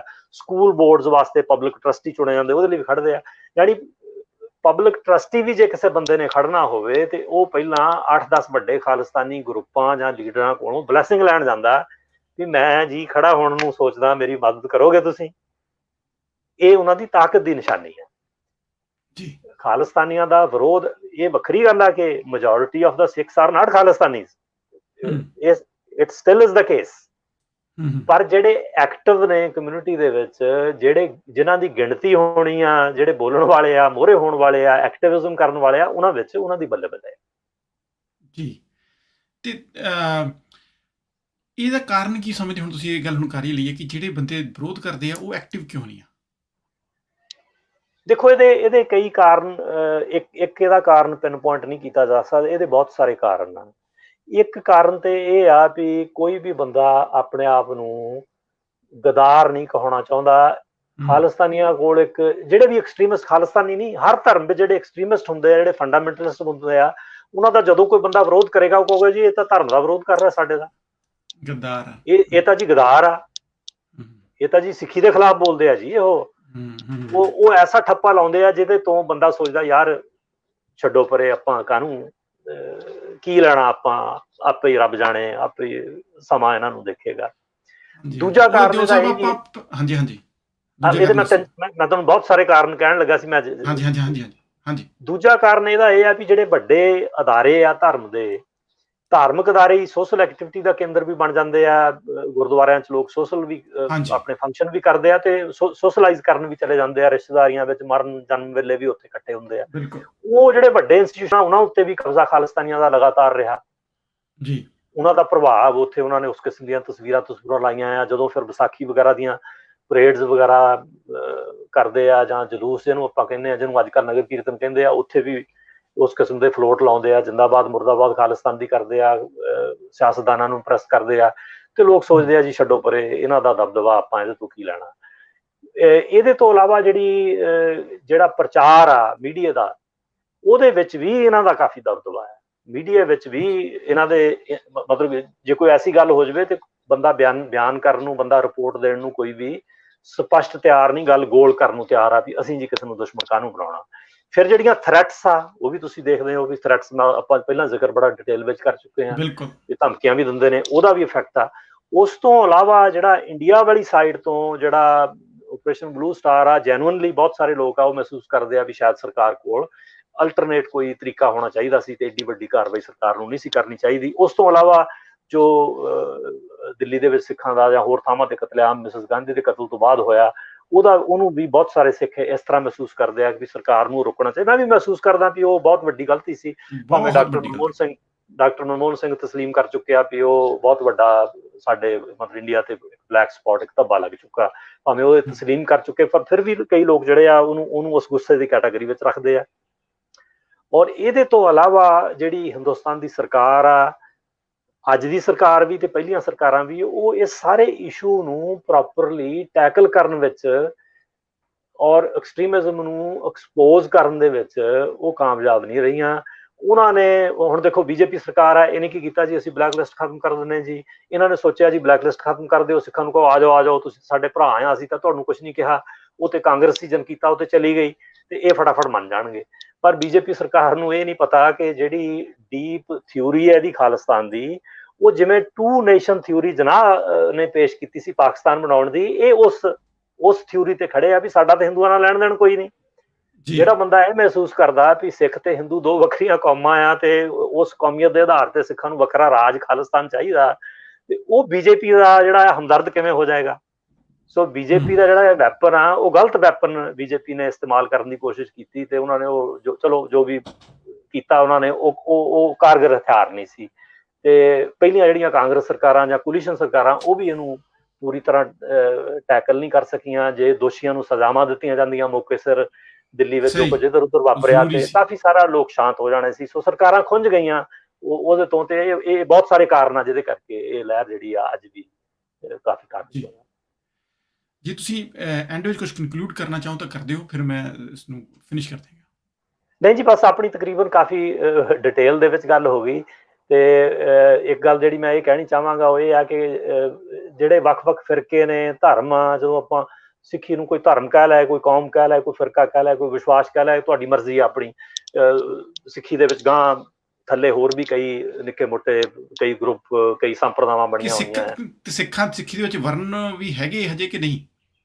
ਹਾਂਜੀ, ਵਰਨ ਤਾਂ ਬਕਾਇਦਾ ਤੁਸੀਂ ਕੋਈ ਨਿਊਜ਼ਪੇਪਰ ਚੱਕ ਲਓ, ਉਹਦੇ ਵਿੱਚ ਦੇਖੋ ਐਡਵਰਟਾਈਜ਼ਮੈਂਟ ਮੈਟਰੀਮੋਨੀਅਲ ਦੇਖੋ ਤੇ ਉਹਦੇ ਵਿੱਚ ਹੁੰਦਾ ਜੀ ਆਪਣਾ ਤੁਸੀਂ ਗੋਤ ਦੱਸਿਆ ਹੁੰਦਾ ਬੰਦੇ ਦਾ, ਜੱਟ ਸਿੱਖ ਆਪਣੀ ਕਾਸਟ ਦੱਸੀ ਹੁੰਦੀ ਹੈ, ਜਾਂ ਰਾਮਗੜੀਆ ਕਾਸਟ ਦੱਸੀ ਹੁੰਦੀ ਹੈ, ਜਾਂ ਕੋਈ ਚਾਵਲਾ ਜਾਂ ਕੋਈ ਹੋਰ ਕਾਸਟ ਕੋਈ ਦੱਸੀ ਹੁੰਦੀ ਹੈ ਜੀ, ਫਲਾਨੀ ਕਾਸਟ ਵਿੱਚੋਂ ਸਾਨੂੰ ਰਿਸ਼ਤਾ ਚਾਹੀਦਾ, ਜਾਂ ਕਾਸਟ ਡਜ਼ ਨਾਟ ਮੈਟਰ, ਇਹ ਵੀ ਇਦਾਂ ਦੇ ਵੀ ਕੁਝ ਰਿਸ਼ਤੇ ਹੁੰਦੇ ਆ। ਸੋ ਉਹਦੇ ਤੋਂ ਵੀ ਕਾਸਟਿਜ਼ਮ। ਫਿਰ ਬਹੁਤ ਸਾਰੇ ਗੁਰਦੁਆਰੇ ਜਿਹੜੇ ਆਪਾਂ ਦੇਖਦੇ ਹਾਂ ਉਹ ਵੀ ਕਿਸੇ ਨਾ ਕਿਸੇ ਢੰਗ ਦੇ ਨਾਲ, ਜਿਵੇਂ ਸਾਡੇ ਇੱਥੇ ਰਾਮਗੜੀਆ ਗੁਰਦੁਆਰੇ ਵੀ ਤੁਹਾਨੂੰ ਮਿਲਣਗੇ, ਤੇ ਭਾਵੇਂ ਉਸ ਕਮਿਊਨਿਟੀ ਨੇ ਬੜੀ ਮਿਹਨਤ ਕਰਕੇ ਉਹ ਐਸਟੈਬਲਿਸ਼ ਕੀਤੇ ਆ, ਪਰ ਉਹ ਇੱਕ ਸ਼ੋਅ ਕਰਦਾ ਕਿ ਉਹਨਾਂ ਨੂੰ ਕੁਝ ਨਾ ਕੁਝ ਵੱਖਰਾ ਦਿਸਦਾ ਆਪਣੇ ਆਪ ਦੇ ਵਿੱਚ, ਜਾਂ ਉਹ ਵੱਖਰਾ ਕਿਸੇ ਮਜਬੂਰੀ ਬਸ ਰਹਿਣਾ ਚਾਹੁੰਦੇ ਆ। ਇਸ ਤੋਂ ਇਲਾਵਾ ਇੰਡੀਆ ਵਿੱਚ ਵੀ ਆਪਾਂ ਦੇਖਦੇ ਹਾਂ ਕਿਸ ਤਰ੍ਹਾਂ ਕਈ ਲੋਕ ਇੱਥੇ ਵੱਸਦੇ ਆ ਵਿਦੇਸ਼ਾਂ ਦੇ ਵਿੱਚ, ਇੱਥੇ ਯੰਗ ਜਿਹੜੀ ਯੂਥ ਜਨਰੇਸ਼ਨ ਆ ਉਹ ਸੋਚਦੇ ਆ ਜੀ ਸਿੱਖੀ ਵਿੱਚ ਤਾਂ ਜੀ ਕੋਈ ਕਿਸੇ ਕਿਸਮ ਦੀ ਜਾਤ ਪਾਤ ਹੈ ਨਹੀਂ ਗੀ, ਸਿੱਖੀ ਵਿੱਚ ਜਾਤ ਪਾਤ ਤੇ ਗੁਰੂ ਸਾਹਿਬ ਖਤਮ ਕਰ ਗਏ ਆ। ਚਲੋ ਗੁਰੂ ਸਾਹਿਬ ਨੇ ਖਤਮ ਕਰਨ ਦੀ ਕੋਸ਼ਿਸ਼ ਕੀਤੀ ਹੈ, ਉਹਨਾਂ ਨੇ ਇਹ ਸੰਦੇਸ਼ ਦੇਣ ਦੀ ਕੋਸ਼ਿਸ਼ ਕੀਤੀ ਹੈ। ਉਹਨਾਂ ਨੇ ਇਕੱਲੀ ਜਾਤ ਪਾਤ ਸਿੱਖੀ ਵਿੱਚੋਂ ਖਤਮ ਨਹੀਂ ਕੀਤੀ, ਉਹਨਾਂ ਨੇ ਤੇ ਸਾਰੇ ਵਖਰੇਵੇਂ ਹੀ ਖਤਮ ਕਰਕੇ ਮਾਨਸ ਕੀ ਜਾਤ ਸਭ ਇੱਕ ਪਛਾਣ ਦੀ ਗੱਲ ਕੀਤੀ ਹੈ। ਤੇ ਪਰ ਜਦੋਂ ਆਪਾਂ ਸਿੱਖਾਂ ਨੂੰ ਵੱਖਰੀ ਕੌਮ ਤੇ ਵੱਖਰੀ ਕਹਿੰਦੇ ਹਾਂ, ਫਿਰ ਵੀ ਅਸੀਂ ਉਹਨੂੰ ਵਾਇਲੇਟ ਕਰਦੇ ਹਾਂ। ਜਦੋਂ ਸਿੱਖਾਂ ਦੇ ਅੰਦਰ ਅਸੀਂ ਜਾਤ ਪਾਤ ਦੀ ਗੱਲ ਕਰਦੇ ਹਾਂ ਤੇ ਫਿਰ ਵੀ ਅਸੀਂ ਉਹ ਜਿਹੜਾ ਸੰਦੇਸ਼ ਆ ਗੁਰੂ ਦਾ ਉਹਨੂੰ ਵਾਇਲੇਟ ਕਰਦੇ ਹਾਂ। ਤੇ ਜੇ ਤੁਹਾਡੀ ਆਗਿਆ ਹੋਵੇ ਤਾਂ ਮੈਂ ਇੱਕ ਨਿੱਕਾ ਜਿਹਾ ਇੰਸੀਡੈਂਟ ਤੁਹਾਨੂੰ ਦੱਸਦਾ। ਹਾਂਜੀ ਜ਼ਰੂਰ।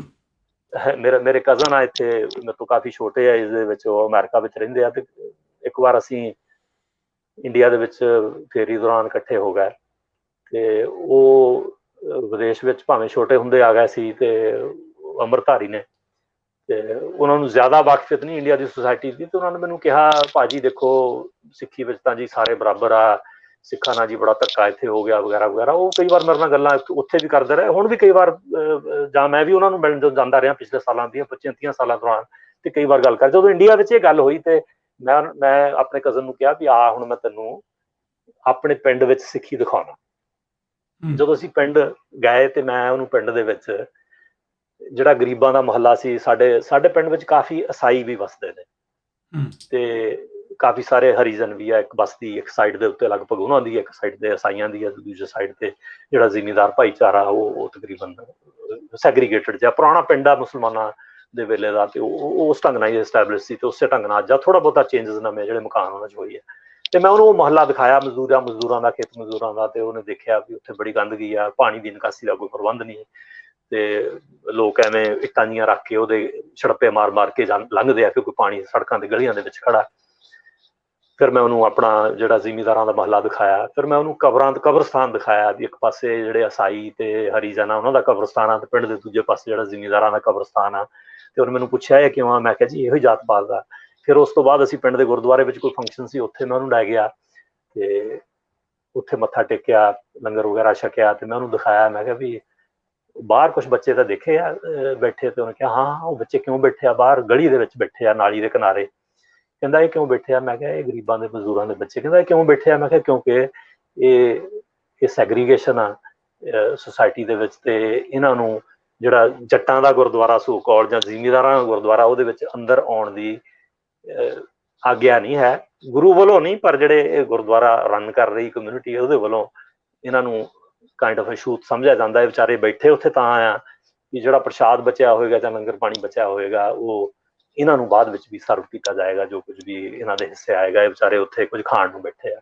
ਤੇ ਉਹਨੂੰ ਬਹੁਤ ਹੈਰਾਨੀ ਹੋਈ ਕਿ ਇਹ ਕੁਝ ਸਾਡੀ ਸੁਸਾਇਟੀ ਵਿੱਚ ਉੱਥੇ ਹੈਗਾ ਜਿਹਦਾ ਉਹਨੂੰ ਪਤਾ ਨਹੀਂ ਸੀ। ਇਸੇ ਤਰ੍ਹਾਂ ਇੱਥੇ ਸਾਡੇ ਜਿਹੜਾ ਨੌਜਵਾਨ ਤਬਕਾ ਇੱਥੇ ਵਿਦੇਸ਼ਾਂ ਵਿੱਚ ਪਲ ਰਿਹਾ ਜਾਂ ਇੱਥੇ ਜੰਮਿਆ, ਉਹਨਾਂ ਨੂੰ ਬਰੀਕੀਆਂ ਦਾ ਨਹੀਂ ਪਤਾ ਨਾ, ਤੇ ਉਹਨਾਂ ਨੂੰ ਇਸ ਬਰੀਕੀ ਦਾ ਪਤਾ ਕਿ ਉੱਥੇ ਜਿਹੜੀ ਪਿੰਡ ਪੱਧਰ ਦੇ ਉੱਤੇ ਜਿਹੜਾ ਸਾਡਾ ਸੋਸ਼ਲ ਵਾਤਾਵਰਨ ਜਿਹੜਾ ਉਹਦੇ ਵਿੱਚ ਕੰਟਰਡਿਕਸ਼ਨ ਕਿਸ ਕਿਸਮ ਦੀਆਂ। ਇੱਕ ਪਾਸੇ ਸਾਡੇ ਕੋਈ ਜ਼ਿਮੀਂਦਾਰ ਆ ਤੇ ਉਹਦਾ ਜਿਹੜਾ ਤਰਖਾਣਾ ਕੰਮ ਕਰਨ ਵਾਲਾ ਪਰਿਵਾਰ ਆ ਜਾਂ ਪਿੰਡ ਦਾ ਜਿਹੜਾ ਤਰਖਾਣ ਆ ਉਹਨੂੰ ਅਸੀਂ ਚਾਚਾ ਜਾਂ ਤਾਇਆ ਕਹਾਂਗੇ, ਉਹਨੂੰ ਅਸੀਂ ਨਾਂ ਨਹੀਂ ਕਦੀ ਵੀ ਲਵਾਂਗੇ। ਬਿਲਕੁਲ। ਇੱਕ ਪਾਸੇ ਸਾਡੀ ਸੋਸ਼ਲ ਨੇੜਤਾ ਇੱਥੋਂ ਤੱਕ ਆ ਇੱਜ਼ਤ ਦੇ ਪੱਖੋਂ। ਦੂਜੇ ਪਾਸੇ ਜਿਹੜੀ ਸੈਗਰੀਗੇਸ਼ਨ ਦਾ ਮੈਂ ਤੁਹਾਨੂੰ ਐਗਜ਼ਾਮਪਲ ਦੇ ਚੁੱਕਾ, ਉਹ ਵੀ ਐਗਜ਼ਿਸਟ ਕਰਦੀ ਆ। ਪਰ ਜਿਹੜੇ ਸਾਡੇ ਇੱਥੇ ਬੱਚੇ ਆ ਉਹ ਇਹਨੂੰ ਨਹੀਂ ਸਮਝਦੇ। ਉਹਨਾਂ ਨੂੰ ਇਹ ਨਹੀਂ ਪਤਾ ਲੱਗਦਾ ਕਿ ਉੱਥੇ ਸੁਸਾਇਟੀ ਦੇ ਵਿੱਚ ਸੈਗਰੀਗੇਸ਼ਨ ਤੇ ਰਿਸਪੈਕਟ, ਇੱਕ ਲੈਵਲ ਤੇ ਰਿਸਪੈਕਟ ਤੇ ਦੂਜੇ ਲੈਵਲ ਤੇ ਸੈਗਰੀਗੇਸ਼ਨ, ਇਹ ਕਿਵੇਂ ਕੋ ਐਗਜ਼ਿਸਟ ਕਰਦੀਆਂ, ਇਹਦੇ ਕਾਰਨ ਕੀ ਹੈ। ਸੋ ਉਹਨਾਂ ਨੂੰ ਬਹੁਤ ਟਾਈਮ ਲੱਗਦਾ, ਜੇ ਉਹ ਚਾਹਣ ਉਹਨਾਂ ਨੂੰ ਐਫਰਟ ਕਰਕੇ ਇਹਨੂੰ ਸਮਝਣਾ ਪੈਂਦਾ। ਕਈ ਵਾਰ ਬੱਚੇ ਸਾਡੇ ਇੱਥੇ ਦੇ ਜਦੋਂ 1984 ਦੀਆਂ ਘਟਨਾਵਾਂ ਨੂੰ, ਚਾਹੇ ਉਹ ਦਿੱਲੀ ਦਾ ਕਤਲੇਆਮ ਹੋਵੇ, ਉਹਨੂੰ ਦੇਖਦੇ ਆ ਜਾਂ ਬਲੂ ਸਟਾਰ ਨੂੰ ਦੇਖਦੇ ਆ ਤੇ ਉਹਨਾਂ ਨੂੰ ਇਸ ਤਰ੍ਹਾਂ ਲੱਗਦਾ ਵੀ ਸ਼ਾਇਦ ਹਿੰਦੁਸਤਾਨ ਦੇ ਵਿੱਚ ਜਿਹੜੀ ਉੱਥੇ ਦੀ ਸਰਕਾਰ ਆ ਜਾਂ ਉੱਥੇ ਦੀਆਂ ਹੋਰ ਕਮਿਊਨਿਟੀਜ਼ ਆ, ਉਹ ਲੋਕ ਉੱਥੇ ਗੰਨ ਚੱਕੀ ਫਿਰਦੇ ਆ ਤੇ ਉਹ ਲੱਭਦੇ ਫਿਰਦੇ ਵੀ ਸਿੱਖ ਕਿੱਥੇ ਆ। ਜਿੱਥੇ ਸਿੱਖ ਲੱਭੇ ਸ਼ਾਹੇ ਵਾਂਗ ਠਾਹ ਕਰਕੇ ਉਹਨੂੰ ਠਾਹ ਕਰ ਦਿਓ ਵੀ ਇਹ ਇਸ ਕਿਸਮ ਦੀ ਗੱਲ ਆ, ਜਦਕਿ ਇਹ ਵੀ ਬਿਲਕੁਲ ਸਾਨੂੰ ਪਤਾ ਵੀ ਇਹ ਸੋ ਅਨਟਰੂ ਆ। ਸਗੋਂ ਕਈ ਵਾਰ ਤੇ ਜਿਹੜੀ ਮੈਂ ਐਗਜ਼ਾਮਪਲ ਪਹਿਲਾਂ ਦਿੱਤੀ ਉਹ ਵੀ, ਤੇ ਜਿਹੜਾ ਅੱਜ ਵੀ ਸੁਸਾਇਟੀ ਵਿੱਚ ਮਜ਼ਦੂਰ ਜਿਹੜੇ ਬਿਹਾਰ ਤੋਂ ਜਾਂ ਯੂਪੀ ਤੋਂ ਪੰਜਾਬ ਵਿੱਚ ਆਉਂਦੇ ਆ, ਕਈ ਵਾਰ ਉਹਨਾਂ ਨਾਲ ਡਿਸਕ੍ਰਿਮੀਨੇਸ਼ਨ ਸਿੱਖ ਕਰਦੇ ਆ ਵੱਖ-ਵੱਖ। ਨਹੀਂ, ਅਸੀਂ ਸ਼ਬਦ ਗਲਤ ਵਰਤਦੇ ਉਹਨਾਂ ਵਾਸਤੇ। ਹਾਂਜੀ, ਉਹਨਾਂ ਨੂੰ ਭਈਏ ਕਹਿੰਦੇ ਆ। ਸੋ ਇਹ ਸਾਡੇ ਇੱਥੇ ਬੱਚਿਆਂ ਨੂੰ ਨਹੀਂ ਪਤਾ ਵੀ ਅਸੀਂ ਉੱਥੇ ਸਾਡੀ ਜਿਹੜਾ ਸਟੇਟਸ ਆ ਉੱਥੇ ਦੇ ਸਮਾਜ ਵਿੱਚ ਉਹ ਕੀ ਆ। Regardless of these painful incidents ਜਿਹੜਾ ਸਟੇਟਸ ਆ ਉਹ ਵੱਖਰਾ ਆ। ਸੋ ਉੱਥੇ ਜਿਹੜਾ ਇਹ ਕਾਸਟਿਜ਼ਮ ਆ ਉਹ ਐਗਜ਼ਿਸਟ ਕਰਦਾ, ਜਿਹੜਾ ਕਿ ਬੜੀ ਅਨਫੋਰਚੂਨੇਟ ਗੱਲ ਆ। ਜੀ ਜੀ, ਦਿਓਲ ਸਾਹਿਬ, ਤੁਸੀਂ ਬਹੁਤ ਹੀ ਵਧੀਆ ਤਰੀਕੇ ਦੇ ਨਾਲ, ਮੈਂ ਤੁਹਾਡਾ ਪਹਿਲਾਂ ਸ਼ੁਕਰੀਆ ਵੀ ਅਦਾ ਕਰਨਾ ਚਾਹੁੰਦਾ ਕਿ ਪੂਰਾ ਇੱਕ ਇਨਸੀਡੈਂਟ, ਖਾਲਿਸਤਾਨੀ ਮੂਵਮੈਂਟ ਸਟਾਰਟਿੰਗ 80s ਤੋਂ ਜਿਹੜੀ ਸਟਾਰਟ ਕੀਤੀ, ਫਿਰ ਉਸ ਤੋਂ ਬਾਅਦ ਜਿਹੜਾ ਸਾਰਾ ਏਅਰ ਇੰਡੀਆ ਵਾਲਾ ਕੇਸ, ਫਿਰ ਕਨਵਿਕਸ਼ਨ ਤੇ ਮੌਜੂਦਾ ਹਾਲਾਤ ਕੀ ਨੇ, ਤੇ ਨਾਲ ਤੁਸੀਂ ਜਾਂਦੇ ਆ ਕਿ ਸਿੱਖ ਸਮਾਜ ਦੇ ਵਿੱਚ ਜਿਹੜੀ ਕਿ ਇੱਕ ਵਰਨ ਵਿਵਸਥਾ ਵਾਲੀ ਵੀ ਇੱਕ ਬਹੁਤ ਵੱਡਾ ਮਸਲਾ ਦਰਪੇਸ਼ ਹੋ ਰਿਹਾ, ਉਹਦੇ ਬਾਰੇ ਵੀ ਤੁਸੀਂ ਜ਼ਿਕਰ ਕੀਤਾ। ਤੇ ਸੁਣਨ ਵਾਲੇ ਵਿਊਅਰਸ ਇਸ ਤੁਹਾਡੀ ਗੱਲ ਤੋਂ ਬਹੁਤ ਚੰਗੇ ਤਰੀਕੇ ਨਾਲ ਇੱਕ ਐਨਾਲਿਸਿਸ ਕਰ ਪਾਉਣਗੇ ਕਿ ਸਾਡੇ ਸਮਾਜ ਵਿੱਚ ਅੱਜ ਕੱਲ੍ਹ ਕੀ ਚੱਲ ਰਿਹਾ, ਪਹਿਲਾਂ ਜਿਹੜੀਆਂ ਕਿਹੜੀਆਂ ਫਾਲਟ ਲਾਈਨ ਕਿਤੇ ਕਿਤੇ ਗਲਤੀਆਂ ਹੋਈਆਂ, ਤੇ ਜਿਸ ਤੋਂ ਯਾਨੀ ਕਿ ਅੱਗੇ ਫਿਊਚਰ ਵਾਸਤੇ ਇਹ ਸੋਚਿਆ ਜਾ ਸਕੇ ਕਿ ਇਹੋ ਜਿਹੀਆਂ ਐਕਸਟ੍ਰੀਮਿਸਟ ਅੱਗੇ ਤੋਂ ਐਕਟੀਵਿਟੀਜ਼ ਨਾ ਹੋਣ, ਜਿਹਦੇ ਕਰਕੇ ਕੌਮ ਦਾ ਜਾਂ ਕਿ ਇੱਕ ਹਿਊਮਨ ਲਾਈਫ ਦਾ ਲਾਸ ਨਾ ਹੋਵੇ। ਤੁਹਾਡਾ ਆਉਣ ਤੇ ਦੀ ਡਾਇਲੋਗ ਟਾਈਮ ਤੇ ਬਹੁਤ ਬਹੁਤ ਧੰਨਵਾਦ ਕਰਦੇ ਹਾਂ। ਅਮਰਿੰਦਰ ਜੀ, ਮੌਕਾ ਦੇਣ ਵਾਸਤੇ ਤੁਹਾਡਾ ਬਹੁਤ ਧੰਨਵਾਦ। ਤੁਸੀਂ ਮੈਨੂੰ ਮੌਕਾ ਦਿੱਤਾ। ਤੁਸੀਂ ਬਹੁਤ ਦੂਰ ਬੈਠੇ ਹੋ ਦੁਨੀਆ ਦੇ ਦੂਜੇ ਪਾਸੇ, ਤੇ ਅੱਜ ਦੀ ਜਿਹੜੀ ਮਾਡਰਨ ਟੈਕਨੋਲੋਜੀ ਆ ਉਹ ਸਾਨੂੰ ਇਹ ਸੁਵਿਧਾ ਦਿੰਦੀ ਆ ਕਿ ਅਸੀਂ ਇੱਕ ਦੂਜੇ ਨਾਲ ਦੂਰ ਬੈਠੇ ਵੀ ਵਿਚਾਰ ਸ਼ੇਅਰ ਕਰੀਏ। ਸੋ ਇਹ ਮੈਂ ਆਪਣੇ ਵਿਚਾਰ ਪ੍ਰੈਜ਼ੈਂਟ ਕੀਤੇ ਆ। ਕੁਝ ਲੋਕਾਂ ਨੂੰ ਹੋ ਸਕਦਾ ਹੈ ਪਸੰਦ ਵੀ ਨਾ ਹੋਣ, ਪਰ ਮੈਂ ਵੀ ਆਲ ਕਾਈਂਡਸ ਆਫ ਜਿਹੜੇ ਵਿਚਾਰ ਆ ਵੱਖ-ਵੱਖ ਧਿਰਾਂ ਦੇ ਸੁਣਦੇ ਰਹੀਦਾ, ਉਹਨਾਂ ਤੋਂ ਕੁਝ ਨਾ ਕੁਝ ਸਿੱਖਦੇ ਰਹੀਦਾ। ਕਈ ਗੱਲਾਂ ਸਾਡੇ ਧਿਆਨ ਵਿੱਚ ਨਹੀਂ ਹੁੰਦੀਆਂ। ਇਸ ਉਮਰ ਦੇ ਵਿੱਚ ਮੇਰੀ ਲਗਭਗ 66 ਸਾਲ ਉਮਰ ਆ, ਉਹਦੇ ਵਿੱਚ ਵੀ ਸਾਰੀ ਉਮਰ ਹੀ ਬੰਦਾ ਸਿੱਖਦਾ ਰਹਿੰਦਾ। ਸੋ ਜੀ ਜੀ ਤੁਹਾਡਾ ਜੀ ਬਹੁਤ ਬਹੁਤ ਧੰਨਵਾਦ, ਤੁਸੀਂ ਮੈਨੂੰ ਆਪਣੇ ਜਿਹੜੇ ਵਿਚਾਰ ਆ ਉਹ ਜਿਹੜੇ ਤੁਹਾਡੇ ਦਰਸ਼ਕ ਆ ਜਿਹੜੇ ਤੁਹਾਨੂੰ ਫੋਲੋ ਕਰਦੇ ਆ ਉਹਨਾਂ ਨਾਲ ਸਾਂਝੇ ਕਰਨ ਦਾ ਮੌਕਾ ਦਿੱਤਾ, ਤੇ ਬਹੁਤ ਸ਼ੁਕਰੀਆ ਤੁਹਾਡਾ। ਥੈਂਕ ਯੂ ਜੀ, ਧੰਨਵਾਦ।